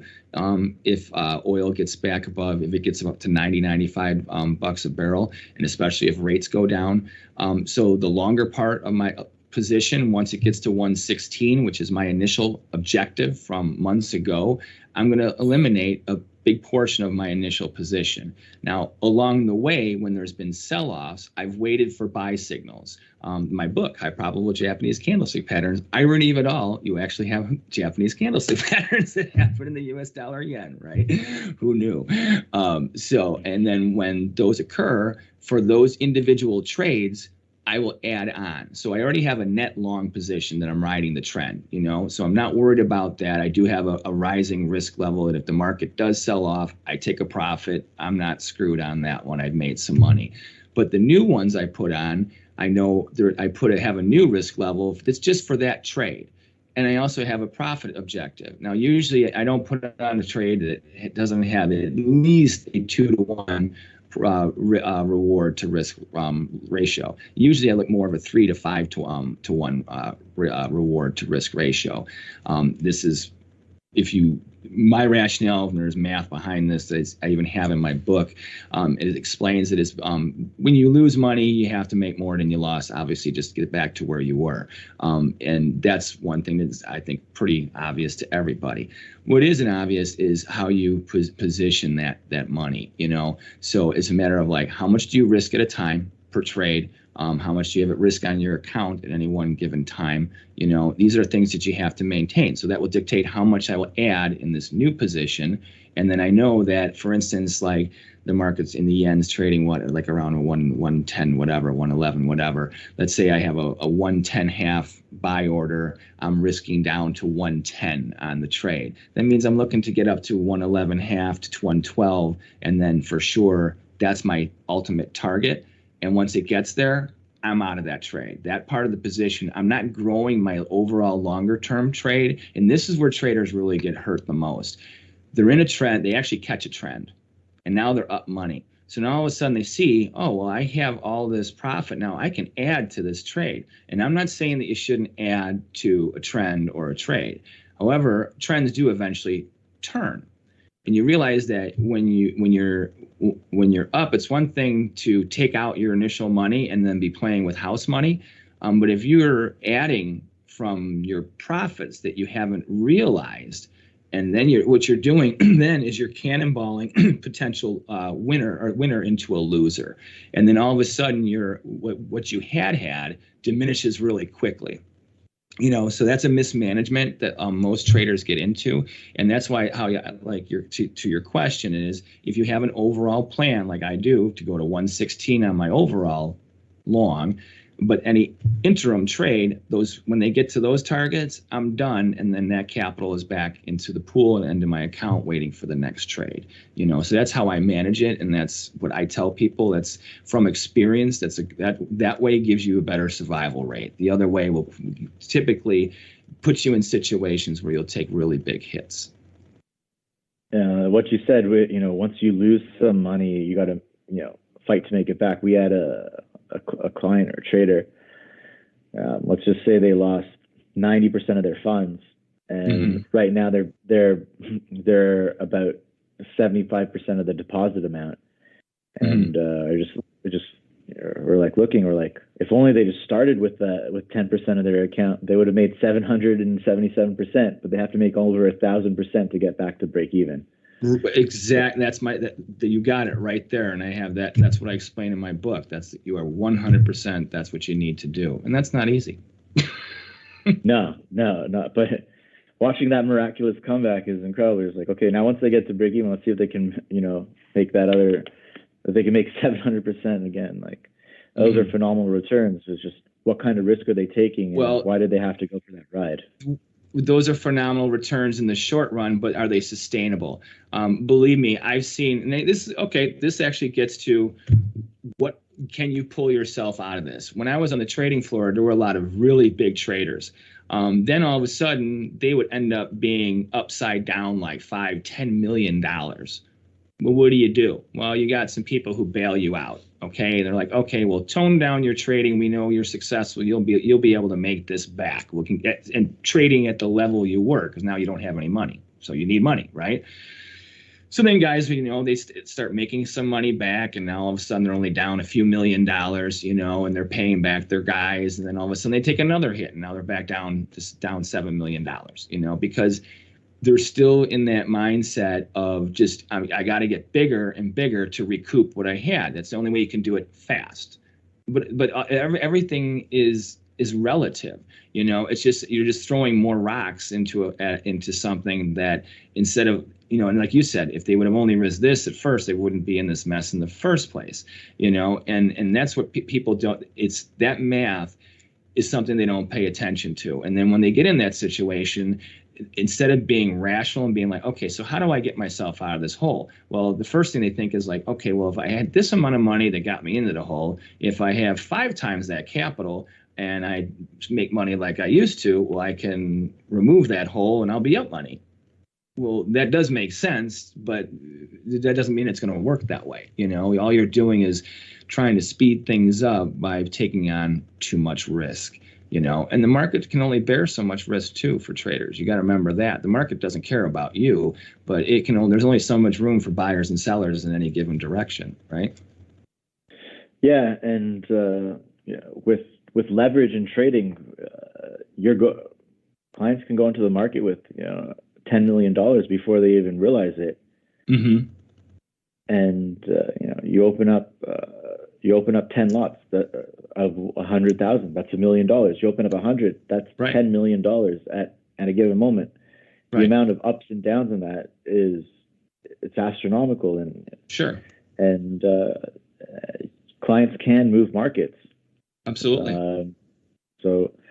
One thing I've learned from the FX markets is that the world, despite it being such a big place with trillions of dollars being traded on a daily basis, a few $billion can leveraged can easily move the markets. Sure. Throughout the day, and individual traders can't. With leverage, they can do that with Absolutely. the right size account. So, it can happen anywhere. Mm-hmm. All right. Aladdin FX have been making you wait for quite a while so let's ask you a question. Okay. How do you deal with fake and sensationalist news on daily trading? Fake and sensationalist news. Okay. Well, that's actually comes over time. I remember when I was a boy, my grandparents and my parents always said, don't believe everything you read or what you see on TV. And anyone that's around today, doesn't matter what side you're on, knows that things are very cloudy and can be. And the biggest problem is that in the short run, if you have no experience in something, no matter how much you study it, it's like anything. You don't, until you have experience and have gone through enough things, it's hard to see certain things and sift through what is truth and what is reality. As far as when it comes to market news, right off the bat, just like I said, the best indicator for the markets is look at the markets themselves. It doesn't matter if you are a guru or not, a novice starting today, or have been in the business as long as you or I have been. The markets are what they are, and people are going to have all their opinions and what have you. I would be careful with social media, and if you want to know who to listen to or who to kind of give a grain of salt to, you got to give it time. You have to look at what do they say over time. I remember back in the early 90s, there were a lot of quote unquote market pundits that put out a lot of services. And back then you didn't have all the, ability for people to be like, this guy is a scam, and people just to look it up and Google it and whatever. And they were basically, they'd send out, to 10,000, because they get lists of people who have, stock accounts or futures account. And they'd send out, here's my newsletter. And they give you one side, to half the list, and the other market side to the other half the list. Well, if you give 2 points of view, one of them will be right. So then, where you were wrong, people are like, this guy doesn't know what he's talking about. And these people are like, oh my God, they're a genius, so they would play that angle. See, those people do exist. So what you need to do is see what someone's track record is. Also look at where they come from. I have a lot of clients of mine that come to me, then they get, there's a lot of scams in the Forex markets. Back in the 90s, when I first started trading the FX markets, when they first were opened up to, because originally the FX markets were only in the interbank currency desk network. I had guys on the trading floor, they were in the futures pit and on that market. If you weren't on those phones, you weren't trading Forex. You had to go through a bank, So, and now you can do these things, So, and the whole direction of how you get these things done, it's when it comes to news is you just have to look over time and also do your due diligence. If you're watching someone on YouTube, I tell people, look, do they have disclaimers? Like people come to me and they're like, well, I think I got scammed by this FX guru. I'm like, okay, well, did you do your due diligence? And did you look at did they have disclaimers? And they're like, well, what do you mean? I'm like, well, like, for instance, on my website, now I don't need a disclaimer on every single web page, but I do have at the bottom of every single web page is a disclaimer, just like there is a link on the whole site to my disclaimer from my site.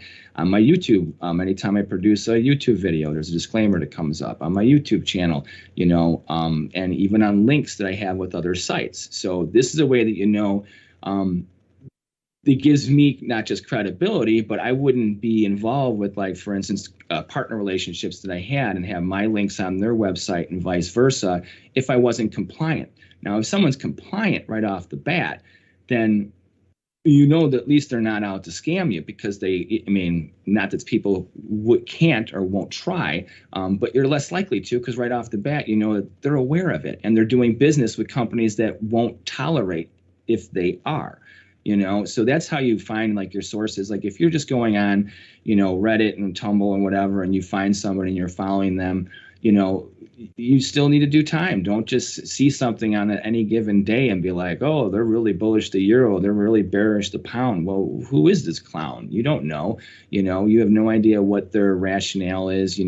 Are they really, like, there's a lot of, if you look on YouTube, there's some people that have put out, they have these, like, 250, 300,000 followers, but when you look at their content, it's all nonsense. There's no disclaimers on it. And then when you look at it and you find out, oh, this person's not even in business anymore. There's a reason why this was from 4 years ago. So don't be impressed with just the size. Make sure that you look at the transparency, that there are disclaimers. Look at who they do business with. Actually look them up. You look up my name. I'm on LinkedIn. I have a company profile. I'm a verified person. I exist. Like, you'd be surprised how many I've looked on FX sites and look at the board of directors. How come not one person can you find their name anywhere on LinkedIn or in professional networks? Why would they be hiding their names? Well, it's not because they're not hiding their names. Those are false pictures and false names. Those people don't exist, So, and I've encountered that too, So you have to be careful, and you have to look at where you're getting your information, Like, don't just follow somebody on Twitter because they have 500,000 followers. That just means they did a lot of promotions. You can buy followings, you can buy views, you can put up a perception. Like, for instance, my business is built organic. People can look at the exchanges I've done webinars with, the brokerage houses, you can be over time and be like, okay, this is where this content comes from. And it's not all sales pitch like, oh, here, watch this video, I'm going to teach you how to make 100% return a month, And then there's the numbers too. You look at a lot of the news sources and people that speak on different, chat rooms and whatever, these returns are crazy, I've had people, I can't mention a name, obviously. A customer came to me over the summer, and he had met someone in Florida who he gave money to, and he said he met with me, and he's like, is it possible for someone on any given day to say they know exactly when to get long or short, say the British pound or the euro or whatever at X time, and then they make money 100% of the time? I'm like, that's absolutely impossible. It's absolutely impossible. You can't tell me that someone knows today that at 10 a.m. on Thursday, they're going to get long the pound US dollar for 20 minutes and make a profit no matter what, and be right 100% of the time. You know what I mean? Like, that's just, they might have the DeLorean or something, but. Yeah, exactly. Like, unless you're in a fantasy. Yeah, exactly. Or that's why I even told them, like, there's only two ways that's possible. Either it's God because he knows or whatever, or you're dealing with a time traveler. So to get to your DeLorean, yes, you're dealing with a time traveler. I'm like, these are the only two ways it's possible. Otherwise, no. So you can't hit him unless you're looking backwards. Look at the chart. I called these ups and downs. Sure. What are you going to call the next one? Where's the next one going though? Exactly. Well, you're definitely hitting on a pain point with all the scams that are going on. They're getting more and more and more and more sophisticated. I've been getting reached out to on LinkedIn, probably by a few different individuals saying, "Do you know this company? Your picture is on their website and your name." I was like, "We're talking with a number of different ISPs, internet service providers, because they've copied our website and they're putting it out there. I guess we've done." So a this good is job with our happening to company and you building a too. brand. I can relate. The Yeah. same thing is happening to me and my company. What they Absolutely. did was they created a crypto site.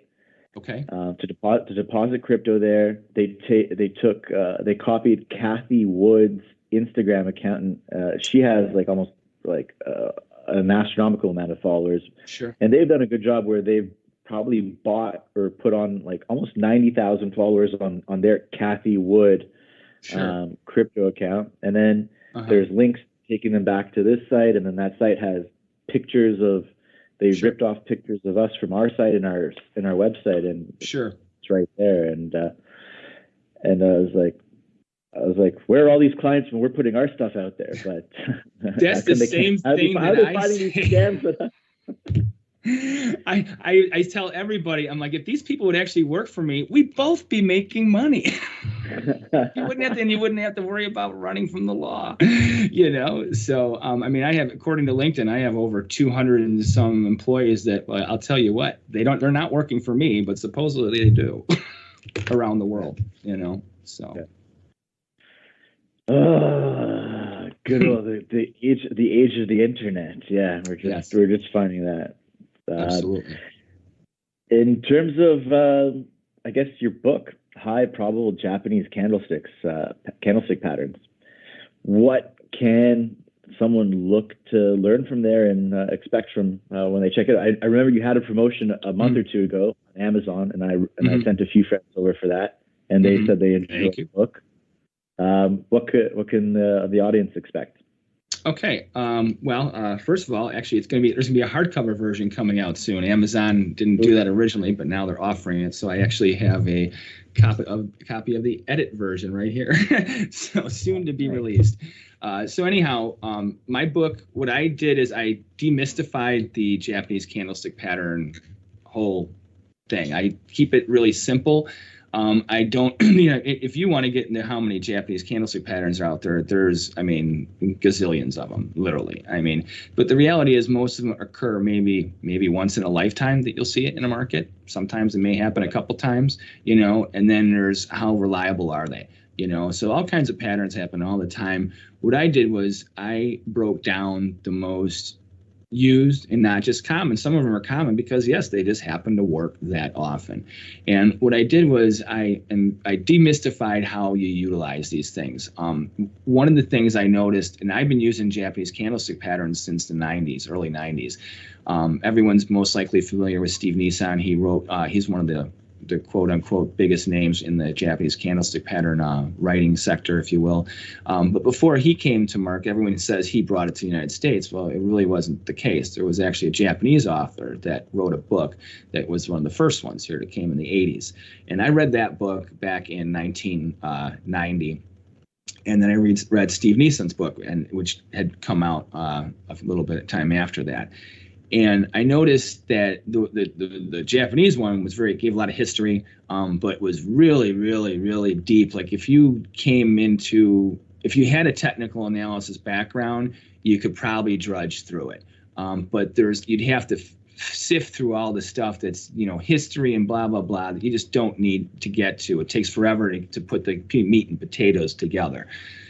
Steve Nissan does a great job of breaking down patterns and highlighting them and what have you. But one thing that he didn't do that did stick out with me with the other one was that they don't work on small time frames. Like I remember when especially when people first started making the migration to the floor. Like when I first got into the industry, everyone had bar charts. Within a few years, candlestick patterns started to be the quote unquote way that you look at a chart. Visually, it's easier to see, the highs and lows, up and down days. That's pretty easy. And then as far as patterns, I noticed that it doesn't work, intraday. You can't be on a 1 minute, a 5 minute, a 10 minute, a 15 minute because there's too much noise, and especially with the advent of electronic trading. Electronic trading allows for a lot of over trading. You get big swing, erroneous swings because of lapse in volume. So you get these gaps that you wouldn't, or not gaps, but spikes that you normally wouldn't see if, for instance, it was a pit trade, because you would have more liquidity at levels. You wouldn't have the ability to have these vacuum pockets, if you will. But on a daily basis and weekly and monthly, that's a totally different story, and even hourly basis, but mostly from the daily on, that is something you can count on for these patterns, and especially because when you put them into relationship with trends, a lot of trends in currency markets, futures markets, stock markets, they begin or end with these patterns. So, and I noticed that more and more and more, and it's not about trying to pick tops and bottoms, because I tell everybody, never try and pick a top or a bottom. But it doesn't mean you don't try and find a time to sell or to buy. Because remember, when we started this conversation today, you need to know what your entry point is to begin with. So you need to have a reason. So my whole thing is, when I started doing was, I would look at indicators, and I said the markets are the best indicators. So when I have my view of the markets, and then I have other indicators that line up with a high probable Japanese candlestick pattern, then I know that I'm putting myself in the best situation to either join in, rejoin a trend, which means trade the action, or I can either put on a counter trend trade. Now, when I put on a counter trend trade, that's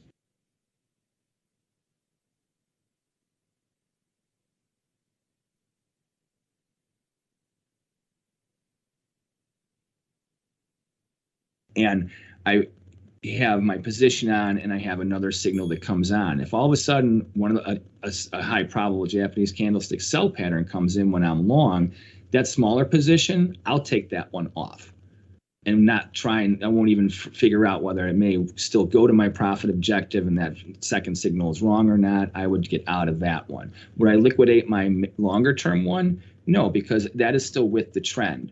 Okay, so now, or I may look to take profits if it's like, for instance, let's say I have this objective of 116 in the US dollar yen.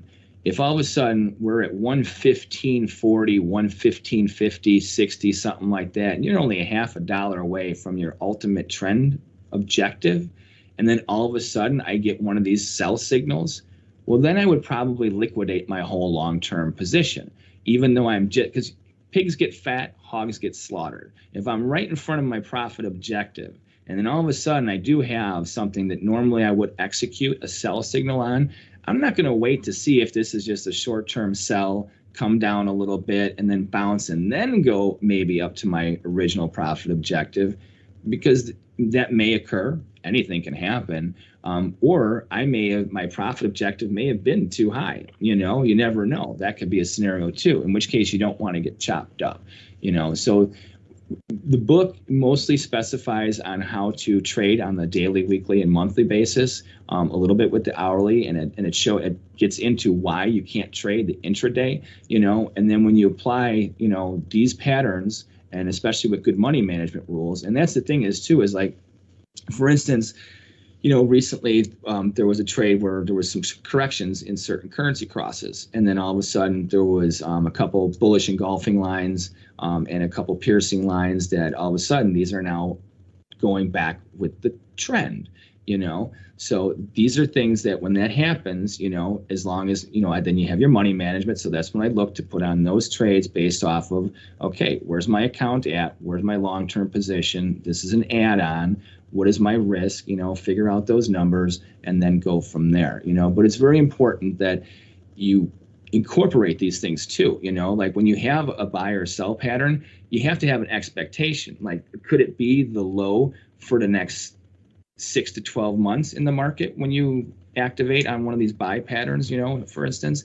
It could be. It could also be just a short-term signal that lasts for 3 to 5 days, so you don't necessarily, depending on the situation, you'd look either to ride a trend, but you never try and just pick a bottom or top of the trend ultimately, but you manage those in there. And then also I have a whole chapter that's dedicated to money management, which gets into just like your scenario about, if you've lost 90%, how much of a return do you need to make to get back to even? And I get into that, and it's kind of funny with FX, with the power of leverage. Coming from the futures background, leverage is something I was totally familiar with to begin with, and I understand it. Most people that just start getting into FX, I tell them right away, I ask them, I'm like, so what markets are you trading? And some people, now depending on what part of the world you're in, you have a reason why you may want to trade a certain cross. But I always tell them, especially starting out, trade the most liquid, and also be careful of the margins. When I first started trading, let alone trading currencies, the margins were 1/5 of what they are now, for contracts. I mean, with the volatility we have and stuff like that, it's understandable why we have this. So, and I tell people, have a rational expectation. Like, I know people that will put $5, $10, $20,000 into an account, and they're trading at a level as if they had $200,000 in their account. So if you're doing that, you can never be wrong, because once you're wrong, you're gonna just destroy your account very quickly. It doesn't take many wrong trades to all of a sudden lose a majority of your capital. And then as your capital diminishes, obviously, and margins are high, then you have to cut back your trading. So you have to trade with less and trade less contracts to try and make back what you lost with more contracts. So you're constantly becoming a hamster on a wheel. And my book really highlights how to avoid that. I mean, nothing's for certain in life, and nothing's 100%, but you can put the odds in your favor. And trading, and this is whatever conversation we have today and whatever your viewers get out of it, I would tell people that, besides the fact that trading is a business and you need to treat it that way, you really need to keep things in perspective. Like I know people, and like, okay, well, let's say, how much money do you think you want to make in a year? And I'd say, well, what kind of return do you think you can make? I mean, my expectations are much different coming from the floor in my experience than what other people should be. I tell people, like, for the average investor, I mean, I know people are used to making 30% returns over the past, 15, 20 years in many equities and stuff. But that's not rational. If you're just an investor, you should be making somewhere between 8 and 15% tops. 12% would be a good year. Anything beyond that, you should already start taking some profits, or at least expect to see, have a couple of years where you're not making that. And that's as an investor. Isn't it the rule of 7? If you can get 7% for 7 years, you've doubled your money? No, it's the rule of 72. You divide your interest rate by 72, and then it'll tell you how long it takes you to double your money. So, which that's another thing too. Some people should know that rule, because that gives you an idea of how much you got to make to grow your accounts. And this gets back to, now let's get your expectations. So you're not an investor, but you're a beginning trader. For you to think that you're going to make 100% on your account in a year, a lot of people think, well, within a leveraged thing, you can do that. Oh, absolutely you can. But it's how you make that, and most people, like I said earlier, they'll trade an account way beyond its level. So they'll never make that 100% because of the way they're trading. Or they may make that 100%, but then once they make that 100%, then they'll blow it all out. They'll still lose it no matter what. Okay? So you have to grow with the expectations of, what am I capable of truly making? So when you have your capital, if you have 20 grand, for instance, in your account, most people would probably have 3 to 5 contracts on and have their whole account leveraged. You can't do that. You shouldn't do that. If you do that, odds are you're going to, if you pull through it and become successful, you're going to have a lot of hard knocks along the way. It's just your ability and stress levels. Like, you can make, let's say you're starting in the business, or you want to figure out how to get yourself out of your hole. I would say give yourself a rational expectation of trying to make, say, 10% on your account in a month. People say, well, that's not that much money. If I have $20,000, I can't live off of $2,000 a month. And well, okay, well, if you need to live off of your trading account, you need to have a really huge trading account, and then make sure that you really are only trading a very, very small portion of it, because you're going to need to live off of that account. So either way, you're withdrawing a check, whether you're making money or not making money, and part of trading is, I tell people, I'm like, it's not getting into a market, it's getting out, and you shouldn't trade just to trade, and so you got to have your plan, and then the money management. So it gets back to, if you only have $20,000 in your account, you should probably be only trading, if you're trading the big contracts, not the little minis or anything. I'm talking about full euro US dollar or pound US dollar. You should only be trading 1 or 2 contracts at a time, period, in your account. And then you're only trading one. So you can't, if you're going to do that, then you might as well do it with some minis, so you could do a value of 1 full contract and then take profits if you have 2 profit objectives or what have you, and scale trade it that way. You can't, you just have to have that in proportion and do it properly, because especially when you look at the major liquid markets, if you're a pound trader, you're going to have more risk on any given day if that market moves than you will in most other currencies. Especially think about something like, I don't know, like the US Swiss cross on any given day, or the US Canada, and the margins are higher. So you need to have more at risk. So, some people say, I've heard people, they're like, I trade the British pound and I've been losing and losing and losing. I'm like, well, why are you trading the pound? Why don't you trade the euro? First of all, I'm like, the risk is not as high. The leverage is not as high, and the moves are not as severe. I'm like, when the euro has a big move, the pound has a monstrous move typically, if it's a true trend move in the currencies, and I don't care what like for instance, I have a pound Australian dollar cross going on right now. Gets back to the oil trade that I've been holding on for the past couple of months, so, but I have that, and that capital was allocated from the beginning of the trade, and that's that, there's no messing with it. There's just, you leave it alone, and that capital was allocated. And I don't add to it now just because the trend's moving, and I didn't put a bigger position on, because then that margin would be eating up and my risk level goes up, and remember how I told you, just like how I look for trades to place, I look for, at the very minimal, a 2-to-1, and that's usually like a short-term trade. We're talking like an hourly trade. But if it's a daily or a weekly trade, I'm definitely looking for 3 to 5 times on that, and if you incorporate those things, to help buffer your losses, which you're going to have. Anyone out there that thinks you're not going to lose, trading every once in a while, well, you're totally delusional. Even my signals aren't 100%, so I would never tell you they are. Are they high probable? Absolutely. Do they work very well?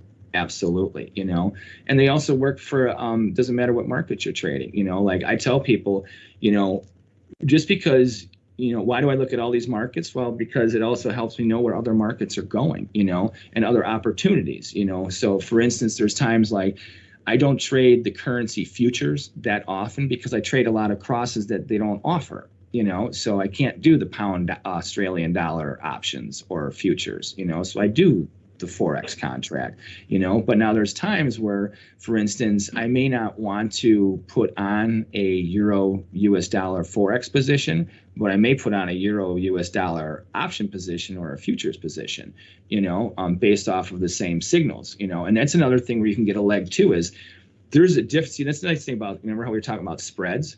So you can trade the euro future and the euro currency. So there's times where, for instance, that there'll be a run, I'll get a buy signal in the euro currency, and the future is actually a little bit behind in the lag, so it's at a discount.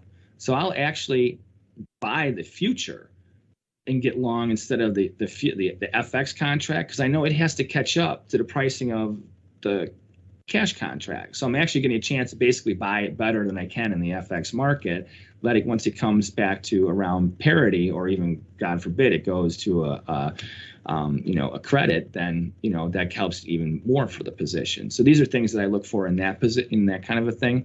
But it also still gets back to how much money is in my account, how much am I risking on my trade, and never risk, I put it in my book. If you have 5% of your account at risk on any trade at once, then you are way overboard. You shouldn't be more than that.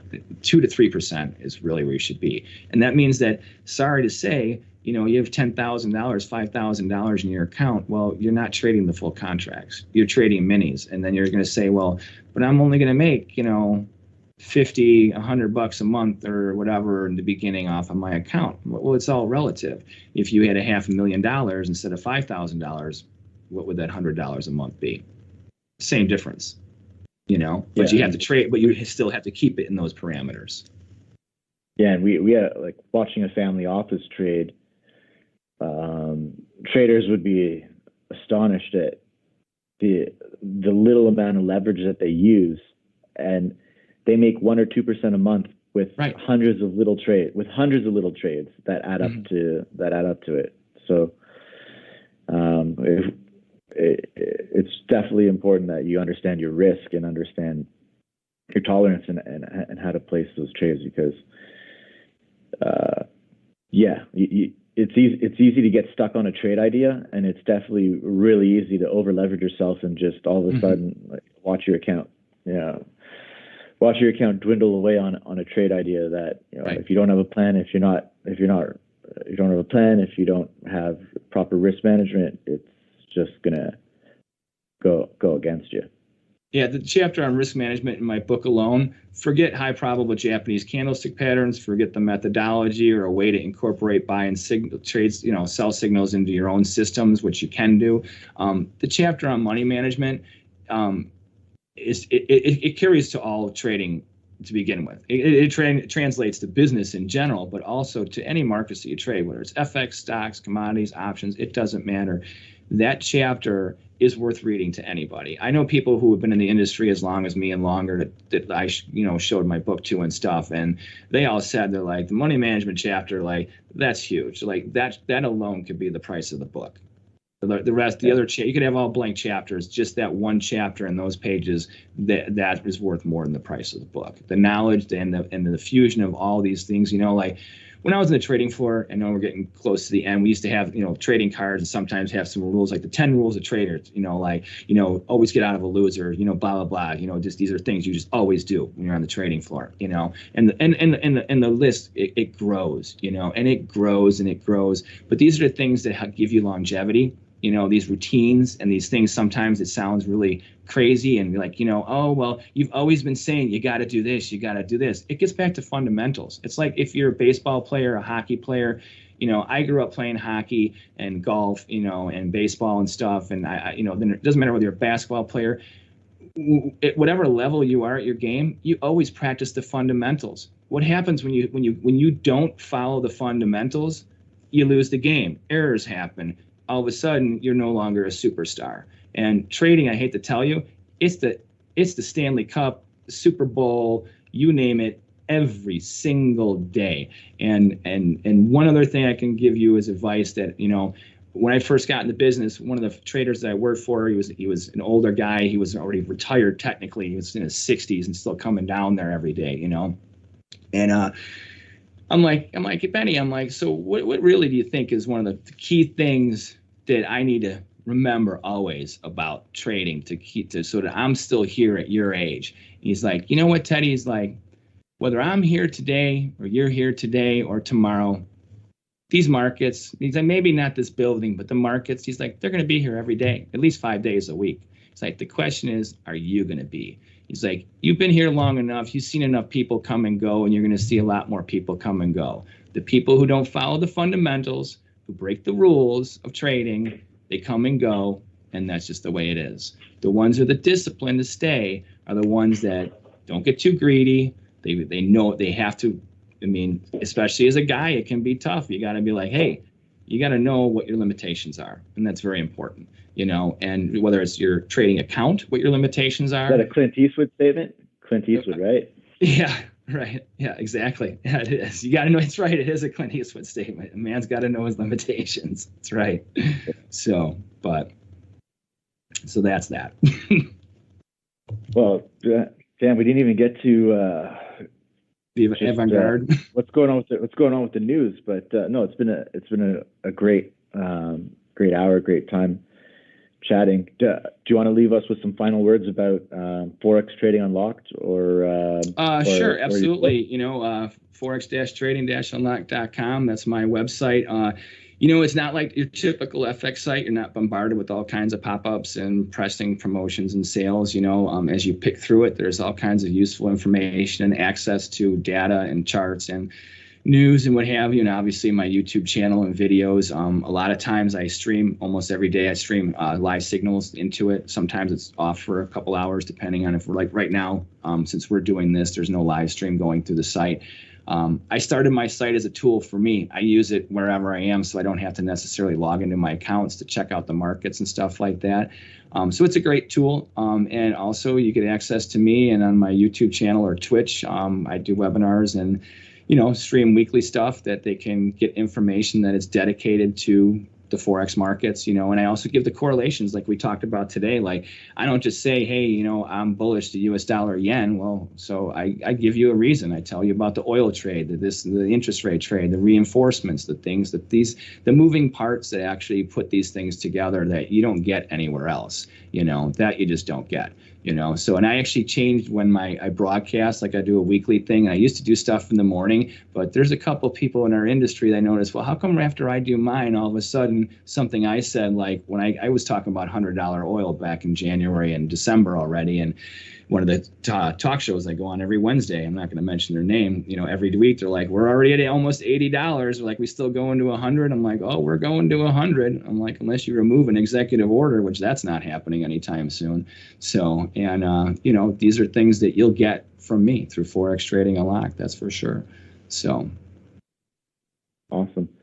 Teddy, I want to thank you for joining. We definitely have to do this again. I feel like there's much more to talk about. We've only scratched the surface. Absolutely. Thank you, guys. No, this was a wonderful hour. I thought great conversation. Absolutely. I hope your viewers enjoyed it, and I hope the people, the questions that were asked were answered to their satisfaction. Yeah.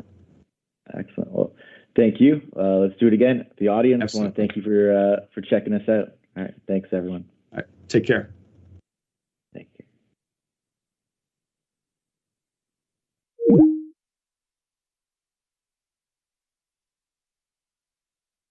Another number to be watching out for on the 5th. Then we have our PMI as well for the United States coming out in the morning. And then let's go to October 6th. We have consumer goods for Germany. So for the EU, for the euro, that's going to be a little bit. Retail sales for the euro, that's another one. And we have some things to talk about in the euro. We're going to get to that in just a moment. Almost through the numbers you have to pay attention to. October 7th, we have an leading indicator for the yen, maybe a little bit something. Industrial production for Germany definitely is a big number that could influence the euro. And then let's get to initial jobless claims, 7:30 on Thursday. That is a big number that's going to be going on Thursday. Believe me. Let's see right now, initial jobless claims. Prior was 362. Yeah, they're going to forecast lower. They've been forecasting lower jobless claims for 3 weeks, and they've been going higher. Guess what? They're going to continue to go higher, especially with all the new mandates. I mean, just the bus drivers and other places around, and even for restaurants and bars, they can't go back. Now they're not going back to work because they're not getting vaccinated. So it doesn't matter if their taxes are running out or not. Now they're just going to be like, okay, now I'm going to go do something else. Or not, who knows. So October 8th, Friday, then comes the big one right here. We have non-farm payrolls and unemployment rate for the U.S. dollar. It was last prior at 235,000, forecast 460,000 as far as an increase, or a decrease rather. I think this is not going to happen. It is possible because of the summer numbers and the lagging issue with unemployment that this may not go the way the claims have been going. It may take one more month, but should this number be on forecast or even better, it's a spike before it really goes the opposite way. As far as the unemployment rate, prior 5.2%, this number is totally understated, that's for sure. Forecast 5.1%, this is impossible when we have almost 10 million jobs that need to be filled. Okay, so let's get to the bread and butter here. We have the dollar index, which as of Friday has settled with a 3 inside down sell signal. Okay, so we have trend of the U.S. dollar index has been higher, meaning that as a whole the dollar has been trending stronger versus most of the world currencies. We had a blow off top over the past few days, a few sessions, Friday, Thursday and Friday, where it spiked high and now and set a harami top, short-term pause for the cause, and now we have the 3 inside down sell signal here that confirmed a short-term turn of events for the dollar index. So now, are we going to get a slide in the dollar index that takes out this upward sloping support line right here, or are we going to and then possibly get down to our target area down here? Who knows? Anything could happen, but I don't believe it's going to be that severe. Should we have a major sell-off, this is our target area of support and strength, where I think that no matter what, should we have this vicious of a slide, this would be as far as we can go. So, but I think the only way we get this is if we have some serious issues with the unemployment number and the other numbers that I mentioned going into the week, which very well could happen. So let's go to the Euro US dollar, the number one component of the dollar index. All right, so this one has been trending lower and lower and lower. So should the dollar index turn and the euro has some chance of getting at least a little relief here, as far as any upside potential here, and I would say don't try and catch a falling knife. This market's been making lower move lows, lower move highs. We can look on the hourly basis. Maybe it's basing, looking for an hourly setup and a little bit of a correction higher. Even if we were to get a rally from this area of $1.1592 where we're at right now from Friday's settlement back up to this $1.1930 up to almost $1.20 even, this would be the extreme for any rally for the euro US dollar.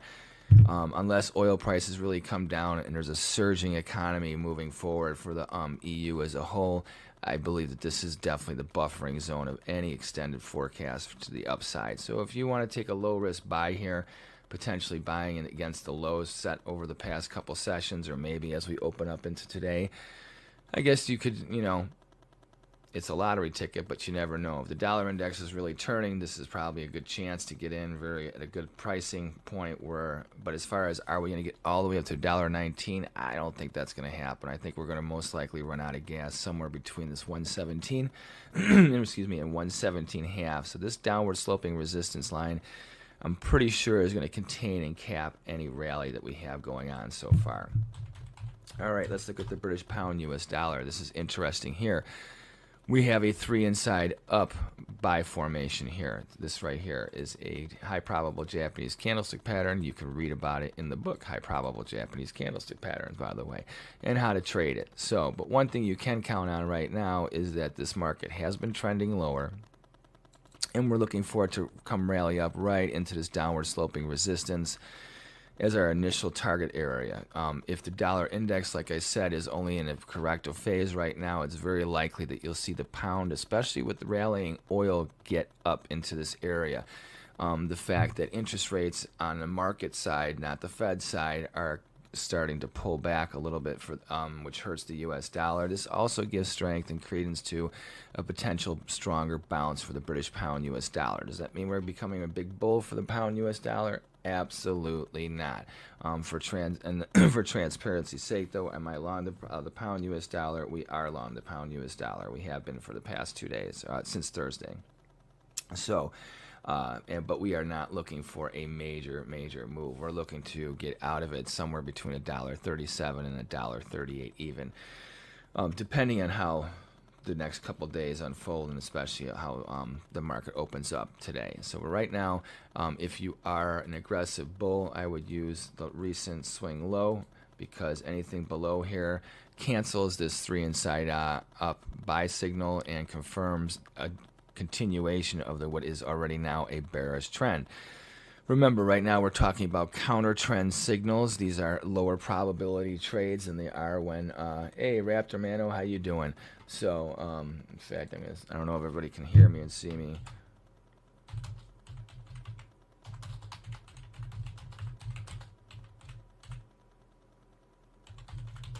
If you guys have any questions about any markets, leave it in the chat box, and I will get to it as we get through the analysis today. All right. So, and also don't forget to, if you can, share and like the live broadcast or the video when it's done. And also you can post links or questions in the comment section on either the YouTube or even on the Twitch area. So, which would all be greatly appreciated if you don't mind.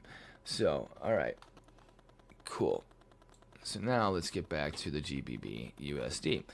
All right, so we got through this little signal here. This kind of coincides once again with their scenarios of the interest rates getting their little bounce, meaning rates going down, pricing going up, gold getting a bounce with that buy signal. Remember, there's another one. So when you have a confluence of multiple markets, typically when you have all these signals lining up, not necessarily that they're all the same, 3 inside up or 3 inside down or whatever, but the fact that you do have coinciding reverses of trends with especially like high probable Japanese candlestick patterns of various ones occurring simultaneously or within a very short time frame, which then set up these trends. This puts up a very good scenario for a counter trend trade. So normally, if this was just the British pound US dollar, but everything else was just really getting slammed by the dollar and what have you, then you would have to look at it as maybe there's some sort of issue between the pound and also euro and AUD analysis. Yes, we will get to the, oh, you want to do the euro AUD? Yes, I can check that one out for you.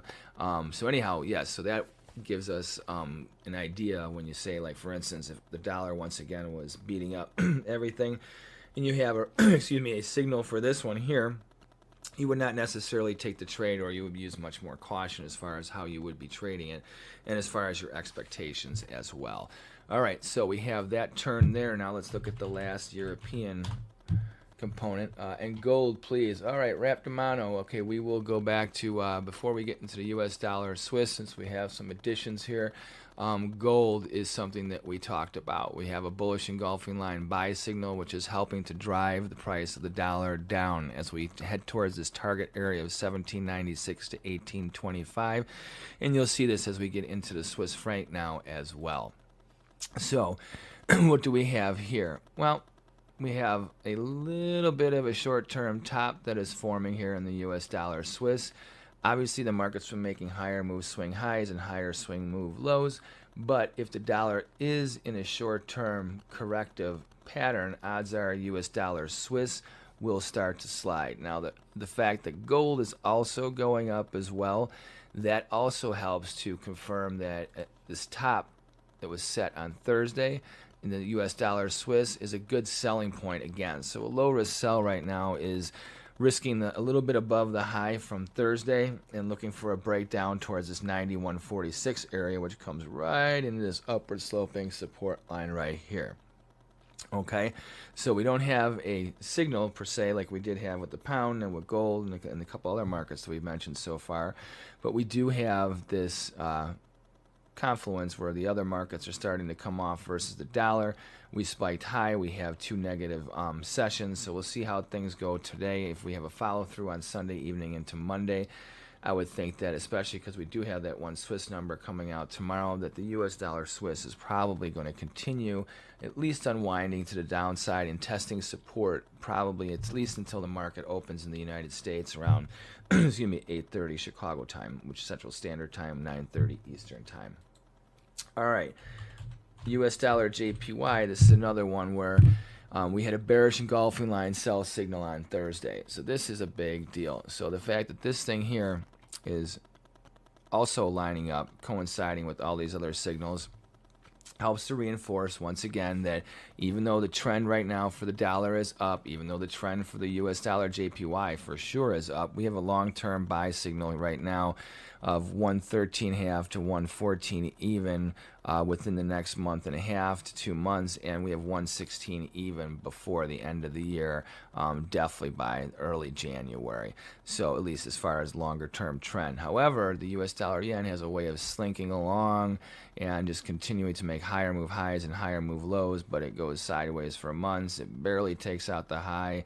Then it'll come and find support somewhere like around where our target area is here and probably maintain the trend higher.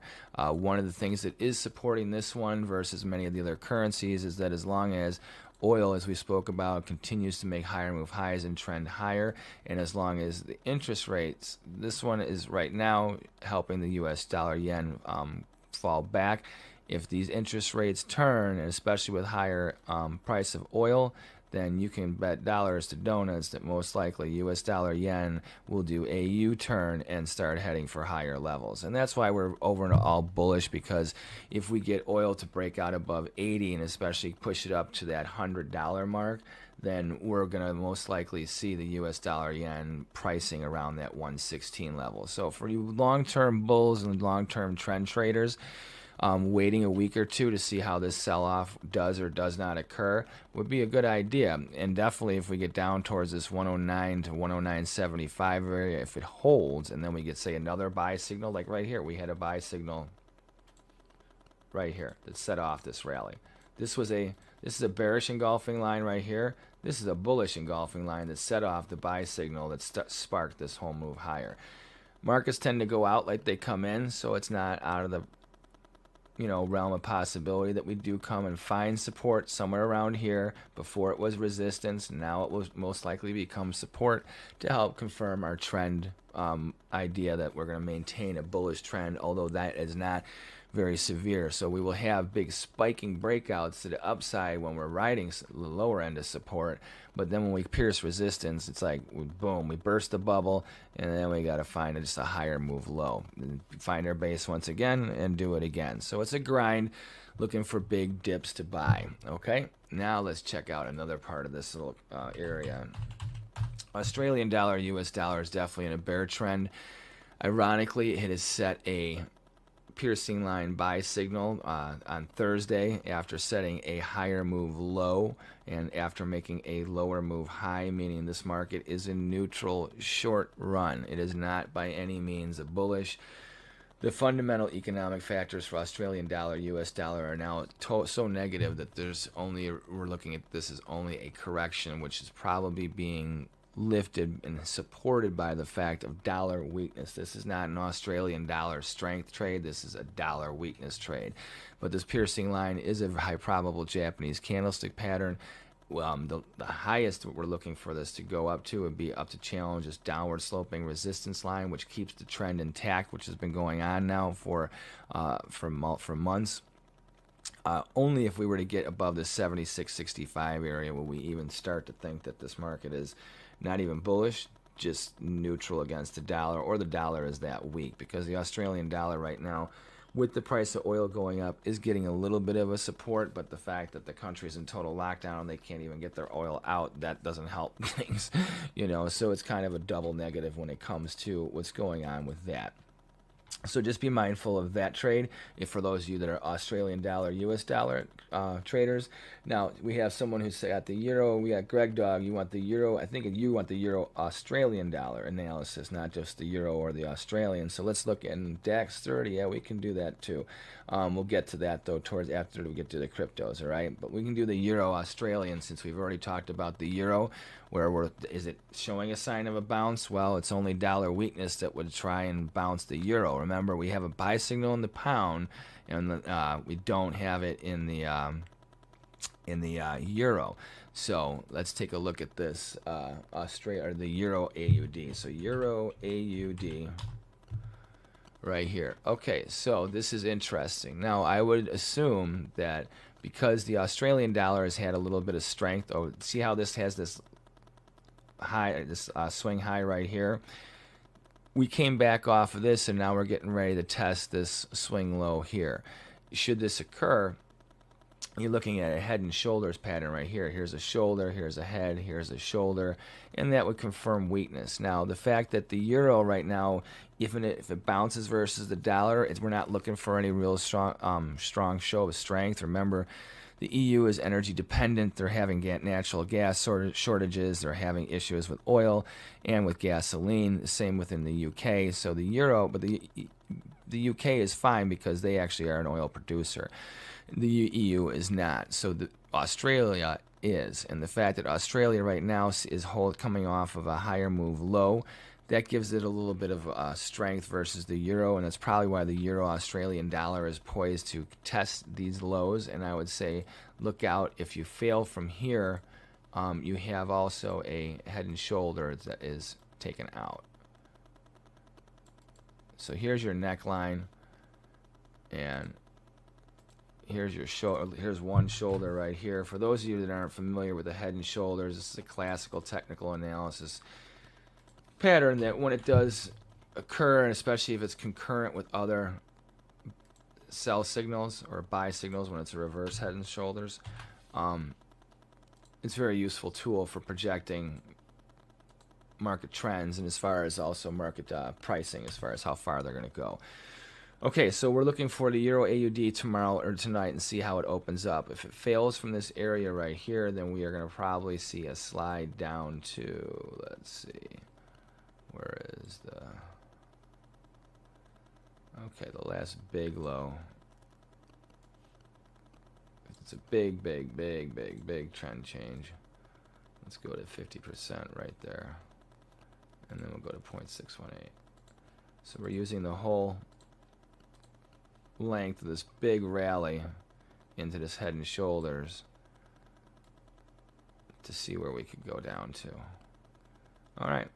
So somewhere in this area right here is where we're looking for the Euro AUD. And as you can see, this was a consolidation area prior. So it's very likely that the Euro AUD, and could see how that would happen where this head and shoulders, if this is going to sell off and be true, that this is where you would find support because Australian dollar has so many fundamentals going against it right now that the EU, even if it's bearish, Australian dollar is definitely much more bearish. And if the dollar is only in a corrective phase and then becomes a bull again, especially against the Australian dollar, it's going to hammer the Australian dollar much harder than it's going to hammer the EU. So that's something to be mindful. As far as swing trades and volatility, Australian dollar crosses, I mean, I can tell you right now, I'm in the pound Australian dollar, and we took a little heat over the past week and a half. I'm long the pound Australian dollar, and that's because I think there's more pound strength than there is Australian dollar strength, especially over the longer term. And anyhow, so that's one market right there also to look at when it comes to those crosses. Now let's get to the New Zealand dollar, US dollar, before we get into the Canada and the cryptos, the DAX. We can get to the DAX 30 as well. All right, New Zealand dollar also posted a 3 inside up buy signal right here. This is a high probable Japanese candlestick pattern. This market is kind of wedging into its bearish trend. It's coming off a higher move low with this buy signal. So this low here from 2 sessions ago will be your base. If you're an aggressive bull, this is your line in the sand. If you are bearish right now, well, you're fighting right now a counter trend trade. So, however, because this market came off of a lower move high and now a higher move low, maybe if it's set up for neutral, it is a good situation where this is set up to at least get a little bang for your buck and challenge resistance.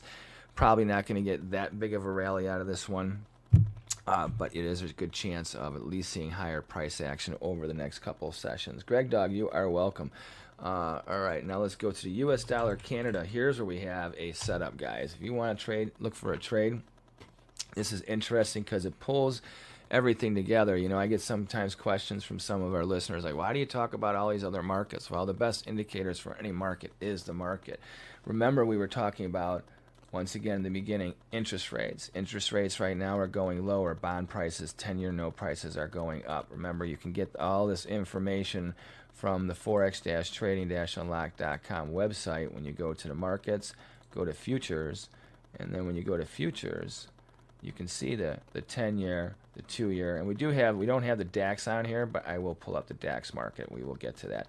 So you can pull up the 10-year and all these markets that we're talking about and looking at. Remember, crude oil, that's going higher as well. Canada, this is a big deal. So once again, interest rates are going down in the market right now, bearish the dollar. Crude oil is going higher. That is also bullish the Canadian dollar. Remember, that Canada is a producer of oil. They're also a producer of gold. So the fact that gold's going up and oil is going up right now, and there's a little bit of dollar weakness, that sets us up for another head and shoulders pattern. Remember, we talked about the head and shoulders pattern. For those of you that weren't familiar with it, now you are. Look at this head and shoulders. This is a big deal. The US dollar, Canadian dollar has been trending lower for months and months and months and months. It finally turned at the very beginning of the summertime, setting up for what is now a head and shoulders pattern as we end ended the third quarter and are now in the beginning of the fourth quarter. Interestingly enough, this upward sloping support line that's been maintaining this correction to the upside intact has been tested a couple times last week, settling right on it. We have this neckline. This from this little right here from the shoulder. Here's a neck, and here's the other side of the neck. Here's your neckline extended. This is just below it here. Very key support, okay? And then we have this higher swing low right here. If we take that out, that means that we've confirmed taking out the neckline, taking out a lower move low after a lower move high, confirming what? A new potential downtrend that will be extended. And where is our downside target? Well, below $1.2487. We're looking for a lookout below 121.16. So right now we are in a sell rally forecast aggressively against the high set from 3 sessions ago here around $1.2781. Ultimate risk to the upside is this $1.2897 area. If we get above there, well, then this corrective move is obviously a bull. You know, I mean, it doesn't take a rocket scientist to figure that out. However, as far as a low risk selling into this area right now, using that as your risk, looking for a test of support, due to the fact of what's going on with the interest rate market, the gold market, the crude oil market. This is giving us a good chance at testing support, and if we take out these levels, look out below. I would assume that you probably have a lot of sell stops going on there. More quality options, please. My phone keeps buffering. Okay, I'm not quite sure about the phone connection. Probably has to do with maybe you're mobile and you're also moving. I don't know. Right now I know we're broadcasting and we don't have anything else running except for the stream, so it should be a pretty strong signal, but I'll check the levels in a second after we get to the next market. Anyhow, so we have this, like I said, sell scenario. I would look for support to be tested early this evening, and I would not fight this trade. I wouldn't doubt that you see some swings because you have a Canadian number coming out tomorrow. But if you look at it even on the hourly, you have lower move lows, lower move highs. You're looking to test support. Okay, so the U.S. dollar, Canada, and that helps to reinforce the selling off of the U.S. dollar as well. All right, so we're going to do a couple of cryptocurrencies before we get to the DAX, because we have a bearish engulfing line sell signal that occurred back a little while ago on, September 7th in the Bitcoin market. Ironically enough, we came right down into the buy zone from that sell signal a couple weeks ago. We bounced off it, made a lower move high, higher move low, and then a higher move high. So we're looking to see how things go on the day today. Right now, as of yesterday, we have a short-term pause for the cause. If you're aggressive and looking to take profits right now and you're jittery, then I guess you might have, 2 days ago, the high may be it for the short run. So if you're aggressive short, use that high right there as your risk. And look for at least a little pullback and digestive back into this 46,000 to 44,000 area. As far as a correction back all the way down to where we found this area before, we already hit the profit target here for this sell signal. Could it go lower? Absolutely, it certainly could. Now, it would have to take out this low from September 21st here at 39,585 to be really bearish. The reason being is that we made a higher move low here on September 21st. We could just be building a base before we make a screaming new high to 54,000, 60,000, who knows where we're going. So the overall trend for the industry, for crypto, which the BTC, I always say, is kind of like the dollar index. As far as some of the technologies, we'll look at what's going on, and I think that you're likely to see more digestion going on right now, and I would not say that I am bearish the BTC right now, US dollar, but I'm not very bullish, and you'll see why when we get into a couple examples. But right now, as far as a signal, we do have a short-term pause for the cause as of yesterday's trading. We'll see, especially today, you got to realize Sunday's trading isn't over with. So for the third, if we end up going negative today, that's a big deal. If we end up closing negative on the session for BTC USD rolling into Monday's trade, then we have a potential 3 inside down sell setup happening. So I'm going to put a little arrow here. We have a potential sell signal forming. Now, you know what that means when you say potential? It means it's potential. It doesn't mean that it has happened yet. Okay? So do not get in front of the sell signal. Okay? That is very big. So I can't stress it enough that when it's forming, it's just an illusion. You don't know what's going on. Now, right now, it's positive on the day, so that doesn't make us want to take this sell signal at all. Could you be getting a better selling price? Should it end up lower on the day right now? Well, of course you could, but that doesn't mean that you would be right, because right now you could be selling into what could be an explosive rally that builds over the next couple of hours, making higher move highs. For all we know, Bitcoin can be at $52,000 within the next couple minutes, let alone the next couple of hours. So let's see what happens on the settlement of today and the rolling over into Monday's trade for Bitcoin US dollar. We are looking for a sell signal to emerge and be confirmed with that. So if we do have a lower close today, that would confirm a short-term change in trend, a pause, not necessarily an overall bearish signal for the trend, but for at least the next couple days, maybe a week, see lower trading prices. All right, ETH/USD. Let's look at the ETH/USD. Or actually, you know what? Let's go to Doge. I'm sorry, first. Doge US dollar. All right, so the Doge US dollar, this one is definitely sliding lower with lower swing highs and lower swing lows. It had the pause for the cause off of the bounce yesterday as well. Kind of neutral today, looking a lot like Bitcoin, only it's been trending lower. And that's where I think the whole industry as a whole right now is just kind of dragging, and that's holding, not everyone, but a lot of them are, and that's holding Bitcoin back. Dogecoin, looking for a reason to buy. I'm looking more for a reason to sell, because I took payment in the 34 to 40 cent area, so I'm looking for it to take a little profit once it gets to back up in this 36 to 40 cents area, 50 cents. So I don't know. Right now, I would say this one is a dog with fleas. Look for, I would look to buy into dips then rather than to sell into rallies, because as far as rallies, how much of a bounce are you going to get? If we do have a little bit of a slide in Bitcoin and Ethereum and stuff like that, I would wait for them to get a valid buy signal for a bounce before looking to buy a bounce in Dogecoin, which then seems to get an initial run up before then it falls apart. Another one that you need to look at right now is the Monero US dollar. This one is showing a little bit of strength, pushing those highs, but look at how it's been coming off of lower move lows and lower move highs, trending a little different than the broad base of cryptos, especially Ethereum and some of the other bigger names.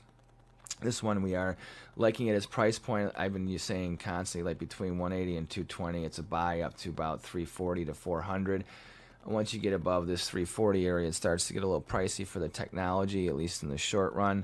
I do like the sustainability of it, and I love the sustainability with it being a range trade between 180 and 300. So I'm long it. I'm looking to take some more profit again around the $340 if it gets above that level, and then wait for another swing back down to the downside.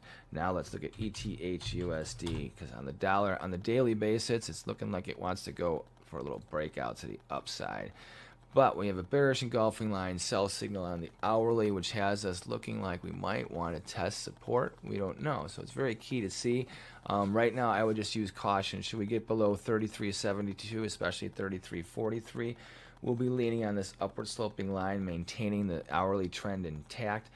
As far as on a daily basis, this is also going to make things a little bit hard. I would think that it's possible you're going to see a little bit of a sell-off here in Ethereum, which is no big deal. Get it back down to 3250, 3200, and then get a bounce back and come back to where it's at. As far as pricing, I like this thing anything below 3000. Once you get above 3500, going towards 4000, I think you're getting a little ahead of yourself right now in the short run. And especially if we do take out support first without making another high here above 3,471, then that is kind of bearish in the short run, looking for a longer term digestive period. So we'll see how that goes. All right, now let's return to ETH/US dollar. Oops, wait, not ETH/US dollar. I want EUR US dollar, Euro US dollar. Okay, we started with the Euro US dollar. Now let's go to the DAX.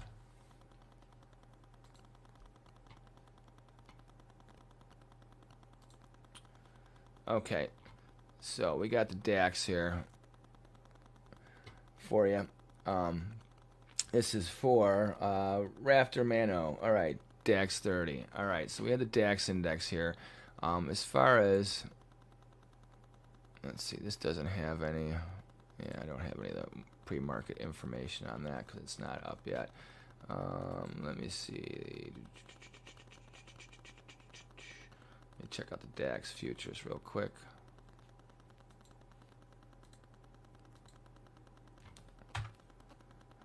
Okay. Okay, and now let's go back to the DAX index. All right, so as far as DAX index, let's go to the monthly. Big monthly sell signal here for you, my friend. And this is something that's going on with equities across the board. All right. So what do we have here? We have a bearish engulfing line sell signal on the monthly. So as of September, this market has already started its sell-off and its slide. That means that it most likely is capped out back here in August. That's right. As far as the DAX is concerned, this market capped out and is looking for a retracement. At least, let's look for a 50% retracement down to there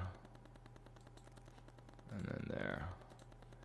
So between the slowdown in the economy, delays, shortages, etc. for the EU, try DAX 40. It's recently changed. That's right. The DAX 40. That's right. DAX 40. Here you go. How's this one? Same difference. All right. So DAX 40, we have a bearish engulfing line sell signal, and we have the high that was set 2 months ago back in August. And right now, September or October, we're starting off already in a lower way. So as far as, once again, we're looking for a correction at least to the 50% marker. And this, the main reason for this is that I think that, well, we have the short-term break in interest rates for the United States. That's only what it is. It's short-term. It's not going to last. It's eventually the market rate, no matter what the Fed does, is going to command higher rates, making the dollar stronger. But that's over the next week or so, especially as oil is breaking out to the upside, gold's going out to the upside, and we have these currencies in flux. I can see follow through to the downside with the DAX. So as far as where are we looking to go, I would say longer term, that between now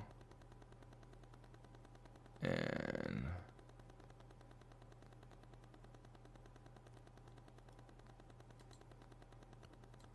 okay, if on a longer term basis, this would be our extreme that you could see us targeting back. What would bring us down there? Well, hey, look what happened back here in 2020 when we had the pandemic. If these numbers start to really, I mean, that pandemic happened because we had a forced shutdown. Now you have delays and businesses being destroyed globally that I don't know to what extent it's happening in the EU, but I can tell you what's going on locally in the Chicagoland. So if it's any reflection of what's going on in the world, I could see the DAX where this may have topped out. This may be done. We have, when it comes to looking at markets like this, let's go to here. We go back to forex-trading-unlock.com, go to markets, go to futures. Since we're looking at the DAX 40, we're going to compare it to something that's going on relative. If you want to know what's going on with the DAX, you also have to know what's going on with the S&P 500, which is a pit that I was in for over 21 years. The S&P 500 on a daily basis, as you can see, has been trending lower. They had a nice big buy day on Friday. I would say that was just very fortunate profit taking that was going on. You have, because of the price of oil escalating, all your oil stocks have been escalating to the big day in a big way. However, volume not so much spiking to really justify a real true bounce. I think what you have, no matter what, is a lower move low being established after a lower move high, and we're still going to be looking to make a lower move swing high and then continue lower. So I believe that's pretty much what's happening with that.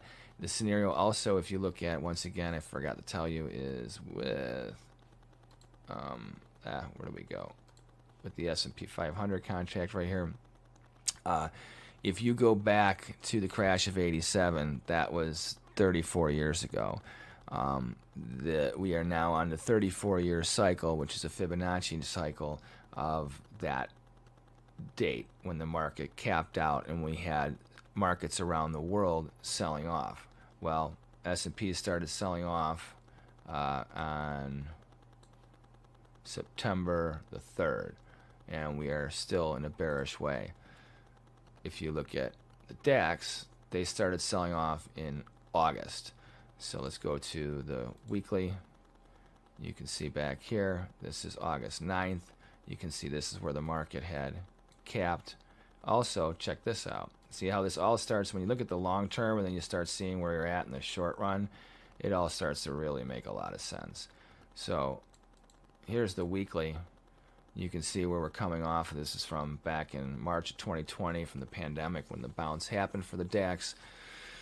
Kept making higher move highs, higher swing lows. We took this out back on August 16th. Okay, so already a month and a half ago, we already took out this little area. Now we have the daily where you can see where it came through, and now we are where we're at. You know, so as far as how far can we go down, once again, I think you have to go all the way towards this area here. Looking at the long term, this is where we could go. Short run, obviously, not so much as big of a correction. However, I think that we are in the beginning of, if this is the case, where it is a true 34-year cycle for the stock market in the United States and as well as across the board, we're looking at the beginning of a major sell-off that will keep on going for the next, upwards of 3 years, probably. You know, so for us to continue lower and think about that one, let's see, with the current administration in the United States, we are in 21. We need to get through 20, 22. We got to get all the way to, well, we got to get a lot further out. Let's go on the monthly. All right, so we have 21, so we got to get to 25. January 25. All right, so somewhere between here and October of 2024, somewhere in this little range here, you're probably going to see this market continue to trend lower for the next 3 to 5 years. So that's a pretty big call. Doesn't mean it's going to happen. Doesn't mean everything's going to get all rosy and whatever. But with the oil going up and all kinds of other things going on globally at the rate that they're accelerating as well, if the brakes don't get put on and things don't start to go back to common sense, we're spiraling towards this is where the market's going to go. So there's reasons why the U.S. markets may hold up a little bit better than the European markets, but I think the DAX is definitely set to get really, really crushed over the next probably, the fact is the supply chain too. You're not even getting stuff sold here in the United States. So if you can't even deliver German parts to the United States, that's a problem, for the EU, as far as even whether you're going to be getting them, how you're going to get them here. So these are all issues that you got to think about. So as far as any other questions, let's see, we have these questions on Twitch. This is really cool. Really like that you guys are doing this. Make sure you like our thing on Twitch and YouTube, and make sure you share the video with people. Leave some comments in the sections as well. If you haven't followed our stuff, make sure you do. Let's see, we have answered the question about the DAX 30, or actually no, DAX 40. And we did the Euro AUD analysis, got all your questions. Let me see on YouTube. Let me just put this out. Any questions? All right. And then now on Twitch. Any questions? So crypto, different currency crosses, any other market questions? Because if not, then we have something we can take a look at. So we go back to our hourly sell signal here with the ETH USD. So this one here is probably one of our most interesting trades of the afternoon to follow, because right now there's a Bears game that I haven't even checked to see whether or not they are winning or losing, because I have to see what's going to happen for the second half and have some lunch and watch my home team get demolished. But what can you do? Hopefully they don't. They're playing Detroit Lions, but you never know.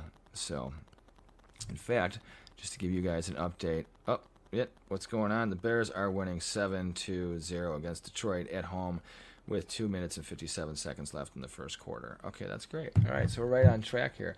So we don't have any more questions. So for those of you that want to know what to watch for this afternoon before the markets open, remember, let's go through one quick lap around the world with all the trades to pay attention to for the week ahead.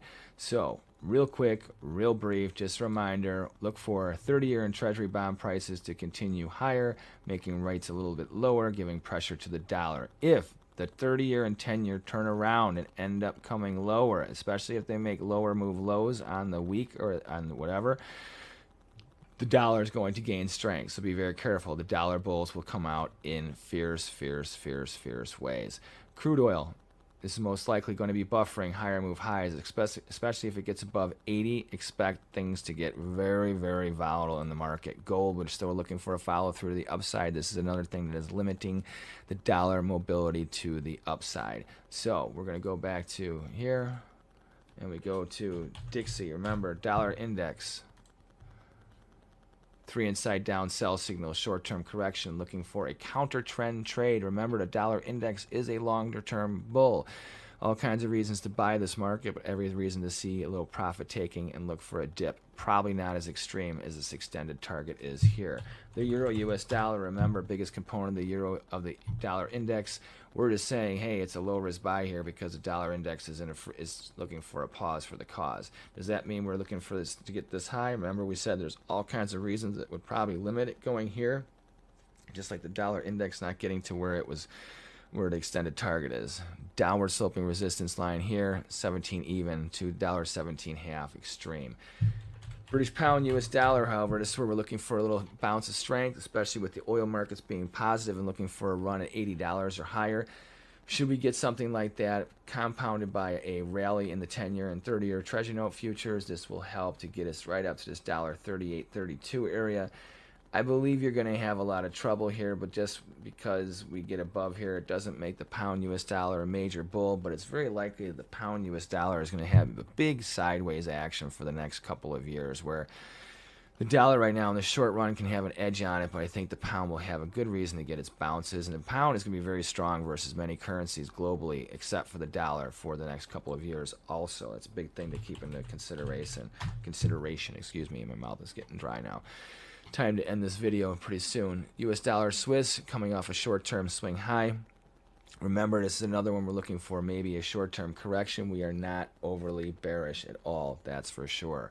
Okay, US dollar JPY, this is another one we're looking for this correction to continue. Extreme, this would be this area down here, this 109.21 to 109.75. Odds are it's not going to get all the way down there. Probably 110.5 down to 110 even. I would use caution. It's probably going to get dicey and slow and take a lot of grind like this little area here. It could bounce around for a month in a $1 range, just going chop, just like it did all in here. Okay, so be very mindful of that. And also just remember that the sell signal, it is activated, and the high right now from 2 sessions ago is your risk level. Anything above here, the bulls are out in full fashion. US dollar strength prevails. You're on the wrong side if you're short. Short-term piercing line buy signal here for the Australian dollar, US dollar, looking for another little lift. We'll see how this goes. Remember, we're not overly bullish. We think the fundamental and other economic factors are going to keep the Australian dollar suppressed versus most currencies, especially the US dollar. But right now, with the current lift in gold prices and oil prices, that's helping the Australian dollar, even though they can't get anything off of the continent, believe it or not. New Zealand dollar, US dollar. Okay, we have this one is pretty much doing the same thing as the Aussie. They don't have quite the issues that they do in Australia. However, they're not too far away. They're just not as China weighted. We're looking for this bounce here to be confirmed, or to follow through rather. This is a 3 inside up just pattern, just like we had in a couple other signals or markets where it was signaled the same kind of signal from the high probable Japanese candlestick pattern book, by the way. But yes, we are looking for a rally, a little follow through over the next couple sessions to a week. Not any major upside action. US dollar Canada, that was the big one that we were talking about, looking for this to buffer support. if it takes these levels out, look out below, brother. It is going to tank most likely with the strong price in oil and the pulling back in interest rates, etc. Along the bullish gold market. These are all things to become strong for Canadian dollar versus not just the U.S. dollar versus many crosses, period. So the dollar versus the Canadian dollar is likely to take out this downward sloping resistance line that it's settled on, take out this neckline from the head and shoulders, which will have it leaning on this $24.87. A failure from there confirms lower move lows after lower move highs, and an intent for a new bearish trend to come back and test these major lows here around $21.16. So a lot of potential to the downside here. Very low risk sell side position here for US dollar Canada. If you're trying to buy into this, I would say anywhere from below $24.87, you're just gonna get hammered. So just be very careful when it comes to that. All right. So for all you that have been paying attention, we're going to show you one last thing before we end our stream. So we add this ETH/USD, we have this hourly sell signal. So we'll see how this works for the rest of the session. We are going to, or the rest of the trading day before the currencies come online, we will continue our live, we're going to cancel our live stream for a couple minutes, and then we will rebroadcast with this hourly sell signal in place, and we will see how things go until we have to come back with another webinar for later on. So I want to thank all of you for participating in the webinar today on the chat room. That was fantastic of you guys to have questions and ask about different markets. You know, we can ask about any market you want. We'll take a look at it if we can. So, and if you have not done so, remember to check out our book, High Probable Japanese Candlestick Patterns, available on Amazon.com in paperback and Kindle versions. And don't forget to make sure to subscribe to Forex Trading Unlocked on YouTube and Twitch. We will have our cryptocurrency, Ether, US dollar, sell signal hourly trade up for you. And it's easy to get a quote at libertymutual.com, so you only pay for what you need. Isn't that right, Limu? Limu? Sorry, one sec. Yeah. Oh, boy. Only pay for what you need. Liberty, liberty, liberty, liberty. Hello everyone, this is Teddy Keckstedt from Forex Trading Unlocked, and we are here on Tuesday, September 21st for a Forex trading and crypto trading analysis for you for the rest of the week. And before we get into that, we just want to show you our disclaimer to remind you that this webinar is for illustrative and educational purposes only. Oops, excuse me, sorry, that disclaimer. Jumping around really fast there, they got it up. Okay, that's our disclaimer. Check that out. Now let's go to our reminder that if you have not done so already, please subscribe to our YouTube and Twitch channel, Forex Trading Unlocked, and also like and share our videos with your friends in the Forex and cryptocurrency trading communities.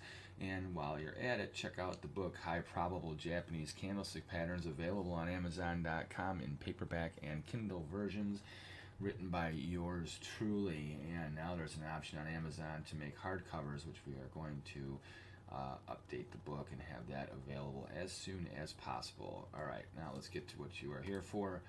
We have the Forex-Trading-Unlocked.com website pulled up from our navigation tab. We've already pulled up the workstation page, and we're going to toggle down past the numbers. Forget the numbers. We're only talking about technicals today. The dollar index, as you can see, spiked high yesterday and is a little bit under pressure this morning. We're going to take a look and see what's driving it. We have a mixed bag of goods between how the dollar is reacting versus various currencies. All right, so we're going to start out with the Euro-US dollar. The biggest component in the dollar index, as you can see, is slightly higher, but the range is not very big today. I want you to notice how this is, the trading the last 2 days. Now, we're heading into a Fed meeting in the U.S. Odds are very slight that they're going to raise interest rates. That we know is not happening. We know we have a lot of issues geopolitically with what's going on with the Chinese real estate company and the debt markets. And if you think the debt markets don't mean anything on currencies, well, you're definitely oblivious, because interest rates are a function of currency pricing. And with those potentially in play, we are looking at some crazy stuff coming out. So we will start to take a look at it right now and see what's going on. All right, so let us pull up. All right, we're also going to pull up another copy of our website. We're going to go down to futures, and I want to show you something real quick. because this has to deal with what's going on with the currency markets.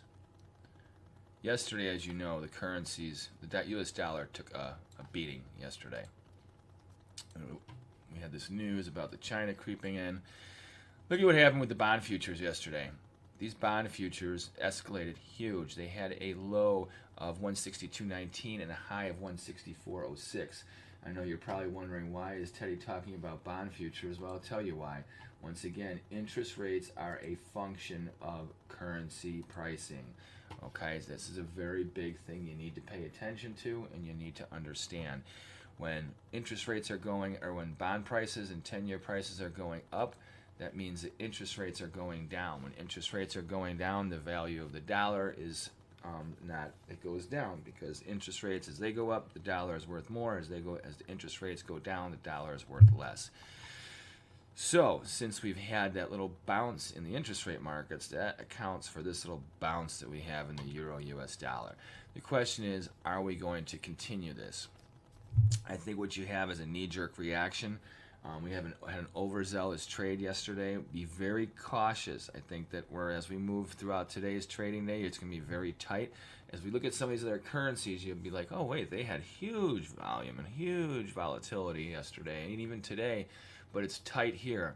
Remember, the biggest currencies are barely moving right now in front of our Fed day. So what does that mean? It means until 1:15 tomorrow, I would expect a choppy grind of a trade.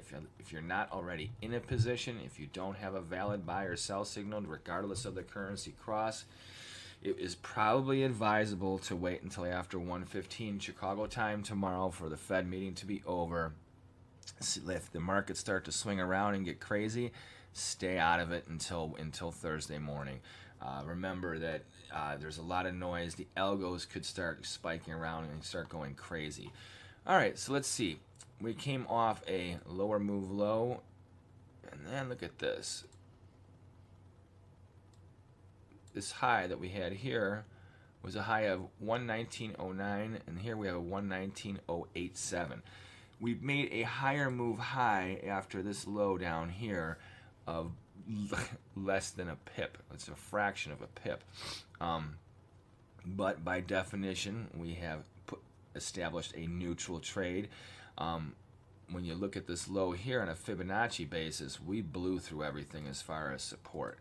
So are we in a choppy grind here? Are we going to go higher? Are we going to go lower? Well, I guess what we really have to look at is this neckline here. We need to get above here. This is the breakout level to confirm solid strength in the EU and the Euro US dollar currency cross. Odds are we're going to be fishing around the next 2 days. As you can see, this market's been in a tight range from, let's see, we fell down into this area of around 119. This was on June 17th. So since June 17th, we've had a high of 1974 and a low of 1666. That's a $3 range in a market that's been having $3 range days this year. So I think we've consolidated here. The question is do we have the ability to break out to the upside, or are we going to fall back on support? Well, I think we're going to find out relatively soon.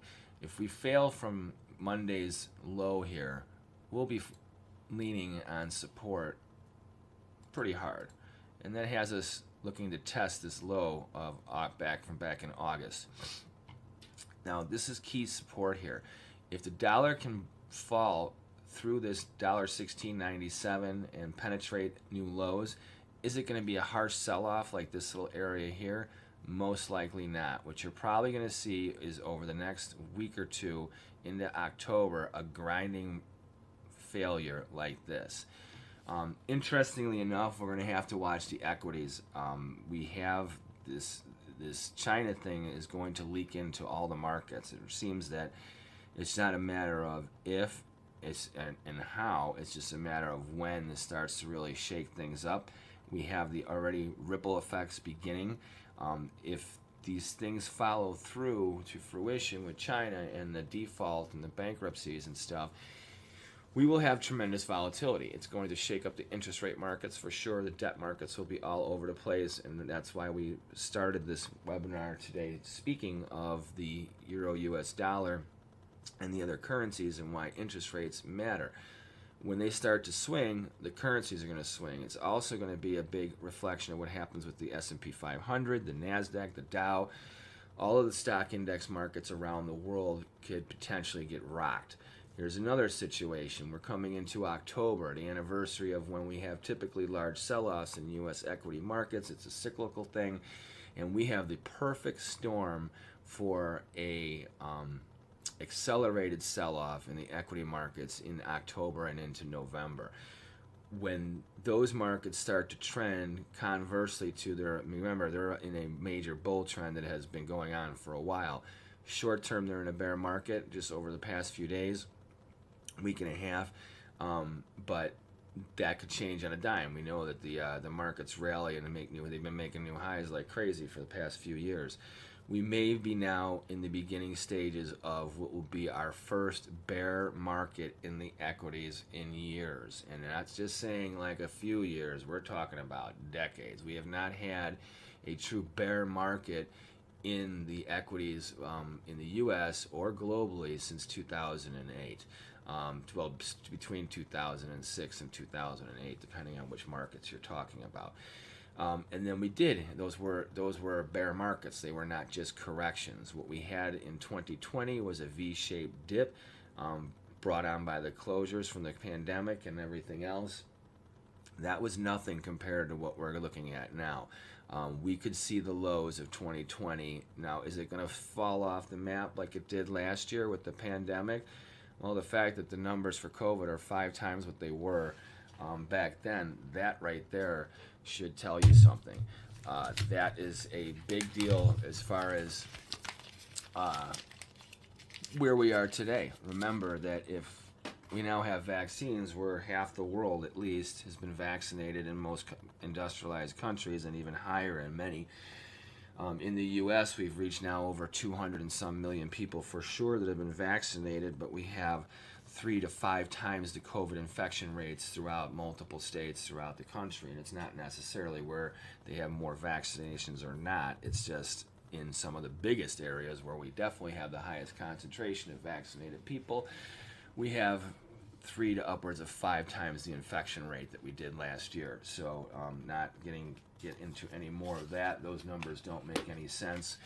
So we're not going to dwell on that. But those, if what happened last year was the right thing to do, well, then we're going to go into full lockdowns everywhere all across the globe very, very soon. And if we're not, well, then it becomes a counterintuitive action to the narrative. So who's going to win, the narrative on COVID-19 or the reality that we have to live life and deal with what's going on? Because right now people are avoiding what is going on in the world, and the markets don't avoid that. All right, so where's our trade? Right now we're waiting for a signal. This correction to the downside has run its course. We need a bounce. We don't have a buy signal. This is setting a higher move low after a higher move high. Like I said, it's in less than a pip. But if by definition we are neutral, starting to potentially set up a bullish breakout to the upside, we'll see. So right now I think if you are an aggressive bull, you could risk the low from back here at 116.66-ish area. Anything below here, you don't need it. You know you're wrong. So right now you're looking at, we're trading at 117.31. You have a risk of less than, a little more than 80, what is it, 70 some pips for a move that you're looking to challenge $1.19. So as far as your reward to risk ratio, if you're an aggressive bull now buying against yesterday's low and the low from back at the end of August, is a good play. If you're bullish, looking for a nice snap back to the upside. If you're a bear, I'd be very cautious selling into these lows right now. It looks like we're trying to chop around. We may have more of this just kind of swinging up and down and around in this range here. So range traders have been doing well for the past couple months. Trend traders have been getting eaten alive in the euro US dollar. Let's go to the British pound US dollar now. This one is also in a similar situation. However, this one has a buy signal shaping. All right, now when I say shaping, it means it has not happened yet. So, what can you see from this versus the euro? This one's been going pretty neutral for the summer as well. However, it came off a situation of making a higher move high, a true higher move high, and a higher move low before the euro US dollar did. Then it came back up and made this lower move high. Now we're making a higher move low. So the question is, did this correction end here and set us up for just big neutral chop, or are we basing and getting ready for a big rally in the pound US dollar? So this is a situation for you aggressive bulls, and I would use caution with this one just because the oil trade is on the table right now again. If we start to go into lockdowns and et cetera, and oil actually gets a sell-off because of that, that would be something where the British pound US dollar may actually start to continue to bang new lows. But that doesn't seem to be the case right now, and we want to go with the optimistic possibility that we're not going to have lockdowns like we had last year, and that even if we have economic issues, which we know we're feeling the ripple effects of the pandemic and what it's done to economies in the world, maybe we can still grind through it. If that's the case, we have a very low risk buying opportunity setting up. So as of the close today, once it starts trading for Wednesday, even though we are in front of a Fed meeting, I'm going to give you a little option here. Take a look at the close today. If this chart on the daily looks like this right now is called a Harami buy. That is a short-term pause in direction and usually a short-term buy signal. It's not that strong, but it is a good medium term, and it definitely gives you the signal to look for tomorrow's trade, tomorrow being the Fed day. So let's just say, hypothetically, for all you aggressive bulls right now, if you want to get long the market and use your risk of the not this last swing low, but the low back here set in July, anything below $1.3572, you're on the wrong side if you're long. But if this market is at least staying neutral, getting ready to challenge resistance, or getting ready to set a new trend higher, you're looking at one of your best last buy points coming up today. So let's say this settles just slightly positive where it's at here, or maybe even a little higher. That would be your Harami buy signal. If it's followed through tomorrow by another positive day that settles slightly higher or even extremely higher, then that would be called a 3 inside up pattern. Both of these you can learn about in the book High Probable Japanese Candlestick Patterns, written by myself. And the 3 inside up is one of my favorite buy signals. It's very, very consistent. It's why it's a high probable Japanese candlestick pattern. In which case that would have us setting up for a challenge of $1.3915. So if you look at the market here, it's at $1.3660. Let's say you get in anywhere around this area to $1.37 between today's close. Don't do it now, because for all we know, this market could go negative and be making new lows before the close, in which case this signal would not be occurring. It needs to look like it does now, or similar to this, being positive for it to be a valid signal. So remember that. Nothing until the close is today, so you gotta wait until what is it? Roll over. We're on the fall schedule flipped. So yeah, we're right at 6 o'clock, 6:30 Central Standard Time, depending on your platform. Some of them roll already at 5 o'clock. So somewhere between 5 and 6:30, look for that market to have closed, rolled into Wednesday's trade. Remember, you have a Fed meeting. All kinds of algos could shape up, but if you have your stops here, you're very tight. Your risk to the downside as a bull is very slight. Your reward to risk ratio over the next few weeks into the next month holding a position like this would be very good. As a bear, I would use caution, because we're very likely to, at the very least, rally up into this congestion zone around $1.38. Maybe we don't get up to this $1.3915. Remember, this could be actually in a bear trend, and if it is, then we will be staying below the downward sloping resistance. So we'll see what we have to come into here. This high at $1.3915, obviously very severe. These two little resistance lines holding the trend intact. If you were a bear, these are your violation levels. These would be your first upside targets, which does give you nice room, once again, on a reward to risk basis. Let's see if we have any questions on the chat here. We have nothing on the chat here on Twitch. Let me just say hello, guys. And then also to our friends on the YouTube community here that is watching us.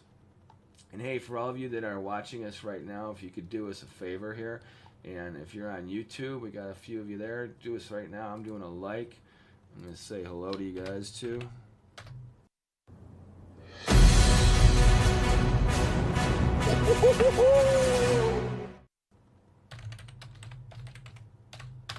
Alright, so someone just did a like, just like I did. I appreciate that. And if you could do also a share real quick, which is what I'm doing as well. So bear with me real quick, guys. I'm going to start talking about the pound again. Okay, we just did that post and spread that out. Okay, we just want to get a little interaction with you guys, at least get a little liking, a little sharing going on. Let everyone know what we're talking about today. All right, appreciate that. Okay, now we are back on track. Let's get back to the chart. Got our arrows here. All right, so for pound US dollar, we have a buy signal forming. Please wait until the end of the day. Now, just real quick, if you look at the hourly, this is how we said it's forming. This here is also giving us a little potential confirmation. It has set this low here. It's been trending higher, making higher move highs and higher move lows. It hit this top. Looks like last hour it solidified this low here. If we can stay neutral to higher once again for the rest of the day as we trade through this session here up until, which will be September 22nd. So at 20, see this goes by 1100, but it's really not 1100. Okay. We have that for the pound US dollar. Let's go to US dollar Swiss. Now this is where we have some action. Just for transparency, just to let you know, of the currencies we're talking about, we have positions on in the US dollar yen, the US dollar Swiss, the pound Australian dollar, Bitcoin, Monero, Ethereum, Dogecoin. So we are long US dollar Swiss from lower. We had a big sell-off yesterday and follow through today. Now remember when we started this webinar, for those of you that were with us, we spoke about how the Euro US dollar has a very small, tight range. Even the British pound US dollar doesn't have a big range today. Look at the Swiss, what it did yesterday. It made a higher move high, sold off, settled lower below the opening of the previous day on Friday. And lots of follow through today. Our range for today, let's see, the high is 92.83, the low is 92.31. It has over a 50 pip range this morning so far in the Swiss, whereas the euro is very tight. Now the euro is one of the biggest components of the dollar index, so is the pound, and their range is tighter than the Swiss. So that tells you that the big money is watching the U.S. Fed. Now, the only thing that they're really waiting for is to just go through, to let time pass. Because nobody thinks the Fed is going to all of a sudden raise interest rates. Nobody thinks they're going to really change their speak. The one thing they're probably looking to hear is the Fed recently said they're going to start to taper their buying. Maybe that changes. If that changes, that would mean that there's probably less likelihood of interest rates in the market, not from the Fed, but in the market rate, meaning like the Treasury bonds, the 10-year note, which we took a look at. It is likely that they will start to rally, because if the Fed says they're going to start buying more, meaning not tapering, meaning propping up and holding up the debt market, well then it's very likely that you'll see a rebound to the upside for both the 30-year and the 10-year. If that's the case, if the bonds, if the interest rates start going down, meaning the pricing goes up, then the US dollar crosses, such as the US dollar Swiss, the euro, the pound, odds are you're going to see an extended sell-off. So we may be seeing the beginning of this, or we're seeing pressure before we get a big buy. Here's something you have to be mindful when it comes to this US dollar Swiss. This market is in a bull market. It's not a big bull market, but it's been rallying. like I said, the ranges in the Swiss outpace the euro and the pound on many days.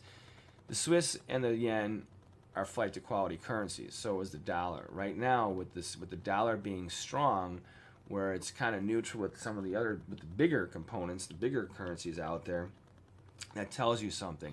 That tells you that we are probably in a buy dip situation when it comes to the dollar, meaning that we're going to have short-term blasts. That's why I'm saying everyone, the big money's watching out for that Fed meeting tomorrow, looking to see if there's an interest rate move. Now, if the Fed doesn't say they're going to stop tapering, if they say they're going to maintain that tapering posture and everything else, well, then I would expect the 10-year and the 30-year notes to sell off in a big way. If that happens, then expect this US dollar Swiss to rally huge over the next 2 days and take out this high. So if you're an aggressive seller right now, the high from yesterday is your line in the sand. Because let me tell you something, brother. If we get above here, not only does it confirm higher move highs and that the trend is intact, well, you're totally on the wrong side of where the major momentum is. Are we going to explode to the upside? Probably not. But are we going to continue to trend to the upside? If we take out 93.34, odds are we are on our way to 94.5, 95 even in the US dollar Swiss between now and the end of October. Remember how I said, October is very likely that we're going to have a major continuation of downside momentum in the U.S. equity markets. If that is the case, when the equity markets start falling, and especially as they start pressing a 10% level and 15% level and 20% level, you're going to have flight to quality. That means big money starts to run to the bond market, starts to buy bonds. Or, in this case, they may be selling it because it has to deal with the fact that the economy is so bad. We are looking at lagging numbers that are finally showing the impact and the after effect of what has gone down from the lockdowns with the economy, and we're going to actually push things. So where the dollar people are very bearish the dollar in the media and a lot of pundits. The problem with trying to crash the dollar right now is that there are so many things that are going against America and our economy, but also economies globally, that while you would think the dollar would be going down, it goes up in value, especially when you have the perception that interest rates are going to go higher, which I don't care who you are, you're pretty naive if you think that interest rates are going to stay at zero forever, and the fact that they can't ever go up. So it's not like saying that the sky is falling. It's going to happen eventually. So this here, do we have a sell signal? No, we don't. We made a higher move high. We're coming off that. The trend is your friend. We're looking for a buy. Like I said, we are long, so we do have a bias to the upside. Our signal came in a while ago. But let me give you some levels. Here is the 50% line here for this move. Here's a little target zone here, and then we'll move this down to here as well. And that reinforces our 50%. Okay, and now let's get rid of this. All right, so we have 92.18 down to 91.88, very good support area, 91.78. So this becomes a really solid support band between 91.88 and 91.78. Odds are that will stay intact. We have this upward sloping trend line that we have to fail from too. You see how this comes in here? It's very likely that we will find solid support in this area here. If we were to fail from this area, that's a different story. Then we'll be leaning on 91.41. Failure from here, well then we're going to be aiming at the longer term support line, keeping the trend intact. We could just have a correction here. There's no reason why a sell-off couldn't get pressed over the next week or so and then have a big bounce higher. Odds are it's not going to happen. I think this is short-term pressure going into the Fed meeting, and that's the other reason. Since the pound and the euro are very tight today, and the US dollar Swiss is trending lower after having made that higher move high yesterday, that tells me that this is just an overzealous trade. Some of your lesser currencies, now this Swiss is still a major currency, but nothing in volume and size compared to the other two that we've looked at. So these are more in flux. So these will be more overdone. So while these trend and the other ones aren't moving, once the trend stops in these, that's when it's going to snap in the others, especially if they go counterintuitive. So if you see, for instance, between now and 1:15 tomorrow, an explosive rally in the euro US dollar and the pound US, and then see the pound US dollar fall apart, well, odds are the US dollar Swiss will be making new highs above 93.5 in a heartbeat. So use caution. If you're a bear, you have your risk level here. Anything above this area, I'm telling you, it's not just, it's obvious that it's making new highs. You're looking at a situation where it can really explode to the upside. So be mindful of these levels. Now let's look at the US dollar, Japanese yen. This is another one that we're long too. This one's been chop. Talk about a chop fest. This thing is just grinding, you know. Now it has over the past week and a half been making lower move lows and lower move highs, but we're looking at these key lows that come in right around here. You can see this is a big support area. We have this barely penetrated here. So this area of 109.04 seems to be a big base. I think that you're really, if you're an aggressive bull, you can get long this market using this 108.72 as your risk level. Everything above here keeps this market in a sideways to higher trade. Overall, we're looking for this market to pop out of this current slump and then start to trend higher once again. We're viewing this as having been a correction over the past couple months, which is based, and now we're looking for a breakout to the upside. Main reason being is from all kinds of economic and other trends that are going on in the market. Overall, the US dollar, Japanese yen is still in a bull market, has been for over a year. We're looking for this to continue. This seems to be, in our outlook, just a pause for the cause. So we'll see how the things go with the Fed meeting. We do not have a signal here. If you're an aggressive bull, buy against this 109.04 or 108.72 area for your risk. Anything below here, well, obviously you're grinding support and the bears are in control. As far as selling into this area right now, I would use caution just because you're in the bottom area of a range trade where unless we do seriously fall, the floor does open up and fall through here, you're going to just bobble around here and churn back up towards this 110.45. So your risk reward ratio to the downside versus the upside is not as good as it is being a bull. All right, so that is that. We have no questions on the chat. You guys are quiet. We've got a couple more likes and shares like that. Thank you very much. Keep it up, guys. All right, Australian dollar, US dollar. This one is continuing lower, and this is where we get this mixed bag of goods. The other markets, major markets that we've looked at so far have been going more sideways. This one's been trending lower for a while. It had a nice upside correction. It has resumed the downward trend, and we are looking for this thing to continue to do so. The only thing that would give us a short-term lift in Australian dollar, US dollar would be if we had between now and tomorrow, the Fed saying that they were going to stop the tapering thought and start buying again. That it would only give a short-term lift. The major thing with the Australian dollar, US dollar is it is a major bear due to what's going on there. The lockdowns are no joke in Australia, folks, and they're getting more severe. My prediction is if the way things are going, that the Australian dollar, US dollar will remain in this bear trend for every bit of the next 6 to 12 months. There's no reason right now to even expect or think that anything is going to change. So any currency cross with the Australian dollar, for the most part, it is a bear for the Australian dollar as far as that component of whatever cross you're talking about. So especially when you look at, like, for instance, like the pound Australian dollar and a couple other ones, it's US dollar or Australian dollar, US dollar just as well. This is a situation where Australian dollar is in a bear market. Look for rallies to sell. I would use caution selling into this level. If you want to get into a trade, I would wait for a signal. If anything, I would look for a rally to sell. But yeah, overall, long term, we are looking for this market to continue lower and lower and lower and lower.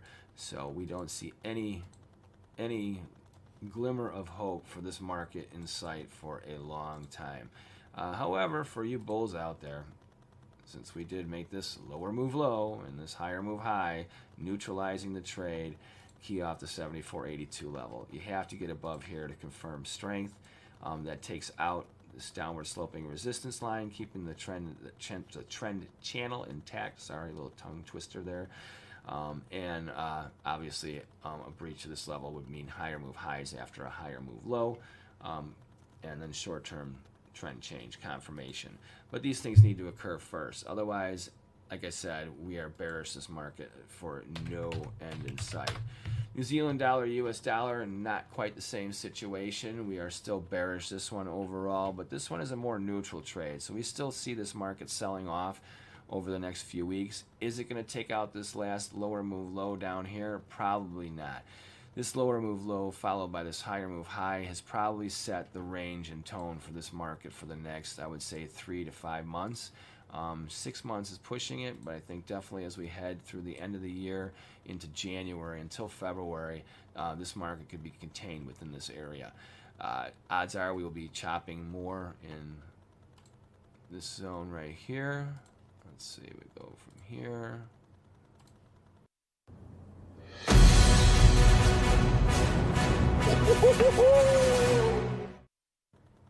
Down to here. So this area here is probably our hot zone for the next few months at least. I would expect a lot of trading between here, not much down here, not much up here. And you definitely need a breach of this level to confirm any long-term, medium-term strength. Otherwise, we're looking for a lot of tough trading action going on here. So wait for either a buy signal to look for another challenge of resistance, or wait for a rally to sell into with a valid signal to look for another drop down on support. So what we're saying here, not a lot of follow through expected with the New Zealand dollar, US dollar. You may use that as a weapon for your trading, because if there's no, remember, you trade currencies because they trend a lot. Most markets only trend 30% of the time at best. 70% of the time they're going sideways and going nowhere. Currencies on the other hand, for the most part, especially your major currencies, will trend 70% of the time, and 30% of the time they're neutral. I mean, a lot of times it doesn't look like that, but the reality is there is an overall major trend that is usually intact in the currencies, especially when you start looking at the monthly charts and the weekly charts. Then you're like, yeah, there's always a lot of action in the currencies. All right, US dollar Canada. Here's another reason why we're calling on this rejection of dollar bears that's out there. US dollar Canada has every reason to be correcting back to the downside.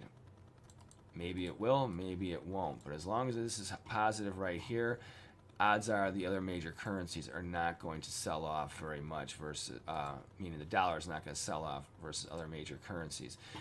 We have a potential head and shoulder forming here. So we have our shoulder confirmed here. We have our head over here. And then we have what may be a shoulder forming right now. So the question is will the bulls maintain their posture, or are we going to fail? So use the high of the head as your line in the sand. If we get above this area at 129.53, well, that's very bullish to dollar Canada for sure. That means that this, what has been viewed as an upside correction, is no longer an upside correction, but a complete trend change. I, however, think you're going to run out of gas on this one. We'll see. It's a big question mark. Oh, you know what? We can't put this as a defined shoulder because it hasn't turned around yet. Okay, so is it a shoulder? That's a question. There's the, oops. All right. There we go. Is that a shoulder? Let's make that a little clearer. Put a space here between the S. All right. There we go. All right, so now you see that. So key off of this area here. If you are an aggressive bear, you could say short the US dollar Canada here against this 29.5 level. Once again, above here, you are on the wrong side.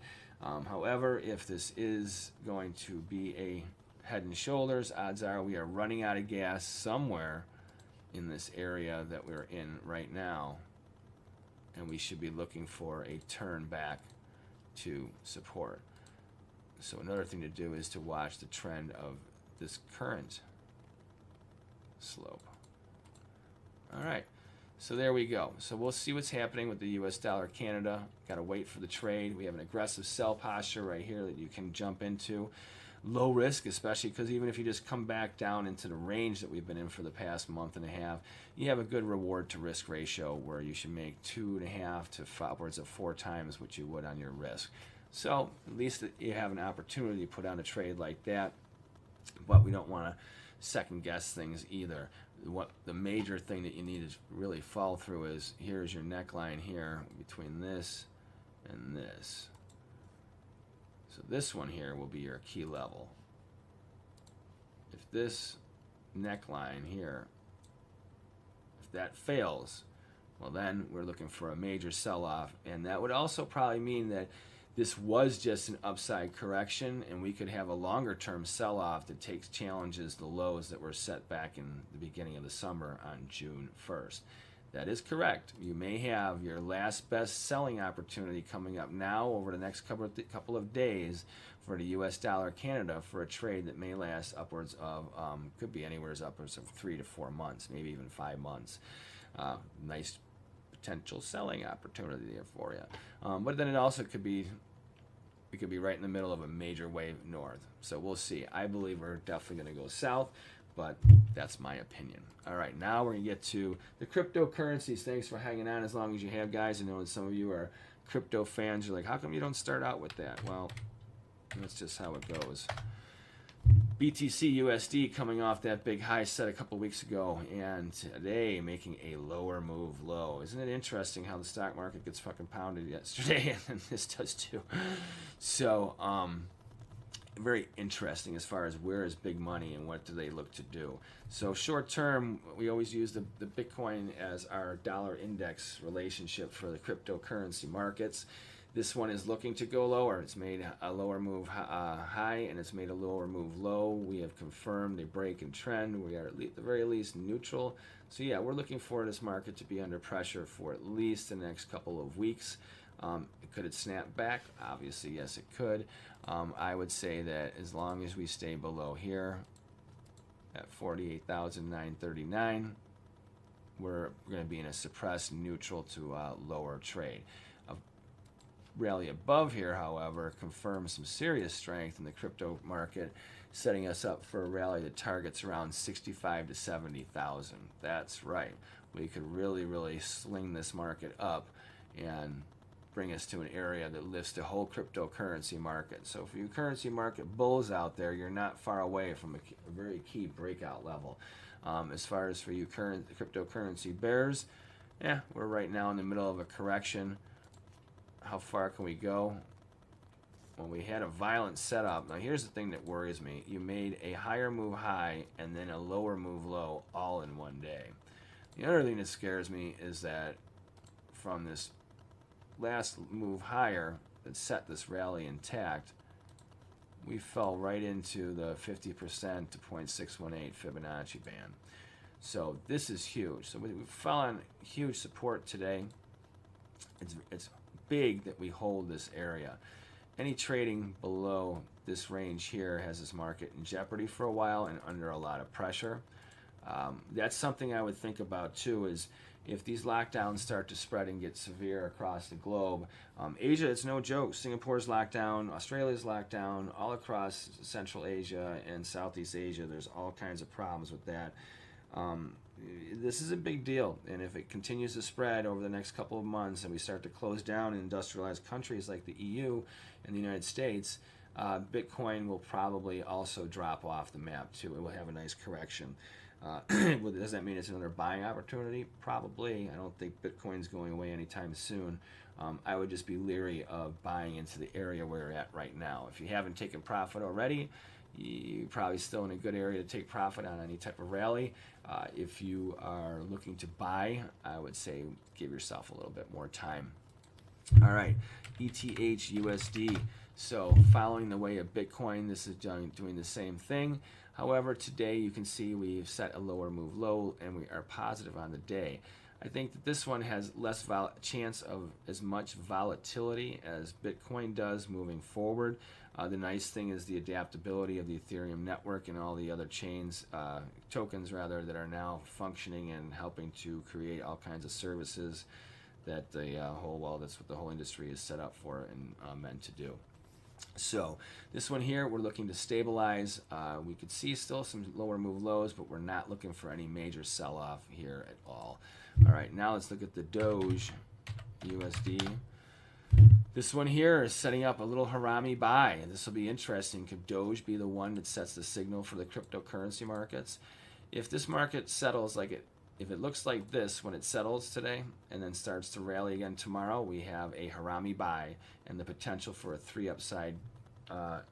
inside up buy signal setting up with tomorrow with a follow through rally. If we do that and we settle like this today and then get a rally and settle higher tomorrow, then I would say the Doge has a good chance of getting back up to this 26 to 28 cent level. We are not bullish this market. We are just looking for a potential upside correction with the Doge USD. Now let's look at the XMR US dollar. Monero, here we go. Monero US dollar, also looking like Bitcoin, also looking like Ethereum for the most part. We think this one here is finding good support.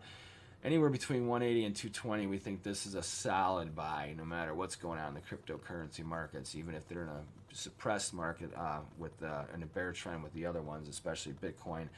XMR US dollar, we really find a solid base here from 180 to 220. We tagged the 220 today.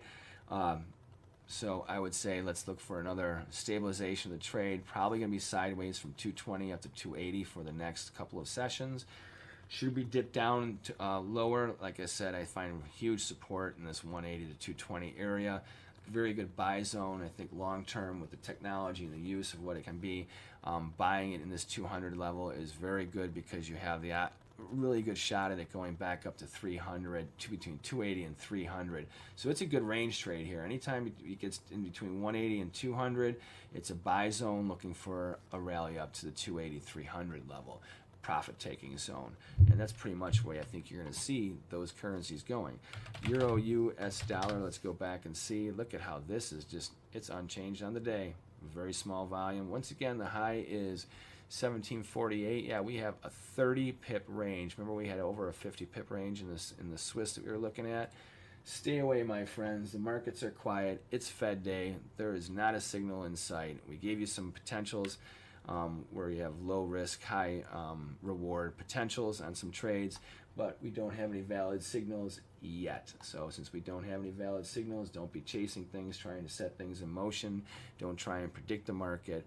Wait for a signal and then follow and execute the proper trading strategy. And that's all we have to say for you guys today, except for do one last thing for us. If you could, if you have not done so already, please make sure that you subscribe to our channel, Forex Trading Unlocked, on YouTube or Twitch. Make sure you like our videos and share them with your friends and out with your trading community, and we would appreciate that. And check out the book, High Probable Japanese Candlestick Patterns, available on Amazon.com in paperback and Kindle versions. Soon to be released in hardcover. We're working on it. It's a new service offered through the publishers at Amazon, so we have to resubmit it, and it's going to take a couple months, but we're not rewriting the book. We're just making it look a little nicer, and it'll be a hardcover version. And yes, it will be more expensive because it's an expensive book to sell. One of the reasons our book is actually underpriced. We don't make much on the printing of it. Because it is all color on the inside. Most financial textbooks use all black and white. We use color, a lot of good graphics, and it helps to really highlight and make things jump out at you. You get something you do not get from other offers and other financial writers out there. So thank you very much. Make sure you go to www.forex-trading-unlock.com for all your Tonight's dinner, it's gonna be great. Hello everyone, this is Teddy Keckstedt from Forex Trading Unlocked, and we are here on September the 15th for a Forex trading and cryptocurrency trading analysis for the next couple of days to see how the week is panning out and how we're going to end up. Before we get into everything, just want to show you our disclaimer to remind you that this webinar is for illustrative and educational purposes only. And if you have not done so already, please subscribe, share, and like our Forex Trading Unlocked YouTube or Twitch channel. We would appreciate it. And check out the book High Probable Japanese Candlestick Patterns, available on Amazon.com in Kindle and paperback version, written by yours truly, Teddy Kekstad. All right, we have the Forex-Trading-Unlocked.com website already pulled up, and from the navigation bar, we pulled up a workstation page.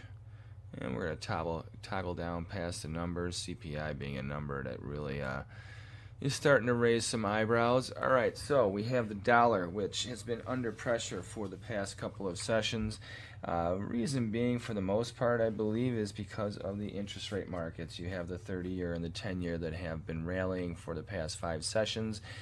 As you know, interest rates are a function of currency pricing. So with a interest rate rally, meaning a lowering of rates in the market, remember, there's an inverse relationship between interest rate pricing and directions of interest rates.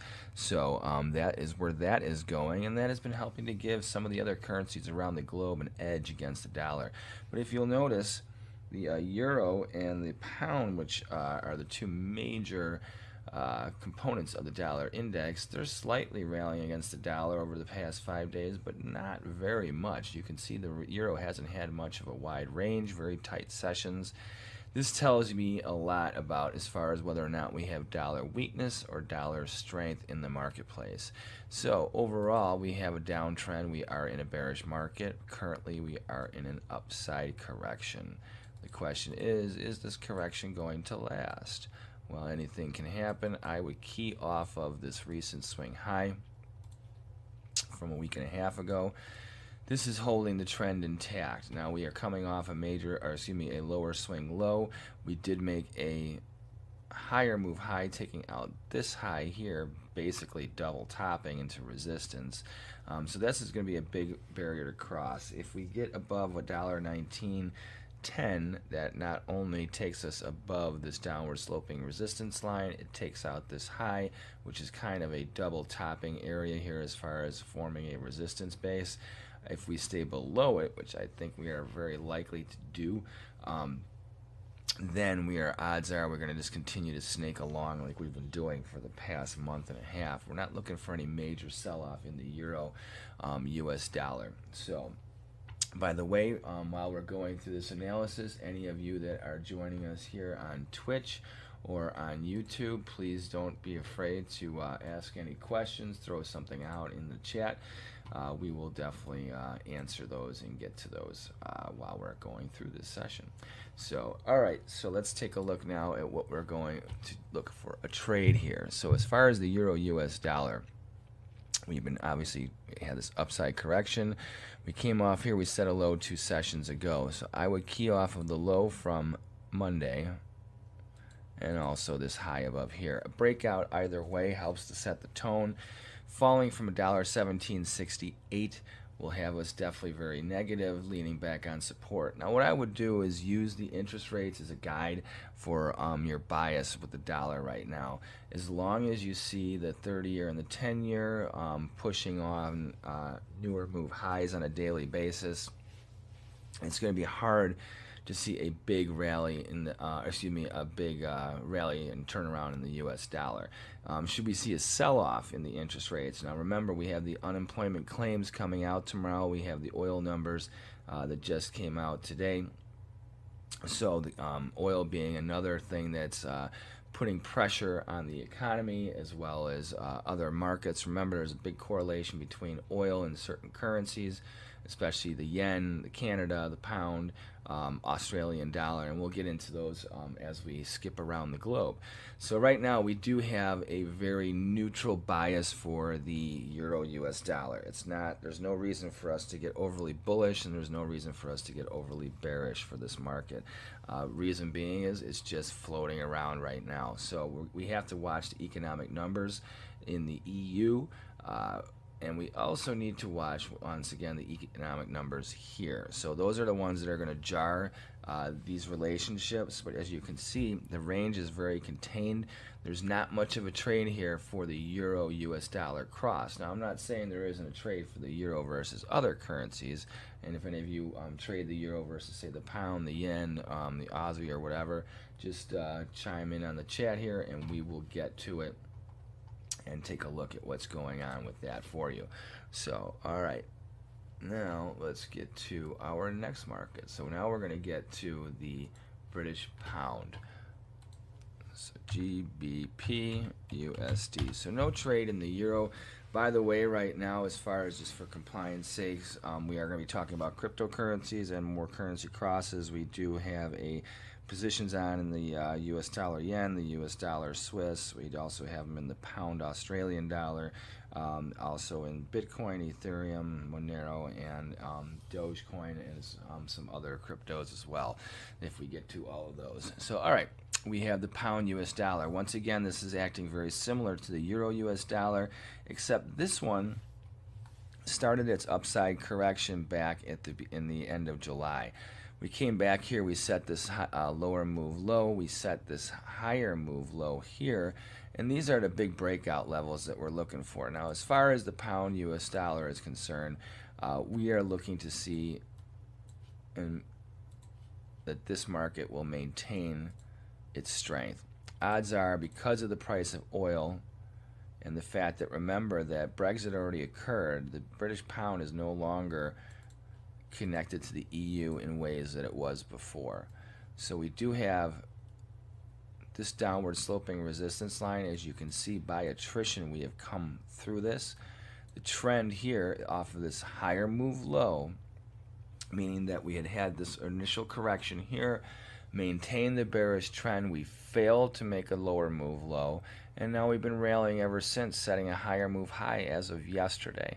Today you can see the market is trading higher, but still is contained within the main body of yesterday's range. Pound dollar strength exists. As far as any bearishness, I would be very cautious selling into breaks. I would be looking more of a break to buy. I think you're in a buy break situation for as far as the forecast for the pound US dollar moving forward for the next few months. As long as oil stays above $60, as long as the interest rates stay pretty much where they're at and shop around in the range that they're at, I think that you will see pound US dollar going sideways pretty much in the range that we've been in, between this $1.30. I think $1.36 here is your lower boundary. Could we get above $1.3986? Absolutely. I think you'll start to stall at $1.42 unless we get $100 oil, which is something I've been calling for since the beginning of the year. You can see my weekly spot on tfnn.com. I made that prediction back in December, saying that the oil rally would begin in January, which it did with an accelerated move. We've hit the $75 price target already. $100 isn't that far off, and right now I think that we will maintain that bull market there. Why am I saying all this stuff about oil? Well, the UK is one of the biggest oil producers in the world. Is it that England has or the UK has a lot of oil? No, but British Petroleum does all around the world. There's all kinds of interest in the petroleum industry where that the UK companies are involved in. So with oil being strong, it's going to be hard to slam the pound versus the dollar. The only way you would probably really see a major sell-off in the pound US dollar would be if we had an actual raising of rates by the US Fed, which, yeah, good luck with that one. That's not coming anytime soon, that's for sure. At least I would say for the next 6 to 12 months, if not even more. All right, so as far as the pound US dollar, we're making consecutive higher move highs and higher move lows, but it's a grind. So look for a dip to buy. I think $1.3727 is a great support base. I would be careful of being long below here, because then we're treading on support down into this lower area here and grinding around should we have any accelerated weakness as far as the pound US dollar is concerned. But be careful, it's touch and go. As we make new highs, you can see that we make new highs and then we fall right back off of them. So it's a grind higher. If you look at this range as a whole, we've been trading pretty much in this range between $1.3954 and $1.3679 now for the past 3.5 months. This is a big deal. There's not much of a trade here. You've got to wait for a valid signal before you jump on the bandwagon. The trend is always your friend. We have short-term intraday and daily trends that manifest over maybe the course of a week or two, but that's about it right now when it comes to the pound US dollar. Now, just to show you that the pound does have movement, we can look at the British pound Australian dollar. Look at this thing. Look at how this thing is swinging around. So this thing has some trend going to it. It's a major bull. It's coming off of a bearish correction. Now it's rallying very, very strong. So you can see that there's pound strength. And the reason I'm showing you this chart here, British pound Australian dollar, and now back to the British pound US dollar, is that we mentioned oil. Both are oil producers, especially Australia. They actually have a lot of oil, and they export a lot of oil, especially to China and stuff. So, but with that being said, if the pound is strong versus the Australian dollar, that shows you that the oil trade there is circumvented by other variables. So that means the pound is actually very, very strong. And as long as you see the pound very strong versus the Australian dollar and a couple other currencies, look for any break in the pound US dollar trade to be nothing more than a corrective slide. I would be very cautious being a bear in the pound US dollar. I would look for dips to buy and be cautious selling into this market at any cost. Unless you have a valid sell signal, look for reasons to buy this market. This one's also going very sideways. As you can see, the euro and the pound very sideways over the last 2-3 weeks. So the trend in the Dixie has been kind of bobbling around. We've had a lot of divergence and just a lot of choppiness, which means that all these dollar bears out there, what are you talking about? There's not necessarily a bear or a bull for that matter either. US dollar Swiss, here's another currency that, as you can see, ironically, the pound and the euro, which are the two biggest weights in the dollar index and also very big currencies, they don't have the range. The euro doesn't have the range that the Swiss has on most days lately. Now this one has been very neutral for the past month and a half, wedging short run over the past half a month. I would say 3 weeks. We are definitely in a bullish trend, poking higher move highs, but once again, this is the same thing. It hits resistance, it falls right back. Now it doesn't slam very hard. This has been making higher move highs and higher move lows. I would key off of the high from a couple sessions ago and also this low back here. Below 91 cents here, the US dollar Swiss is set for a nice correction back down towards this actually 89.5, maybe even 89 even area. This would happen only if you have a big slamming bearish dollar sell-off, and that would be because of either it would have to be a news-driven event to really get that going, because right now the Fed, we can pretty much predict the Fed's actions just as much as we can predict the fact that the sun's going to rise in the east and set in the west on any given day.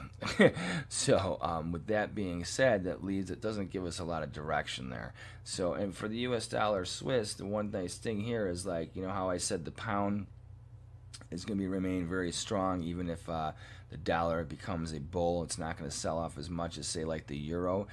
We have this divergence where the euro could start to slam support, especially if oil prices rise. US dollar Swiss, that's another one too, where the Swiss is normally a flight to quality for the European sector. But if you have reasons to be where the EU is not looking in a good shape as far as the economy is concerned, that's going to weigh hard on the euro, not so much on the Swiss, but it will also give dollar strength for that whole region. So right now we're looking to key off of the high from the other day. at 92.44 above here. We're looking for a grind. I would not look for an explosive rally.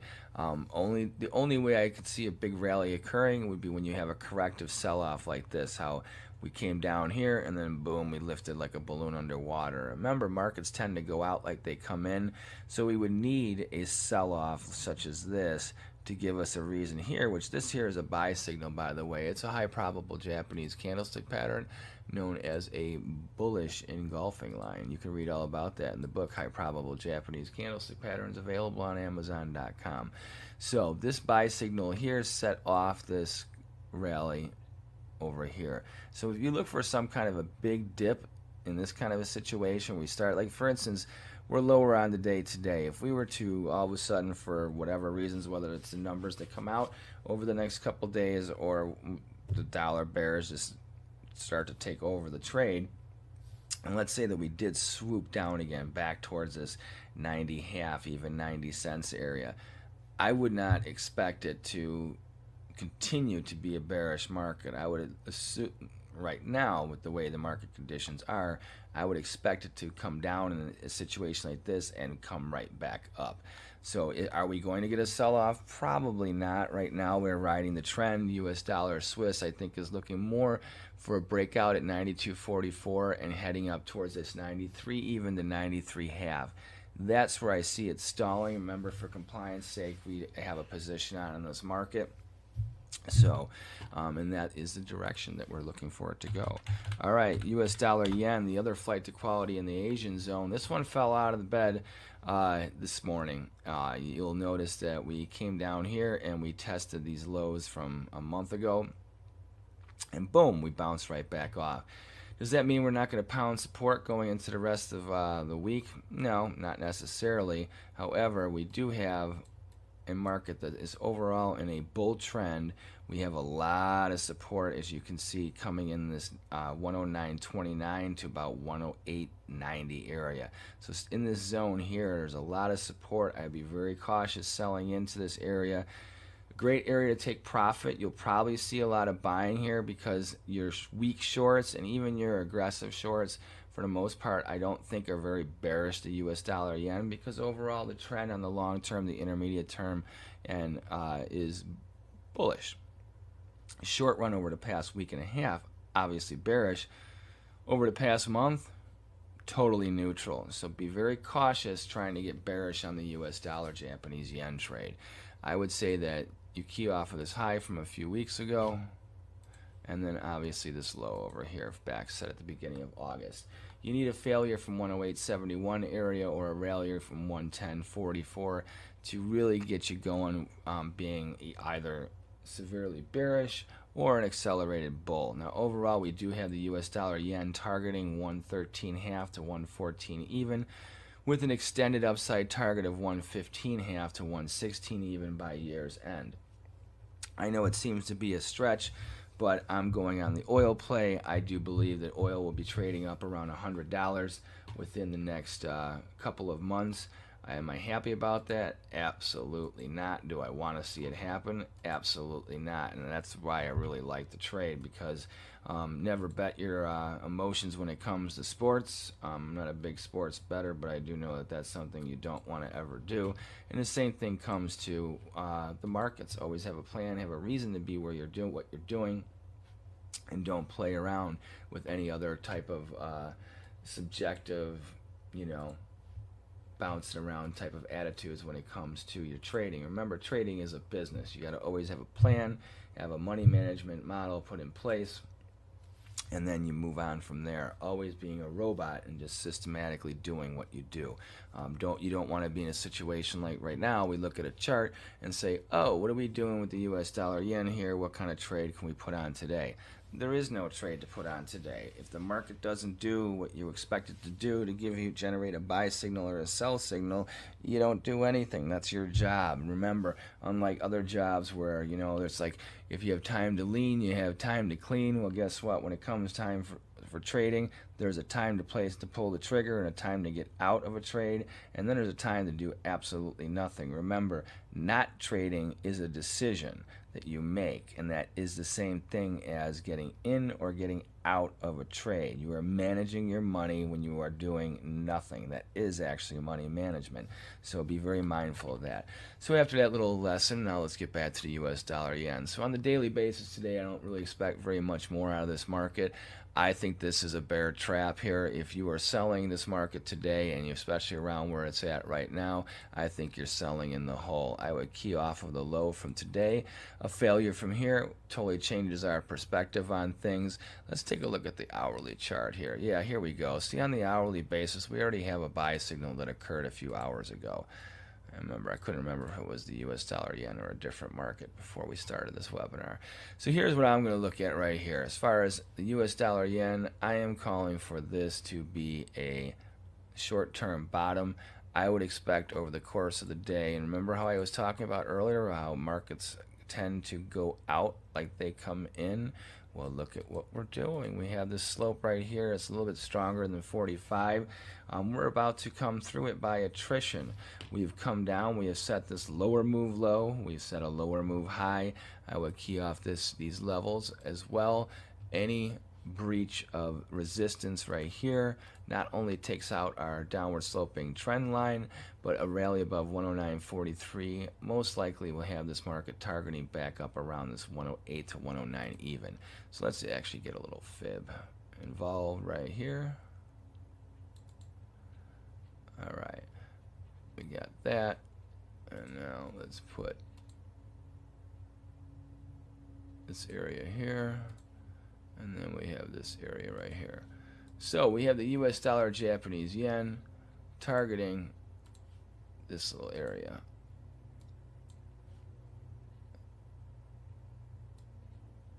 So sometime over the course of the next day and a half or so, we're looking for this market to rally up into this target area. Do I expect to see it today? Probably not. I would say this is probably going to happen over there. We're probably going to stabilize today. We might get back above. We might challenge this area here. I don't think we're going to hit this targets area until probably sometime tonight, late tonight, when the European markets open up overnight, heading into Thursday's trade, or maybe even into Friday's trade.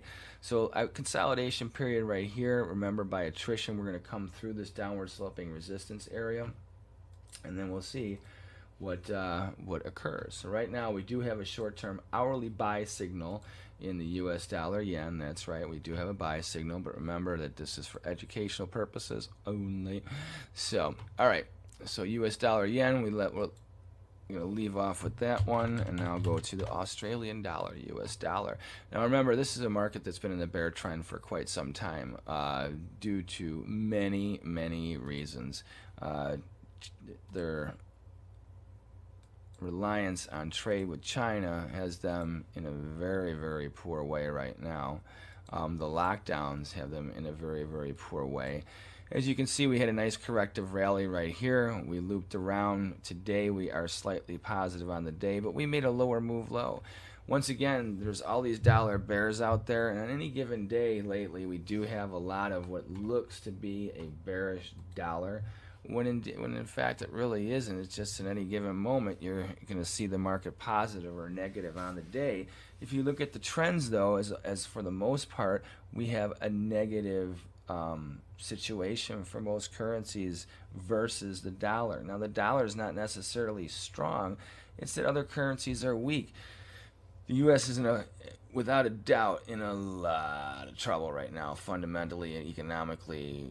Our foreign policy is shot. Our administration, no matter what your point of view is, can't do anything. Well, let's say they won't do anything right. So whether it's planned or it's just by incompetence, whatever people want to spin it off as, it's not helping things, especially for America. These same things are going on in countries like Australia. As these things continue, they have a big influence on the fundamentals. So like I said, we have to watch the interest rate markets for currency pricing, because as our lack of inaction when it comes to the Fed and our ineptitude as far as the federal government, markets don't care. Markets don't care at all. Money doesn't care. Money's not good. It's not bad. It's not evil. It just moves. It's an EKG for the biorhythm of the planet. That's what the markets really are. They're reflective of the emotions of not just the traders, but of what the whole world is going through. So with Australian dollar, there's versus most currencies. Remember, we looked at the pound Australian dollar. That wasn't just a lead up and foreshadowing. Just like the pound is strong against the Australian dollar, most currencies are strong versus the dollar. Their exports have fallen off the map. The demand for their exports from China have been completely diminished. So they're sitting on all kinds of, they have stuff to send out. They just have nowhere to deliver it to. The other thing is they also have an issue as far as their supply chains with workers because of lockdowns. Most people are not able to function on a business level or a working level the way they normally would, like is the case for so many places, but the penalties there are very harsh. So and that is becoming super restrictive. The trend for the Australian dollar, US dollar, I mean, for transparency, we have a pound Australian dollar position on. I'm staying long till the end of the year. In fact, I'm staying long until China says we're going to start buying Australian stuff again, or the pandemic ends, the lockdowns cease to be. Neither of which do I see happening. I think you have a better chance of China saying we're going to turn on our buying engine with Australia for commodities and what have you, but the reality is they've been stockpiling for years, for decades actually, and that's what they're living off of right now to curb their own inflation and the price of doing things. So demand is actually going down for a lot of raw commodities across the globe because of that, which also makes me wonder if the demand from China for raw commodities is going down and the rest of the world's in a slowdown. Why do we have such a bull market going on in so many raw commodities, except for oil? It's a very interesting dilemma. We have some volatility coming up that's going to really rock the markets as we get into the fourth quarter. Remember, Australian dollar is a commodity-driven currency. Australia produces all kinds of raw commodities. Yeah, they do produce some food and some other things too, but oil and a whole bunch of other ores and raw materials, that is one of their bread and butters. They are super rich when it comes to that. And right now, there is no purchasing. So one of the biggest problems with this is you would think that they would just adjust and go somewhere else. Well, that's the problem, is that Australia has been so not dependent, but leaning towards only servicing one country, that they snubbed everyone else. They're not set up to supply other countries, and nobody else is looking to go to Australia for supplies of raw materials, especially when they know that the second China turns on the buying machine again from Australia, Australia is just going to turn a blind eye on whoever would be helping them now. So they're in a big dilemma. There's a very bearish market. I would be cautious buying into this right now. So here's what I would say is, if you think that this market has turned, which it very may well have, just be mindful of this. We're right bobbling on the 50% zone and the 0.618 for Fibonacci.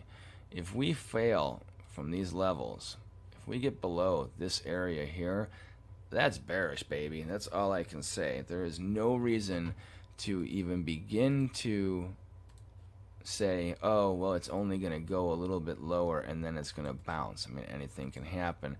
But this is a key area. Trading below 72.97 confirms the overwhelming selling momentum in this currency. And you can watch it. If you don't think that the Australian dollar, US dollar is a bear, look at it versus other crosses. Just take the Australian dollar. It doesn't matter whether it's like I have a pound Australian dollar position. You can look at it as an Australian dollar pound position. Any way you want to do the cross, you can look at it. Set Australian dollar as your major first currency, okay? And then use any other currency versus it, and you will see that the Australian dollar, for the most part, is in a bear market. As long as this currency remains in a bear market with other markets, with the US dollar, of course it's going to remain in a bear market. Also, key off of the US interest rates. If interest rates start to go up again in the market, meaning that there's a sell-off in the 30-year and the 10-year, which I believe come unemployment claims tomorrow that we will see another sell-off. Is there a chance that we don't? Well, of course there is. There's all kinds of chances out there, but I don't know about where you live in the United States, but I see more and more businesses closing that were open just a month or two ago. A lot of restaurants and some other businesses, they've ridden out the PPE. They've kept people employed as long as they could. So now you have people that were working, that it's not that they're not looking for a job, because they're probably going to be go right away into looking for a job. They're used to working. They worked through this whole pandemic. Now they're losing their jobs. There's plenty of jobs out there, maybe not what they want, but they can go and do it. Well, that will just keep unemployment flat. It's not going to help it out when people are losing their jobs and then coming into the job market right now because they need it. So will the unemployment number go down? No. In that sense, it's a net wash. You're swapping one for another. And that's if the people that are losing their jobs now decide to actively pursue working right away. Now, with all the opportunities and free cash, a lot of people are saying, well, if I got to switch or I got to do this, now I'm going to retrain, I'm going to take the next year or two off. These are big numbers when it comes to what are people going to do for their decisions. Maybe some people can afford to ride it out. Not everybody can. So that's going to be very interesting to see how that pans out. So anyhow, Australian dollar, US dollar, we have this buy zone 72.97 to 72.5. I think we've already set it, and just because we're coming into unemployment claims tomorrow. We'll see. Maybe we get a spike down here tomorrow and then boom. So above 74.81, that is what we need to even remotely get us on a neutral, not bullish forecast, but neutral forecast. You could say that over the past month and a half, we've been kind of sideways. Well, we've been trending down into this lower move low. We set this higher move high based off of this here, but if it's just a correction, it's a lower move high. So 74.81 is your line in the sand as far as direction. Below here, we're looking for the sell rallies and test support down to 71.07. Excuse me. I do believe that, even with oil going up in price, if you can't get rid of it, it's worthless. So now New Zealand dollar, US dollar is in a similar situation as the Australian dollar, but not quite as much. They're not relying on China. So think about if Australia didn't put all their eggs in one basket, their currency would probably look a lot like the New Zealand dollar, US dollar, which has rounded out a bottom over the past few months, although it did make a lower move low back at the end of August, which it's corrected off of. I think right now we're setting the higher part of the range. I would believe that New Zealand dollar, US dollar is most likely going to grind lower. But as far as having any long-term bearish sell-off, I don't think you're going to see the reaction like you have with the Australian dollar. I would key off of the high from a week and a half ago up here. Trading above 71.70 area, it definitely has the bullish trend intact. I just don't really see it really stretching like how we had this nice big rally here. I think we've plateaued and now we're looking to kind of digest. It's going to be a range trader's delight, I think. Wait for a signal until you have a valid sell signal or buy signal with the New Zealand dollar. I would just wait. I do believe you do have a lot of swing trade opportunities coming up with this market. Okay, so let's see if we have any questions on YouTube. Right now it doesn't seem like we do. How about on Twitch? No questions there. Okay, we got a bunch of viewers. No, everyone's quiet. No one has any questions about any currency crosses. Wow, you guys are all engrossed on the conversation today. That's great. U.S. dollar, Canada. We're going to cover this before we get to the cryptos. I know you guys want to have a little look at the cryptos. So key off of this high from a couple months ago, and also the low from a few weeks ago. Right now, overall, this market has been in an upside correction for the whole course of the summer, going sideways for the most part over the past couple months. I believe what we have here is a big head and shoulders forming, and I think we have our neckline already established. Oops, let's get down to here. Okay, so our neckline is already established here. A failure from this upward sloping support line will have us leaning on $1.2495. A failure from here is a big deal. So if you look at this as a shoulder, and then this is your head, and then this is your shoulder, then we are looking at this market getting ready to take a little dive. Now you can go through here and say, oh, well, we're wedging. Yeah, we are wedging, that's for sure. But odds are, the way things are going, I don't think we're going to take out this shoulder right here. I think that we've shown over the past few sessions that resistance is tough. US dollar is weak today as a whole, and we're testing support. Let's see what kind of follow through we get. Relationships with Canada and the US are definitely not improving, so let's just leave it where it's at right now. We're in a neutral trade, but right now we are bearish once we fail from this neckline. So we're going sideways by attrition. We need to rally above $1.2765 to take us off this potential bearish forecast.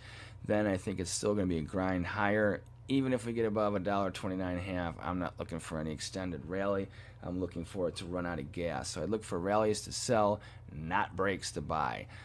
Now, if we do fail from $1.24.95, look out below, baby. This upward correction that we've had for the past couple months will have been confirmed over by this big head and shoulder sell signal. And that would have us trading back down towards, I think, this $1.21.5 down to $1.20.5. And if we get down into that area, well, now you're talking about the lows that we bottom off of, which we could. We could find a nice little base somewhere in this area here, which is what rounded us out to begin with, and then we started the summer for this correction. So it's not far for us to fall down into this area over the next month or so. We'll see what happens. But overall, we are not bullish on this currency. All right, now let's take a look at BTC USD. I know you crypto maniacs out there. We had a nice sell-off a week and a half ago. Past couple days, we have a little bid going on in the Bitcoin market. Everyone's all bullish Bitcoin.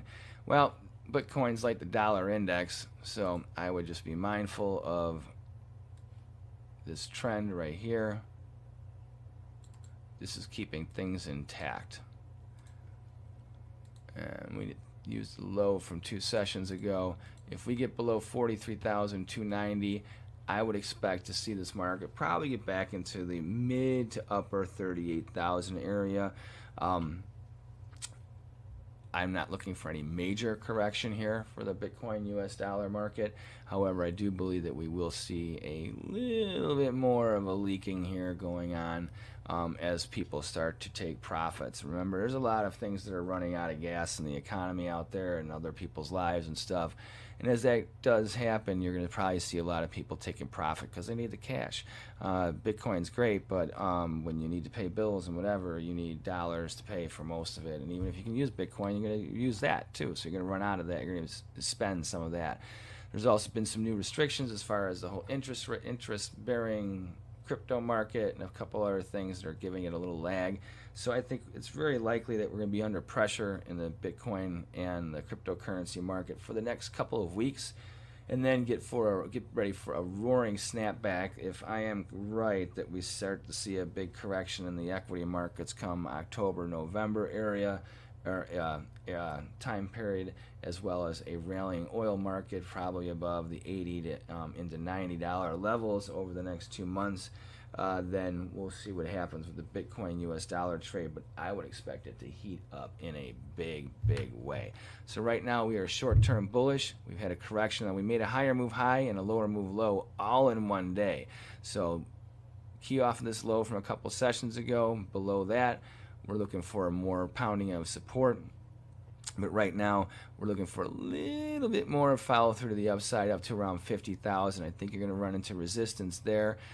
I don't think you're going to get back above this high for probably another week or two. ETH/USD. Ethereum has been one to please lately, hasn't it?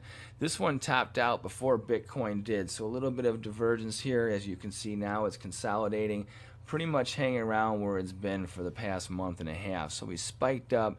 The value of this, I think, is definitely somewhere between 2,200 and 4,000. At 4,000, you start to run out of gas on this. I know people are saying it's going to 40,000 before the year's out.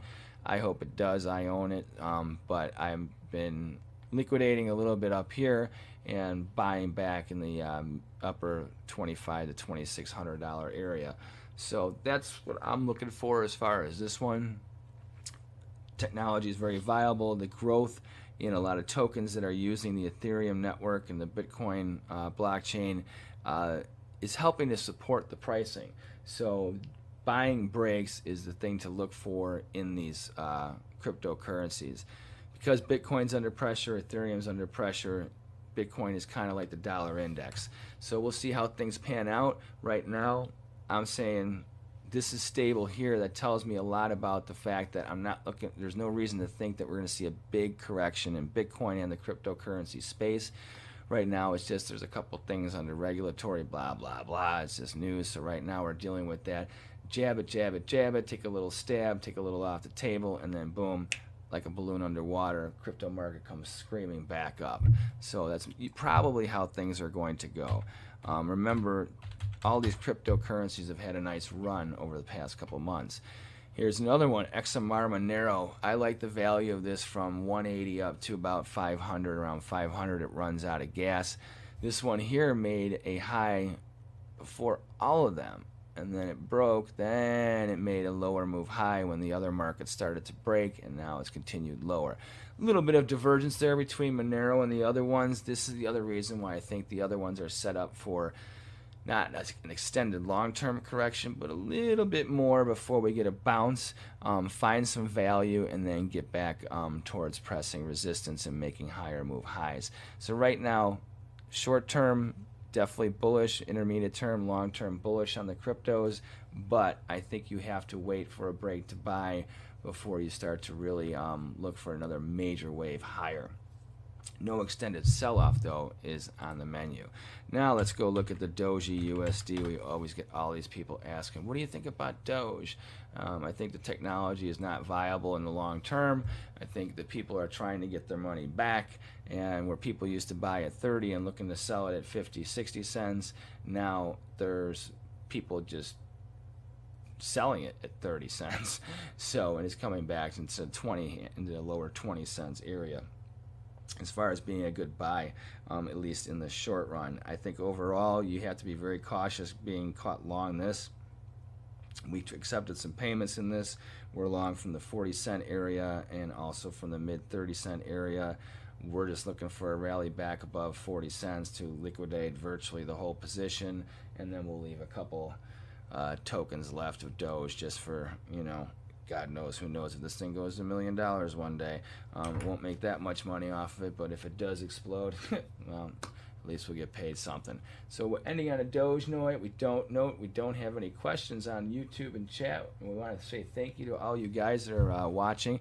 We're going to put up another live stream in just a couple minutes. We just need to end some things with this and then get the stream ready to go.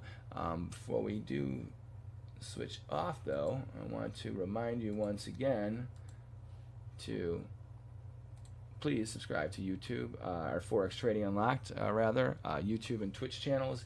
Pass it on to your friends, share, like, and definitely help to expand us in the trading community. Helps give us motivation to keep on going and setting up more and more live streams for you. And check out the book, High Probable Japanese Candlestick Patterns, written by myself in paperback and Kindle versions, available on Amazon.com. Once again, I'm Teddy Keckstead from Forex Trading Unlocked. Check us out every day at forex-trading-unlocked.com for all your Forex needs and information, and we will see you soon. And also leave some comments on the videos. We will always answer those questions and try and bring them up in our next videos as well. Take care, and you have a good day, and good luck.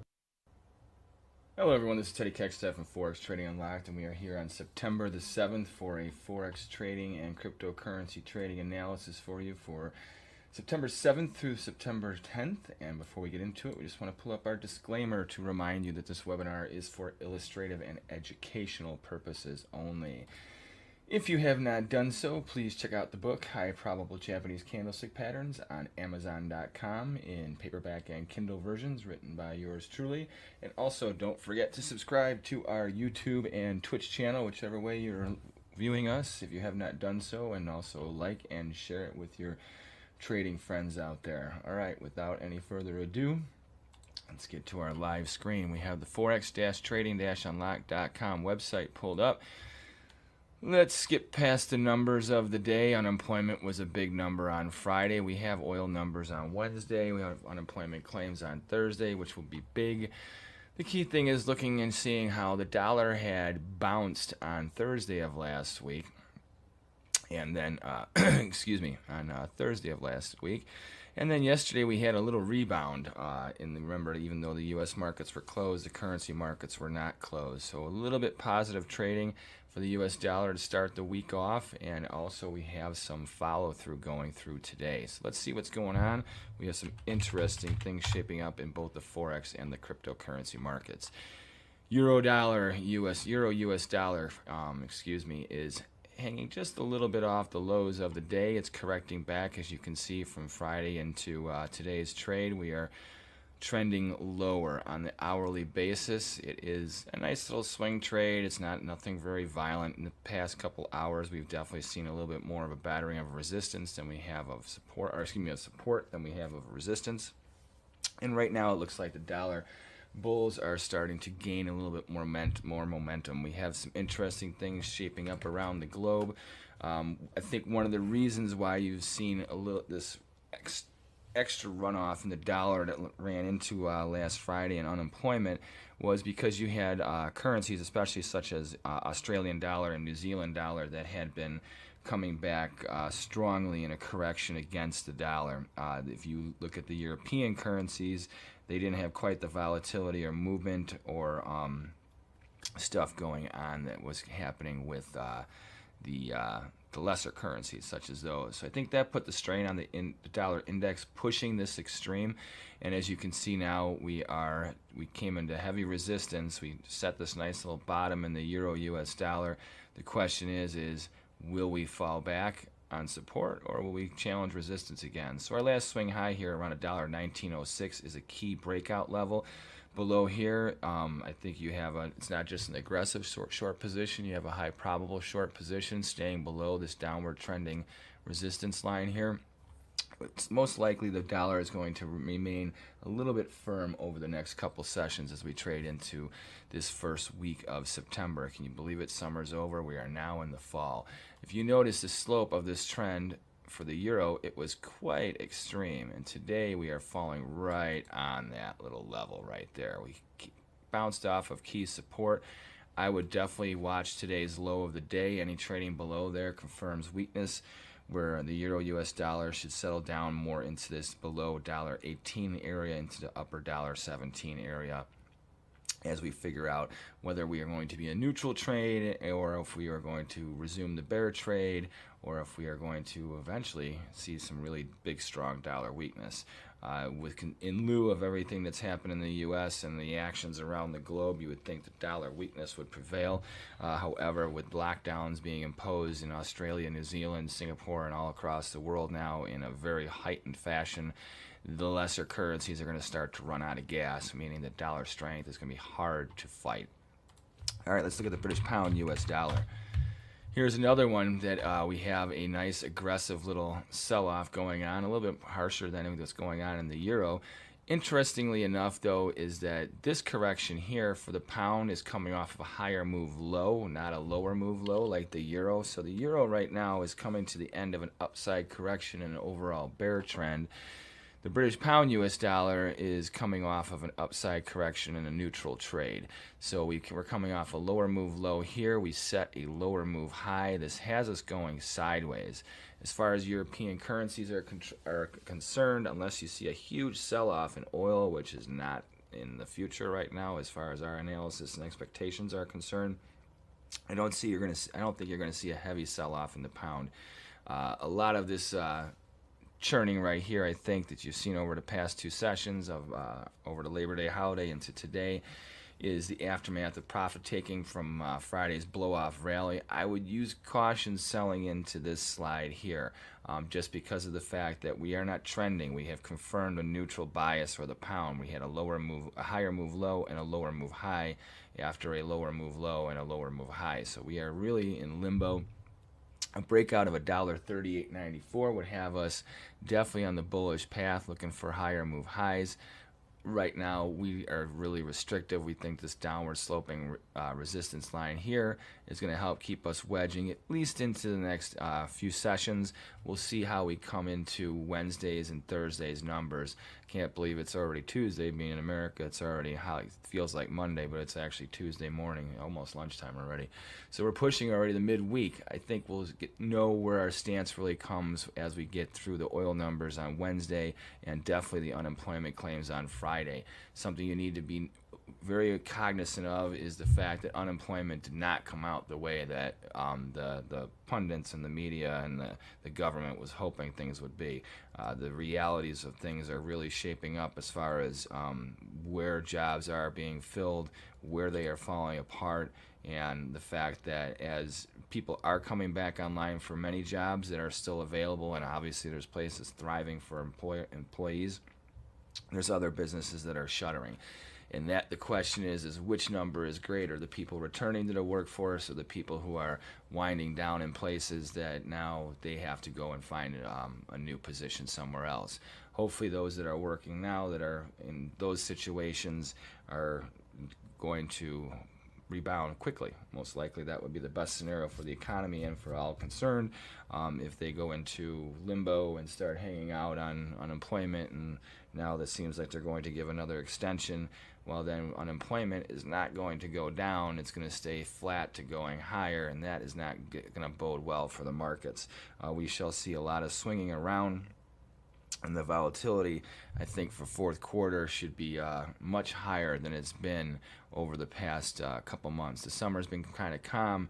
Everyone was given this administration, this government, time to settle in. The failure rate right now is off the charts.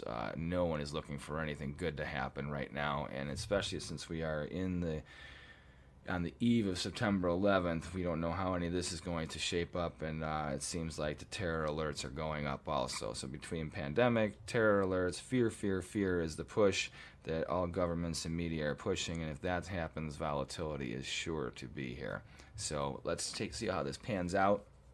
Right now, stay on the short side with the British pound US dollar. We're looking for a test of lower move lows and support.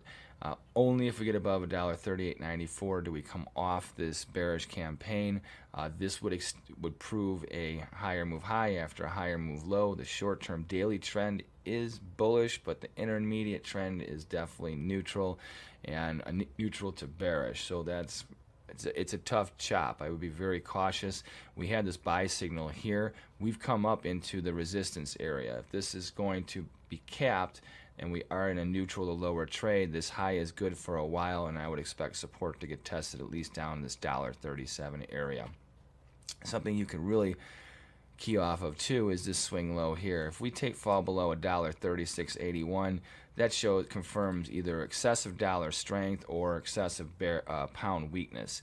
The British pound versus most currencies is very strong. It's only come back versus the Australian dollar and a couple other ones that they've had a big rebound over the last week. As a whole, the pound is pretty firm versus many currencies. That is what gives the pound the ability to be neutral. If we start to see weakness in the pound versus other currencies, which I do not see unless we have a big sell-off in oil, then that would change the direction, and then we could become bearish the British pound. But we would need a big sell-off in oil for that to happen, because then that would probably precipitate weakness in the pound versus other currency crosses, which would in turn also propel the pound US dollar bears towards lower levels in a big way. But that would be only in the case of a big major turn in the price of oil. I don't see that happening anytime soon, especially with the Taliban kicking up its heels right now. US dollar Swiss, here's another reason to be bullish. The dollar, in the midst of this trying to churn around the euro and the pound, the two biggest weights in the dollar index, that didn't happen. And the US dollar Swiss didn't get beaten down too much. Irony of it all is today has a lot of solid trading and volume with a big pressure on resistance in the Swiss. When this happens, that shows that there is this divergence, once again, that's going on in the European currencies, but it also shows where dollar strength is. The flight to quality of the European currencies is and always has been the Swiss. The pound and the euro have their strengths and weaknesses, like as all crosses do. However, this is usually our flight to quality, and the fact that the U.S. dollar Swiss continues to hold support and make a run at resistance has us slanted towards looking for a breakout into the upside. I think right now you're in the middle of this chop. If you are a bull, 90.99, so basically 91 cents is your threshold for any failure. If you're below here, that confirms lower move lows. You're on the wrong side of the trade. You do not want to be long going into any falling market below here. If we break out of 92.42, well, let me tell you something. Odds are you're going to see a lot of buying momentum, and we should get a good pop up to around 93 even. Am I looking for any extent of huge move, like something like here and starting at 92 and bringing us up to like 94, 95? Anything can happen. I do not see that kind of lift in the market coming up with this sort of a trend emerging, but I can see a grind higher as the U.S. dollar, even as bearish as most of the world and the pundits are, guess what? The world's falling apart, and no matter what, everybody wants to use U.S. dollars because they take them everywhere. All right, now let's go to the U.S. dollar JPY. Just for transparency, we let you know we are long the U.S. dollar Swiss. We're also long the U.S. dollar Japanese yen. This one is also in a similar situation. It is also the flight to quality of the Asian basket of currencies. We'll take a look at the others as we get through this one. This is in a similar situation, except for the fact that this has been in a long-term bull now for a while. It's only been in the short-term neutral trade for the summertime as it has corrected down, coming down onto good support, bottoming in this area. If we were to see the bears come out of nowhere in the U.S. dollar yen, even if we start to sell off sharply, I don't see anything getting much lower than this prior low here of 108.73. I think 108.5 down to 108 even is a really, really strong area of support. Like 107.5 is almost like the major line in the sand. It would have to get below there to even remotely see that the U.S. dollar yen trade is not only in a bear market, but looking to test more support. Because right now we have a longer term view of seeing the U.S. dollar yen challenge resistance, take out this high here to 111.70 area, and rally up to 112.5 to 113 even in the short run. We have 114.5 to 116 even as longer term targets before this year is out. So if we spread out this chart, and if you even see how this trend is emerging here, this would be a great 45. And if you see this right here, let's just say that this becomes a great baseline for the trend going higher into the future. Here's December 31st. Let's put a vertical line here so it gets really clear.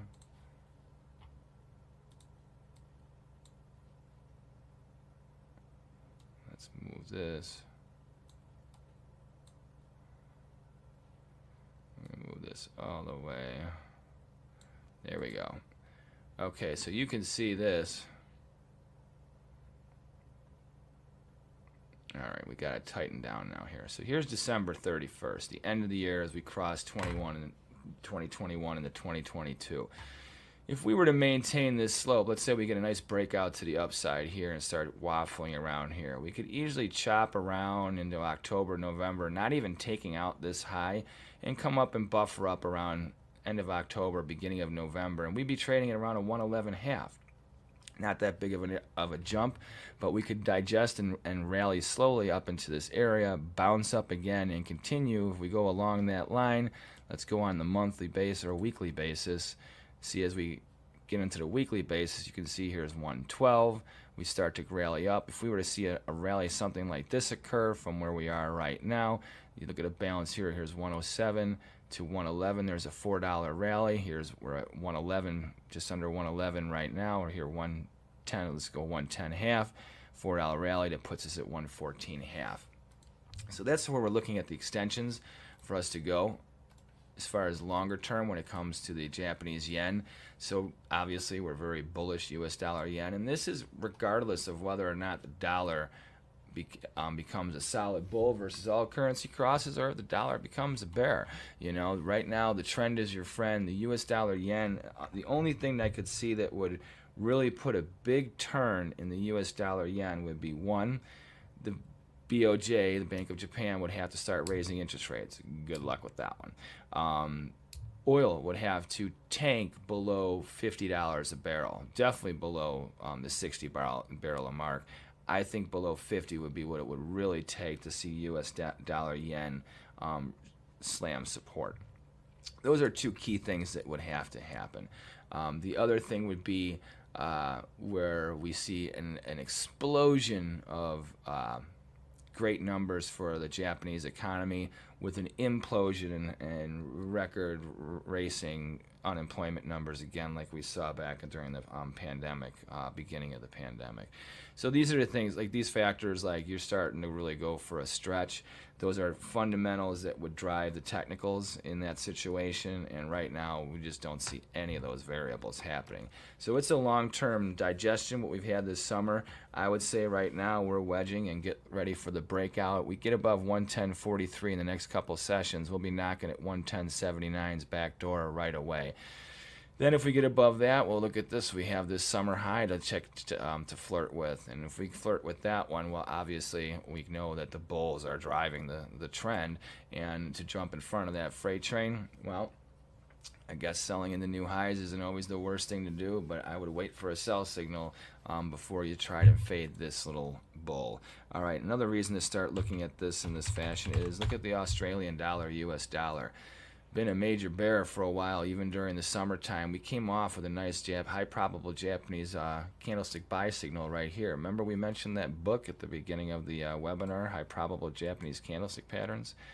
All right, there's that. And by the way, let me go to, sorry, I'm just pulling something up so I can share with you guys. Oops. Trying to get a link for you guys. Give me 1 second. All right. All right. For those of you that are on YouTube right now, I am sending you a link. There you go. I just sent it out to you guys on YouTube, and I'll do the same on Twitch right now.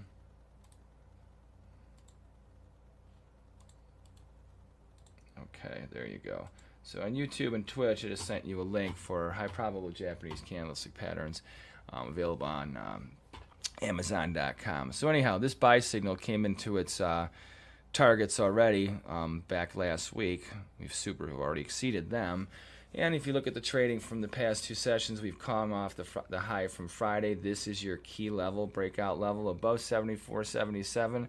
This campaign is neutral, not bullish, because it just puts us into the range we've been in all summer, and it has been trending lower like crazy for a while now. Remember, to start it back in February, if you go on an extended trend line here, as far as where is resistance, where does it lie?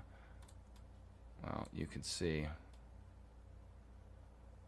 where that is. So here is the upper boundary.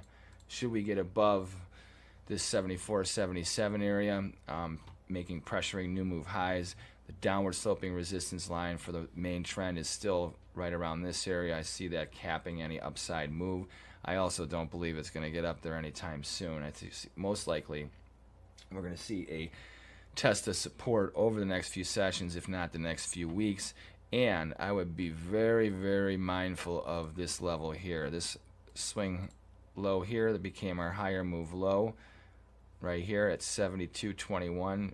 Watch out for this area. If we fall below here, besides confirming that we're back in the bear trend, we could bring this. The Australian dollar, US dollar has the potential to drop another probably upwards of 10 handles over the next 2 months. With the lockdowns that are going on, and for those of you, this is not a conspiracy theory, it's not my point of view, this is just what is actually in the news and what's coming out of Australia. These lockdowns are no joke, and it's a country that's very spread out. It has a strong population, but it's a continent. It's a country and a continent. It's very spread out. The resources are spread out.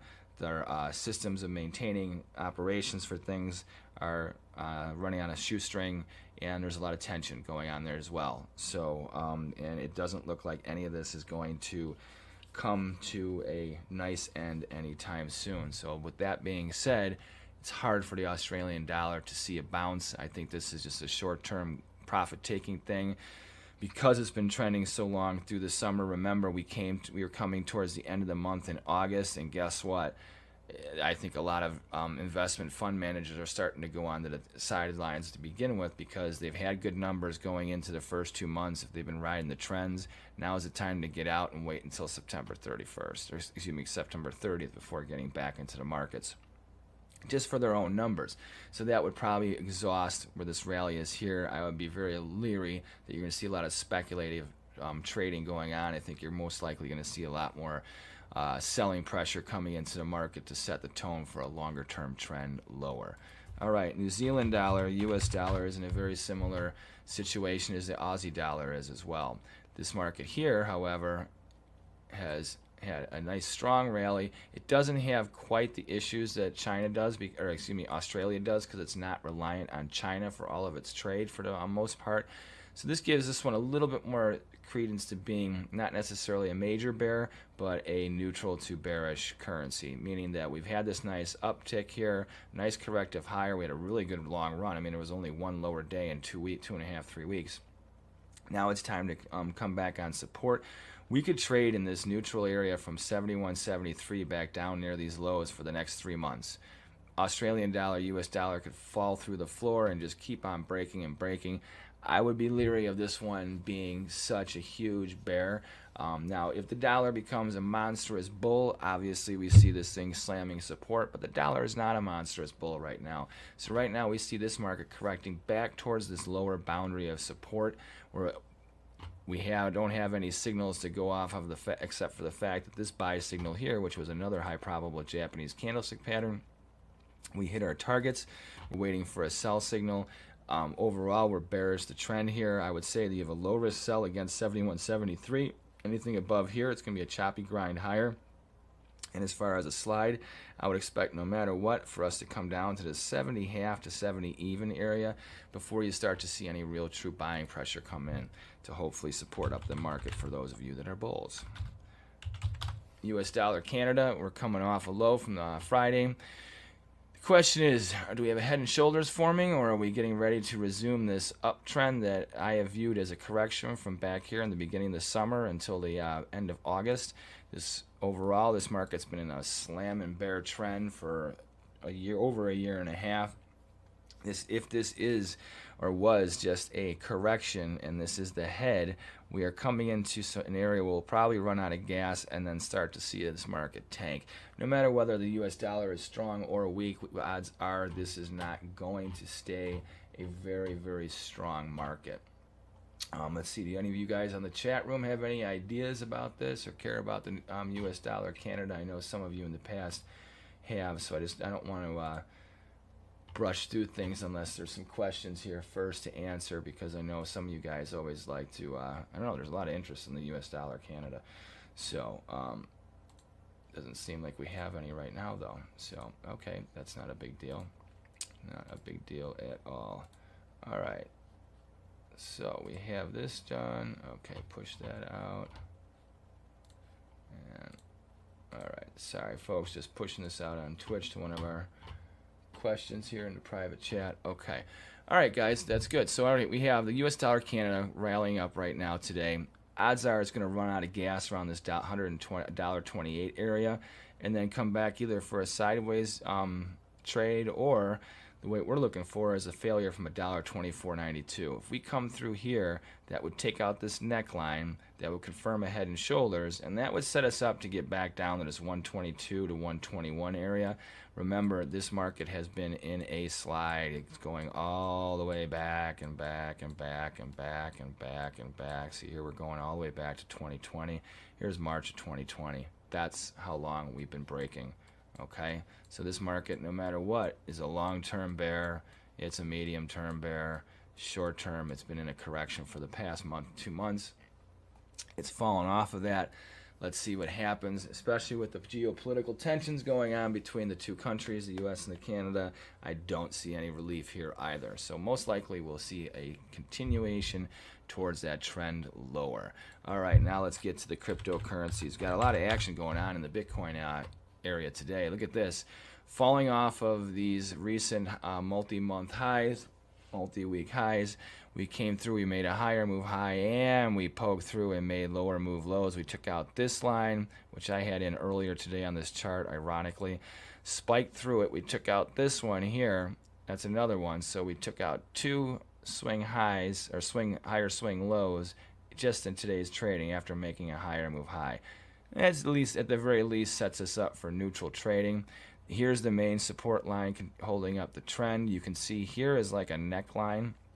If this is a shoulder, or if this is a shoulder here and this is a head forming, or if that's formed today, we should see a little chop, chop, chop, stay below these little support lines here and then fall back on support. Is that going to happen? I don't know, but we got a lot of action. You had a 20% correction today in the Bitcoin market. So let's see, ETH USD, here's another one falling off the map. This hit our target value. We were looking for a good value between 4,000 and 4,200. I like it trading down around 24 to 2,600, 3,000 area as a sustainable range as far as for value. So I think that this is another one that's proven that it's a little bit overdone. Now this one only took out this swing low here, a higher swing low here. It did not take out this one. I see more of a support base in Ethereum from this 2,500 to 3,500 area than I do of Bitcoin around 50,000 right now. Especially because I think you have a high demand for U.S. dollars. That as these crypto spot currencies hit these these areas, you have enough selling pressure from those that are involved in it to take profits. Not that the longer term, excuse me, outlook isn't very bullish. I would say that it probably is, but markets do not just go straight up, folks. So we'll have to see how today's trading ends up because it is very, very volatile today. XMR USD, very interesting. This did not come off a higher move high. This established a high back at the end, towards the end of August, as these other ones have been rallying into the last 3 days. This one didn't. It made a higher move low. It set a lower move high yesterday, and then boom, it's made a lower move low. So this one, unlike the other ones which are coming off a higher move high and making a lower move low, this one is coming off a lower move high and then a lower move low. So I would say that Monero is helping to set a good trend right now lower for profit taking. Does that mean that we're going to be bearish overall? Absolutely not. I like Monero from a value of 220 up to about 450, but this one's a much more stable and highly used technology. I believe that it's because of its store of value is there and the technology is sound that when you can see good value when you are between 240 and 300, 320. Once you get above towards this 320 to 350 area, you're running out of gas. You're most likely going to have profit taking. It becomes a costly technology to use.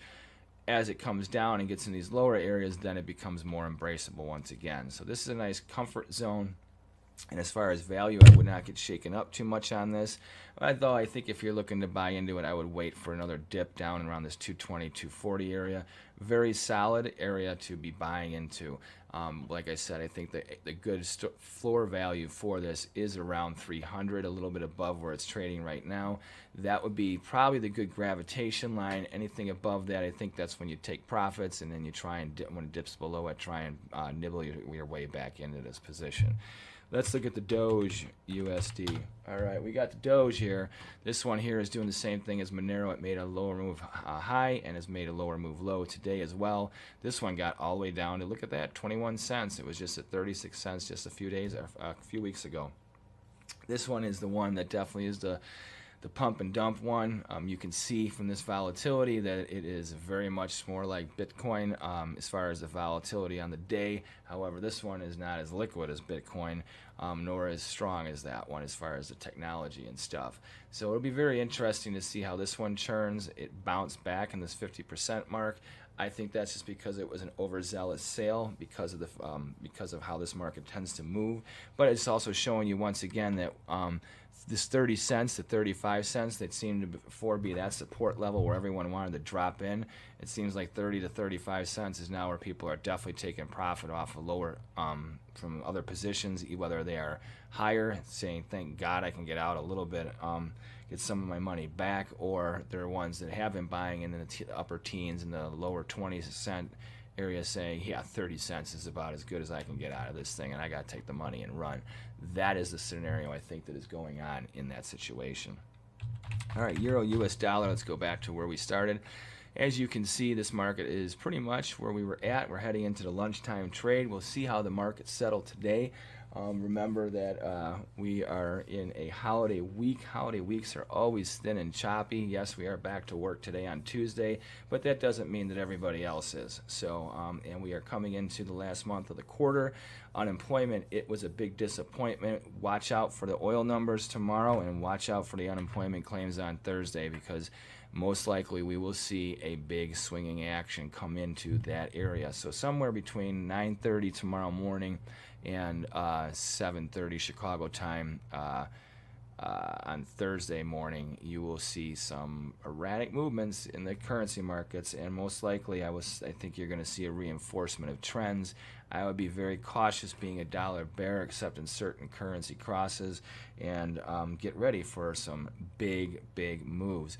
We'll end up on one last thing I want to show you. This will be the indicator for you to watch as well. So when you're at the Forex-trading-unlock.com website, if you go to the futures link, when you go to markets here, you go to the futures tab, pull up that page, come down, you can see the 30-year and the 10-year notes. We're going to take a look at the 30-year real quick. So this is a big deal to watch because interest rates are what drive part of a function of currency pricing. Now, here's what I want you to see. September 3rd, that was Friday, okay? Bonds were closed yesterday. We're going to go to the CME website right now and see where we're trading. Now, this is in delay by law. You can't broadcast live quotes of futures. All right, so they're trading down. Now they're trading at 161.30. They're down almost a full buck. Let me show you what that means. This is why I think you're going to have to stay strong, the dollar. 161.30 is right there, okay? This is where this Treasury bond market is trading right now. This market is trending lower. When Treasury markets are trending lower, interest rates are trading higher. That means the dollar becomes more valuable. So with that being said, the market is telling you, watch the 30-year note, watch the 10-year bonds. They're down a handle today on the first day of trading of the week. That's a big deal. That's follow through from the unemployment number. If we see this number, this market continue to slide, especially into Thursday and Friday's trade, odds are you're going to see the euro coming back down towards this 117.5 area, maybe even 117 area. You will see the dollar be a bull versus most currencies out there. Be mindful of that. It's very, very important. So that's our end note. And don't forget, check out the book, High Probable Japanese Candlestick Patterns, available on Amazon.com in paperback and Kindle versions. And always go to Forex Trading Unlocked on YouTube and Twitch for your foreign currency and cryptocurrency information. And check out our website, www.forex-trading-unlocked.com. You have a great day. We'll see you later. And we'll have another stream up with a couple signals. I always dreamed of having kids of my own. There was a dream. Now, I'm ready for someone to call me Mom. At Northwestern Mutual, our version of financial planning helps you live your dreams today. Hello everyone, this is Teddy Keckstedt from Forex Trading Unlocked, and we're here on September 1st with the live Forex trading and cryptocurrency trading analysis for you. We have our disclaimer up just to remind you that this webinar is for illustrative and educational purposes only. And real quick, we want to give you a quick plug for the book High Probable Japanese Candlestick Patterns, available on Amazon.com in paperback and Kindle versions, written by yours truly, Teddy Keckstedt. And also, please, if you haven't done so already, subscribe to our YouTube channel, Forex Trading Unlocked, or our Twitch channel, depending on what kind of viewer you are. All right, we have the Forex-Trading-Unlocked.com website pulled up. From the navigation bar, we already have the workstation page up for you, and we go down to our charts. The dollar index yesterday prodded some new lows. It had a nice bounce, only settled slightly lower on the day, and then today, for the most part, it was trading pretty strong, and then it collapsed before the U.S. markets opened. So we're going to take a look at what's going on in the major currency crosses today. All right, the euro-US dollar did probe a higher move high today. The trend in the short run, and obviously the hourly and daily, is very strong. However, the intermediate trend is lower. The question is are we going to maintain strength, or are we hitting that spot where we run out of gas? Well, if you use a Fibonacci level here, this last swing high is definitely a breakout level. Okay, so let's move this over here. As far as the 0.618, we've already pierced that. We're just falling below the 0.7816. So as far as on a Fibonacci level, if this is just a corrective move, we should be stalling and running out of gas and looking for a sell signal. Let's take a look at the hourly. Do we have a sell signal forming here? Well, let's see. It's 9:10. I guess we made a higher move high in the last hour. If we can settle lower than the opening here and get a bearish engulfing line, maybe we get a short-term sell signal. We may have seen the last bit of momentum against the dollar for the day. The U.S. markets are now open. We are coming in front of a holiday market. Remember that we have unemployment on Friday in front of a holiday market. It's a number that definitely is something you need to pay attention to and watch. So, all right, now let's take a look at what we're where the momentum is. So we got it. Nice little higher move high situation going on here. Intraday, it's very, very strong. So I'd be very careful trying to sell into this market right now. Wait for a reason to sell, at least on the hourly basis or daily basis, before you try and get in front of this. Momentum looks like it's, well, obviously it is, to the bearish side for the U.S. dollar versus most of the major currency crosses, but not in a big way. And we're going to see how this is manifesting. Remember that right now we are coming off of a lower move low in the euro-US dollar. We have yet to make a higher move high. Now we did take out this one right here, but this is a small swing high. This swing high at 119.10, this is what's necessary to confirm at least a neutral, not necessarily bullish outlook for the euro-US dollar. Okay, now let's go to the GBP US dollar. The pound, however, isn't coming off of a lower move low. It's coming off of a higher move low. So as far as a base, this low here is supporting the neutral to higher trade for the British pound US dollar. It is coming into an area of very strong resistance. Now the pound has been a very big bull versus the dollar for a while. So you can see how we may brush up against this downward sloping resistance line that's been keeping the short-term trend intact over the summer lower. Or by attrition, we may just come through it. So don't get too bullish just because we get above this line, not necessarily break out above this line, but get above it. So meaning, in other words, if we go down into next week and we keep going sideways, by attrition, we're going to come through this. If we get a continuation of bullish momentum over the next few trading sessions and breach this area, that's a totally different story. But then it puts us just into the middle of the range that we've basically been in for the whole summer. We're coming off the bottom. But the key thing is, after making longer term lower move lows, lower move highs, we made a higher move low right here. The question is will we take out this high here? Is there really that kind of strength? With lockdowns coming across the globe, we have some issues that are definitely looming for all the major currency crosses. There's a commodity trade on the table that is in jeopardy, that being oil and a bunch of other ones as well, and that could shake up the pound, the Australian dollar, Canada, a whole bunch of different currency crosses, both bullish and bearish. It depends on how things pan out. Are we going to see a repeat of last year? Well, we all hope not. But right now, from the way things are looking with the lockdowns in Australia, now New Zealand, now Singapore, these things are becoming restrictive in the Asian trade zone. So it hasn't quite hit Europe yet. If it does, then I see that we'll probably be back on support, most likely.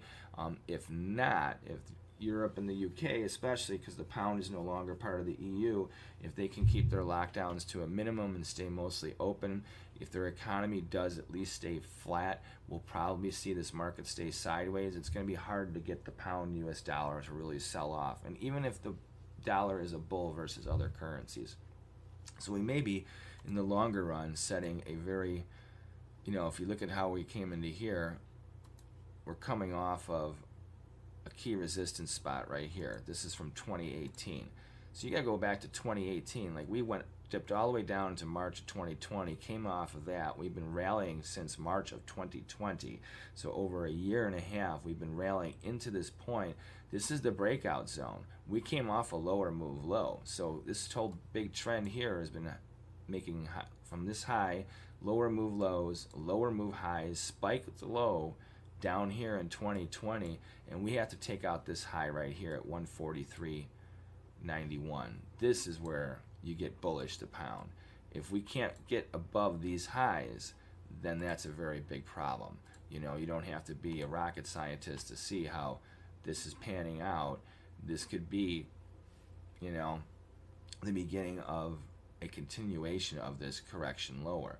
So I'd be very mindful of the pound US dollar, but like I said, as long as the lockdowns don't get too severe, and especially if they stay decent in the UK, you're probably going to see this as a base, and we're most likely going to be chopping around between this probably $1.37 all the way up to $1.42, maybe even $1.43, and just continue to swing around in this for the next, could be 6 to 12 months. Right now, if you look at it on the long term, if we go back here from September, April, March, okay, if we go back to the beginning of the year, let's put this here. Here's January 1, January 4. All right, that's where we started out the year. We've been above that line for almost the whole year until July. We dipped below it. We made this lower move low, and now we're just above it. So as you can see, that over the course of the whole last now 8 months, full 8 months, the British pound is basically flat on the year. So that tells you a lot. Now, not all the other currencies are like this, and that's a big deal as far as giving you a base for strength. So that's why we're saying right now we think it's going to be very neutral, and especially above $1.3706, you're positive on the year. Until you get below that, you're negative, and it hasn't stayed that much below that during the whole course of the year. So just be mindful of that. We're waiting for some trade setups. I'm pretty sure after today we are going to have some. US dollar Swiss, you want to talk about a blender the last week and a half. I mean, look at this trade. Excuse me. Overall, I'm bullish just because, for transparency, we are long this US dollar Swiss. This thing has been nuts the past couple days. I mean, you can see that this is Wednesday's trading. Monday, we came off the lows from Friday, made a lower low, but a higher move low from here. Came all the way back up. Then yesterday sold off, came back up, settled only slightly negative on the day. Then we rallied into today, made a higher move high on the weekly basis, and then now you can see we're only slightly higher on the day. This market is all over the place, but this also shows you something too, is that if you have strength in the euro US dollar and also in the pound US dollar, and like how the pound is just relatively flat on the year, US dollar Swiss is showing strength. That's the flight to quality currency. So I think with that divergence, it tells you that you're not going to maintain the strength in the euro, the pound perhaps, or at least neutral. But with the US dollar Swiss staying where it's at, chopping around to trying to make higher move highs, that just shows that there is dollar strength in the European, when it comes to the EU and the European sector. And that's where you want to look for basically a reason to get on the dollar bull bandwagon again. So I'd look for reasons to buy the dollar on an hourly or daily basis versus trying to ride the bearish trend, because it spikes too much against you, and right now it seems like it's running out of gas because there's too many other factors that aren't holding in. Okay, now let's go to the US dollar JPY. Asian lockdowns and stuff like that, New Zealand and Australian lockdowns affect Central and Southeast Asia.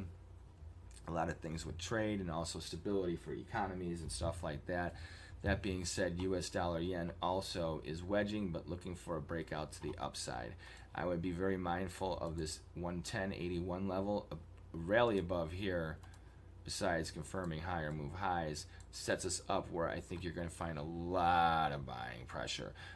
Just because all your weak shorts are going to be selling in front of multi-week and multi-month highs. The long-term projection to the upside we have is 112.5 to 113.5 within the next 2 months. Overall, before the end of the year, we're looking at the US dollar yen at 114.15 even, and that's regardless of what the dollar does with other currencies. We're just looking at the long-term perspective with the US dollar yen to be in that situation. I would be mindful of if we fail from this low here of around 109.10. Anything below here has us in a chop fest down to 107.5, 108 even. I think that would be the extreme that you would see for any sell-off. It's likely that you'll find a lot of support there, and then the resumption of the overall longer-term bullish trend for the US dollar JPY. All right, here's a trap forming right now. As we were speaking, Australian dollar is pushing higher move highs. You can see like a balloon underwater. We did have this buy signal right here. This was a bullish engulfing line buy signal that happened over on August the 21st or 23rd, and it has hit our short-term price targets. As far as a longer-term price target, if this is to be a very long-term low, that's where we have an issue. The trend here is very negative. I don't see a sustainable rally in the forecast, just for the mere fact is that we have all the lockdowns and issues with Australia on a fundamental basis because of those lockdowns and the coronavirus actions, and the fact that China's trade with them has been cut off at the throat. So that's a big deal unless they are renegotiating and figuring out where to send their raw commodities. That's going to have a very long-term impact on them. Now, China eventually will start bringing and importing stuff from Australia again. When is the key question, and I think that you're probably going to see China keep the foothold on their throats probably for the next few months, and then I think probably right in front of the Christmas holidays before the Olympics and the Chinese New Year, that's when they're going to take their foot off the throat, kind of make themselves look really good in the world's eye, because they don't want to have any negative press when the whole world is looking on them during the Olympics. This is just my own personal take, and I think that you can, well, there's a trade there for sure. If that does become the case, that's when I think you'll see a bounce in Australian dollar. Over versus most crosses, Australian dollar is a bear. This is right now just a bullish correction. Be mindful of that. So if you're trying to get long here, use a very tight stop. And if you're trying to sell into this, I would wait for a valid signal before you jump on this. Okay, so that's pretty much where we're at with the Aussie, just because the long-term trade is in effect here. And to give you kind of an idea, if you look at the monthly, see this? This market has been in an overall bear trend for years. This goes back to 2011. So from 2011, let me go stretch it out here. Let me keep going to here. Look at where we're at. We're coming just into this off that 2011 high. We've been continuing to break. We came off this high here, fell short of this downward sloping resistance, and here we've been breaking since this is February of 2021, so for the last 6 months. Okay, establishing a nice low in August. I would view this obviously as a lower move high because this high hadn't been taken out, so this was rejected. So this high is very, very crucial. So only if we were to get a rally all the way back above 80 would I say that, besides taking out the longer term trend and reversing gears, this would be where you could see the Australian dollar, US dollar be heading into a neutral area, which would just be this gigantic area right here if you look at it. Look at this. The bulk of the trading is between this little area here. Not much has happened in the last 5 years. We had a nice trend lower from 18 into 2020, and from 2020 up into 2021, we had an explosive move back. We did all of this movement within a period of a year that took a few years there. Now we're having this corrective move lower. This is the key here, this base here, 69.84. If we fail from here, our longer term trend is back in place, and we need a rally above this area here. Okay, and you can see this goes out to 2023. Just staying underneath this little downward sloping resistance line keeps the pressure in this market below 80 even for the next 2 to 3 years. So looking for rallies to sell with the Australian dollar, US dollar. Very key long-term perspective that you need to have in your view. All right, 2 last currency crosses before we get to the cryptos. New Zealand dollar, US dollar is not making a newer move high yet today. It is trying to, but it has not done so. This is another one that has a lot of lockdown issues. Unlike Australia, it's not as controlled by China when it comes to its resources and its trade. It's a little more global. However, their own imposed lockdowns and restrictions are keeping them from having their economy jumpstart back into full gear. So these are things you have to watch out for. I'm not as bearish this currency as the Australian dollar. If you see this one turn before the Australian dollar, it's not divergence. It's probably just a good indicator of what's going to happen to the Australian dollar. It's very likely that the Australian dollar will follow the New Zealand dollar to the downside should dollar strength come in versus with this currency cross, or vice versa. So that's something you want to be mindful of. I would be cautious selling into these highs. You're coming into previous swing highs right here. We could get touchy and still spike above them, but as you see it, really for the whole bulk of summertime, we've been trading between 69 and right below above where we're trading at right now. So until we break out to the upside and sustain a trade, I would be very leery of where this market's at. Wait for a reason to sell if you're not long already, and if you are, keep your stops tight, ride this trend as best as you can, and then look for most likely a reason to sell, because the fundamentals just outweigh the technicals right now when it comes to this currency cross. US dollar Canada, talk about a mind screw here. This one has been in a corrective move higher since the beginning of the summer. It ran out of gas here at the end of August. Now we are going sideways and kind of at the middle upper part of the range that we've been trading in for the last month. I would wait for a breakout. Overall, I'm viewing this as a correction to the upside that has ended. I believe that we are more likely to test support and get a sell-off here in the US dollar Canada, especially as lockdowns continue. And as far as the restriction on commodity trades and things like that, I just think that's going to really, really be an impact on our relationship with the currency cross, just like the fundamental relationship between the U.S. and Canada.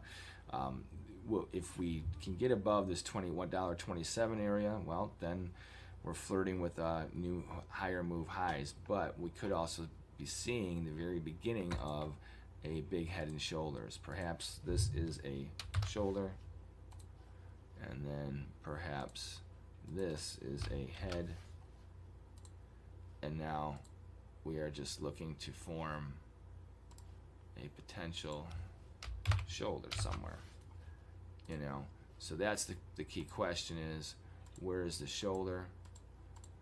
Will we make that happen and then fall off, or is it just to be a grind higher? So we'll see how this trend does go, but I would use this little neckline here and be very cautious of this market falling apart, and especially if it takes out this low here. So we'll see. I think right now you do have a head and shoulders kind of formation forming. I'm looking for a precipitous sell-off. Do I think it's going to be severe and get us all the way down to new move lows within a month or two? No, I think what you're going to do is see this market trend lower and grind into the end of 2021. So I'm not looking for any major reactions in the US dollar Canada, but I think you will be able to catch a nice trend. BTC USD, here we go. We have the Bitcoin market on a little bit higher move move momentum going on off of yesterday. Not much of a big range today yet. We made a lower move low from yesterday's trading, but we're higher on the day. I think you have to view this as we're heading into a holiday market, the end of the summer. There's the quarterly basis of the economy and stuff like that. I don't think really means anything. So, but I do think that you are getting kind of toppy, where you're going to see a lot of profit taking going on here. I don't think you have as much buying interest as you normally would at a lower level. And there's also the issue of the fact that we have some other cryptocurrencies that have made a nice run. Ethereum is trading at a nice level. I think you have good value at where it's at. Where it just had come off of in the lower 2000s, I think was a great buying area. And I believe you're probably going to see a little bit of a churning sideways trade with that, meaning that I am not bearish the cryptocurrency markets. I just think they're set up for a nice corrective move, which is as normal for markets to do, to digest the action over time and prepare for a longer term bullish move over the next 6 to 8 months. So meaning that I think you're going to probably see Bitcoin bobbling between 50,000 and 45,000, with a chance of getting back down to this 40,000, 36,000 area over the next couple months. If you look at this rally, it's coming off of a very steep slope, and it came through it. Or I can even move it off of this low here. So be mindful of this. By attrition, we've fallen through this. Is it necessarily bearish right now? No, but I would also realize that if you get below this 46,000 area, like I said, 46,500, you're looking at a really good sell-off. And this could be here for sure, a shoulder,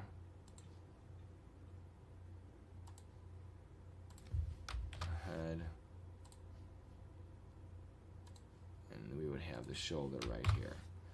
And if that's the case, if you look at this, oops, no, we don't want a solid line, we want a trend line. If this was the neckline there, and we put it through there, we already pierced that. All we gotta do is, for sure, we get below 46,277, folks. What do we have here? We have a big sell signal in the Bitcoin US dollar. Hasn't happened yet, but it is forming, so we'll see how that works out. ETH, US dollar, let's look at this. This one has the big breakout to the upside. I think that's what's holding Bitcoin from sliding any more than it has, or it's holding it up. This higher move high, I'm long Ethereum, I'm very happy with it, but this is also a very steep slope. I think that you need to expect some profit taking coming in this area, and then I would look for another buying opportunity down in this area somewhere over here. So am I calling for a big correction? No, not at all. I just think it's very likely that we will fall through this trend line here and come somewhere into this area over the next couple months. I could be totally wrong. People are calling Ethereum at 40,000. I hope it goes there. I just don't see it happening in a very short amount of time. I see it wiggling and jiggling, gaining some more support here at 2,400 before it comes back up and makes a run for $4,000, $5,000 level. So use caution as far as your longs. I keep it tight and watch out and look for a reason to sell. XMR US dollar. This is on a nice little run itself. I would use caution. The closer you get to this 350, 400 is when you're probably going to run out of gas. I like it from 200 up to 350. So I would look for another area to have a buying opportunity down in here. But this trend is not as severe as the Ethereum trend that we were looking at. It's more of a 45. So if it can maintain this, then you're probably in a good situation. But if this is a head and shoulders forming here, I would be very cautious if Monero gets below 278 again. So this will be a good selling area right here, where I would expect a slide that gets it back down to this 240 to 220 area before you get another bounce again. Now let's look at the Doge USD. Dogecoin USD. This market is hovering around this 30-cent level, the magic level that everyone said, oh, I just wish it would get back to 30 cents so I could buy it before it goes to 20,000. Well, it's having trouble with that above the 30-cent level. And we'll see how this forms too. If the rest of the cryptocurrency market continues to chop around, I expect Doge will do as well. If we have a sell-off in Bitcoin and Ethereum, then I think you will have a sell-off in this as well. So I would use Bitcoin as kind of like the dollar index for the crypto market, especially things such as this. And as far as overall direction and where I think it's going, I think, oops, this is not the right Doge. We got the Doge. Okay. Doge USD, there we go, same thing. All right, so now we have the right chart up. Okay, so once again, this one here in a short-term bear trend, making lower move lows, lower move highs, unlike the other markets that we looked at. So I think once again, should you see a sell-off in BTC and ETH, at Monero, and some of the other big ones, then it is very likely that you'll see Doge coming back, trickling back into this lower 20-cent area, 22-cent area.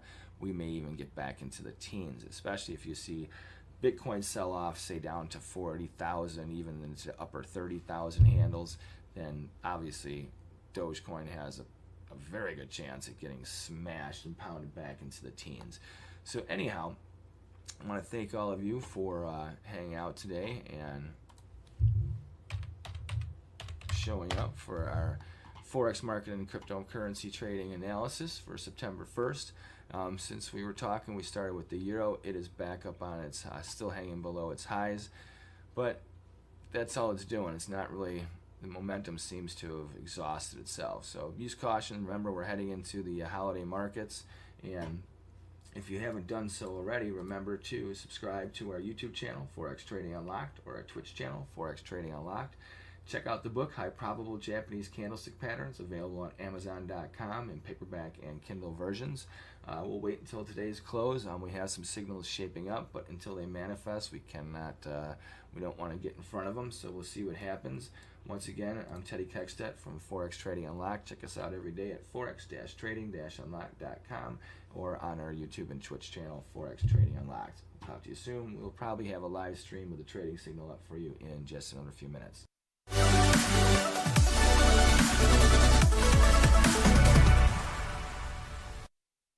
This is Teddy Keckstedt from Forex Trading Unlocked, and we are here today on Monday, August 23rd, with a weekly Forex trading and cryptocurrency trading analysis for you. Just showing you our disclaimer to remind you that this is for educational and illustrative purposes only. If you haven't done so already, please subscribe to our YouTube channel, Forex Trading Unlocked, or our Twitch channel, Forex Trading Unlocked, and also check out the book, High Probable Japanese Candlestick Patterns, available on Amazon.com, written by myself, Teddy Keckstedt.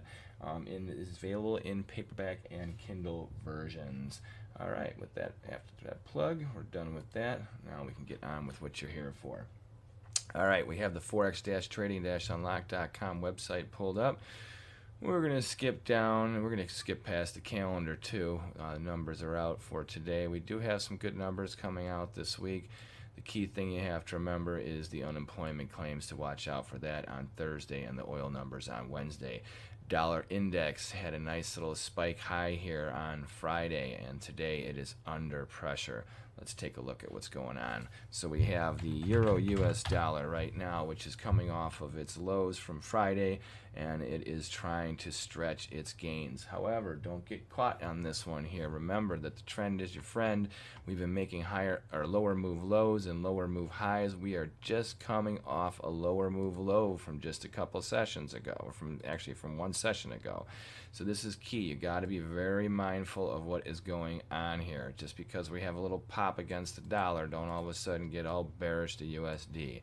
Now the trend has been going at a fairly decent slope here. I mean, if you really want to go down here, you have this, and we can even change from here to here. So we have some pretty decent downward sloping resistance lines that keep this trend steadily intact, trending lower. We could very easily see a nice upside correction, but don't get caught on it. It may be a trap. So we are coming off of a weekend. We had a profit-taking rally on Friday. I mean, you have to look at it that way, that right now, if you're coming off of lower move lows, odds are, until we have a true legitimate sign of strength, this is just profit-taking, meaning that people are just taking off their shorts and taking a little cash back into their account. I would be very leery of people trying to catch a falling knife down here. However, you have a low risk buy play here. If you risk the low from Friday right now, you got a little bit, only it's a little bit more than $0.50 risk. As far as how high can we go, well, if we just look at the last swing high down to the swing low, we're pretty much coming into that area of resistance and support. So right below those highs there, let's get rid of this Fibonacci thing, make things a little clearer for you. Okay, and don't forget to ask questions while we're doing this webinar here. We love to answer them here on Twitch or on YouTube, whichever you are viewing us on. All right, so let's see what we got going on here. All right, so we have the little resistance band that is now our target area. And we'll highlight this with a little ellipse. So right into here. Now, this falls just below and just above this last swing high. Could we take out this swing high? Well, yeah, of course we could. And if we do, does that make us bullish? Not necessarily. That would just be a higher move high after a lower move low, which would confirm a neutral intention more than a bullish intention. So expect to see a little spiking area around here. We have our trend line. You can even come down like this. And this is a much steeper downwards sloping resistance line, keeping this trend intact. Obviously, our target comes right into here. Let's see what happens. But even if we breach this first resistance line, it doesn't mean that much. It's very likely that we will probably come up into this area. What would really give us a turnaround in direction and even analysis would be if we take out $1.1910. This is the area we have to get above to really confirm any real show of strength. Otherwise, this target area here is most likely where you're going to see a bullish correction, because that's right now what we're looking at.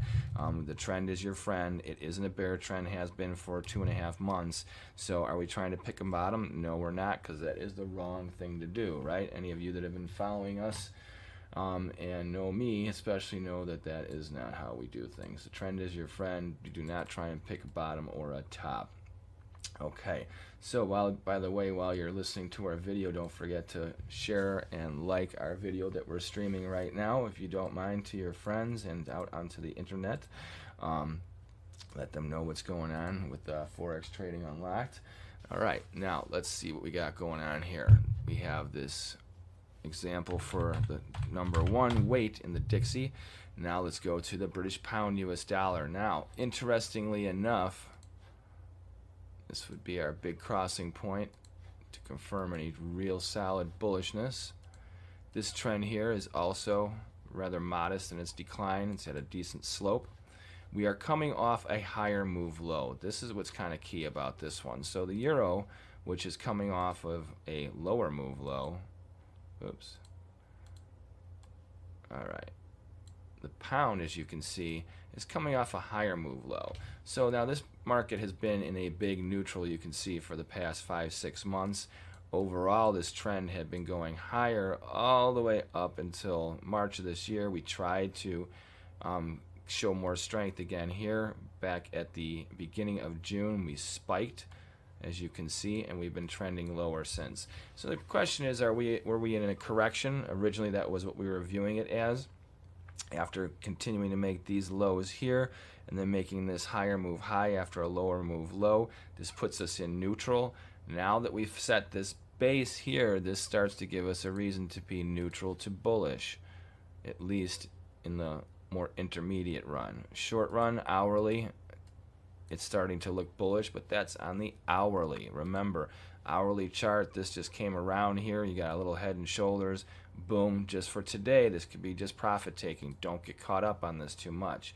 Now, we do have a high probable Japanese candlestick buy signal forming here.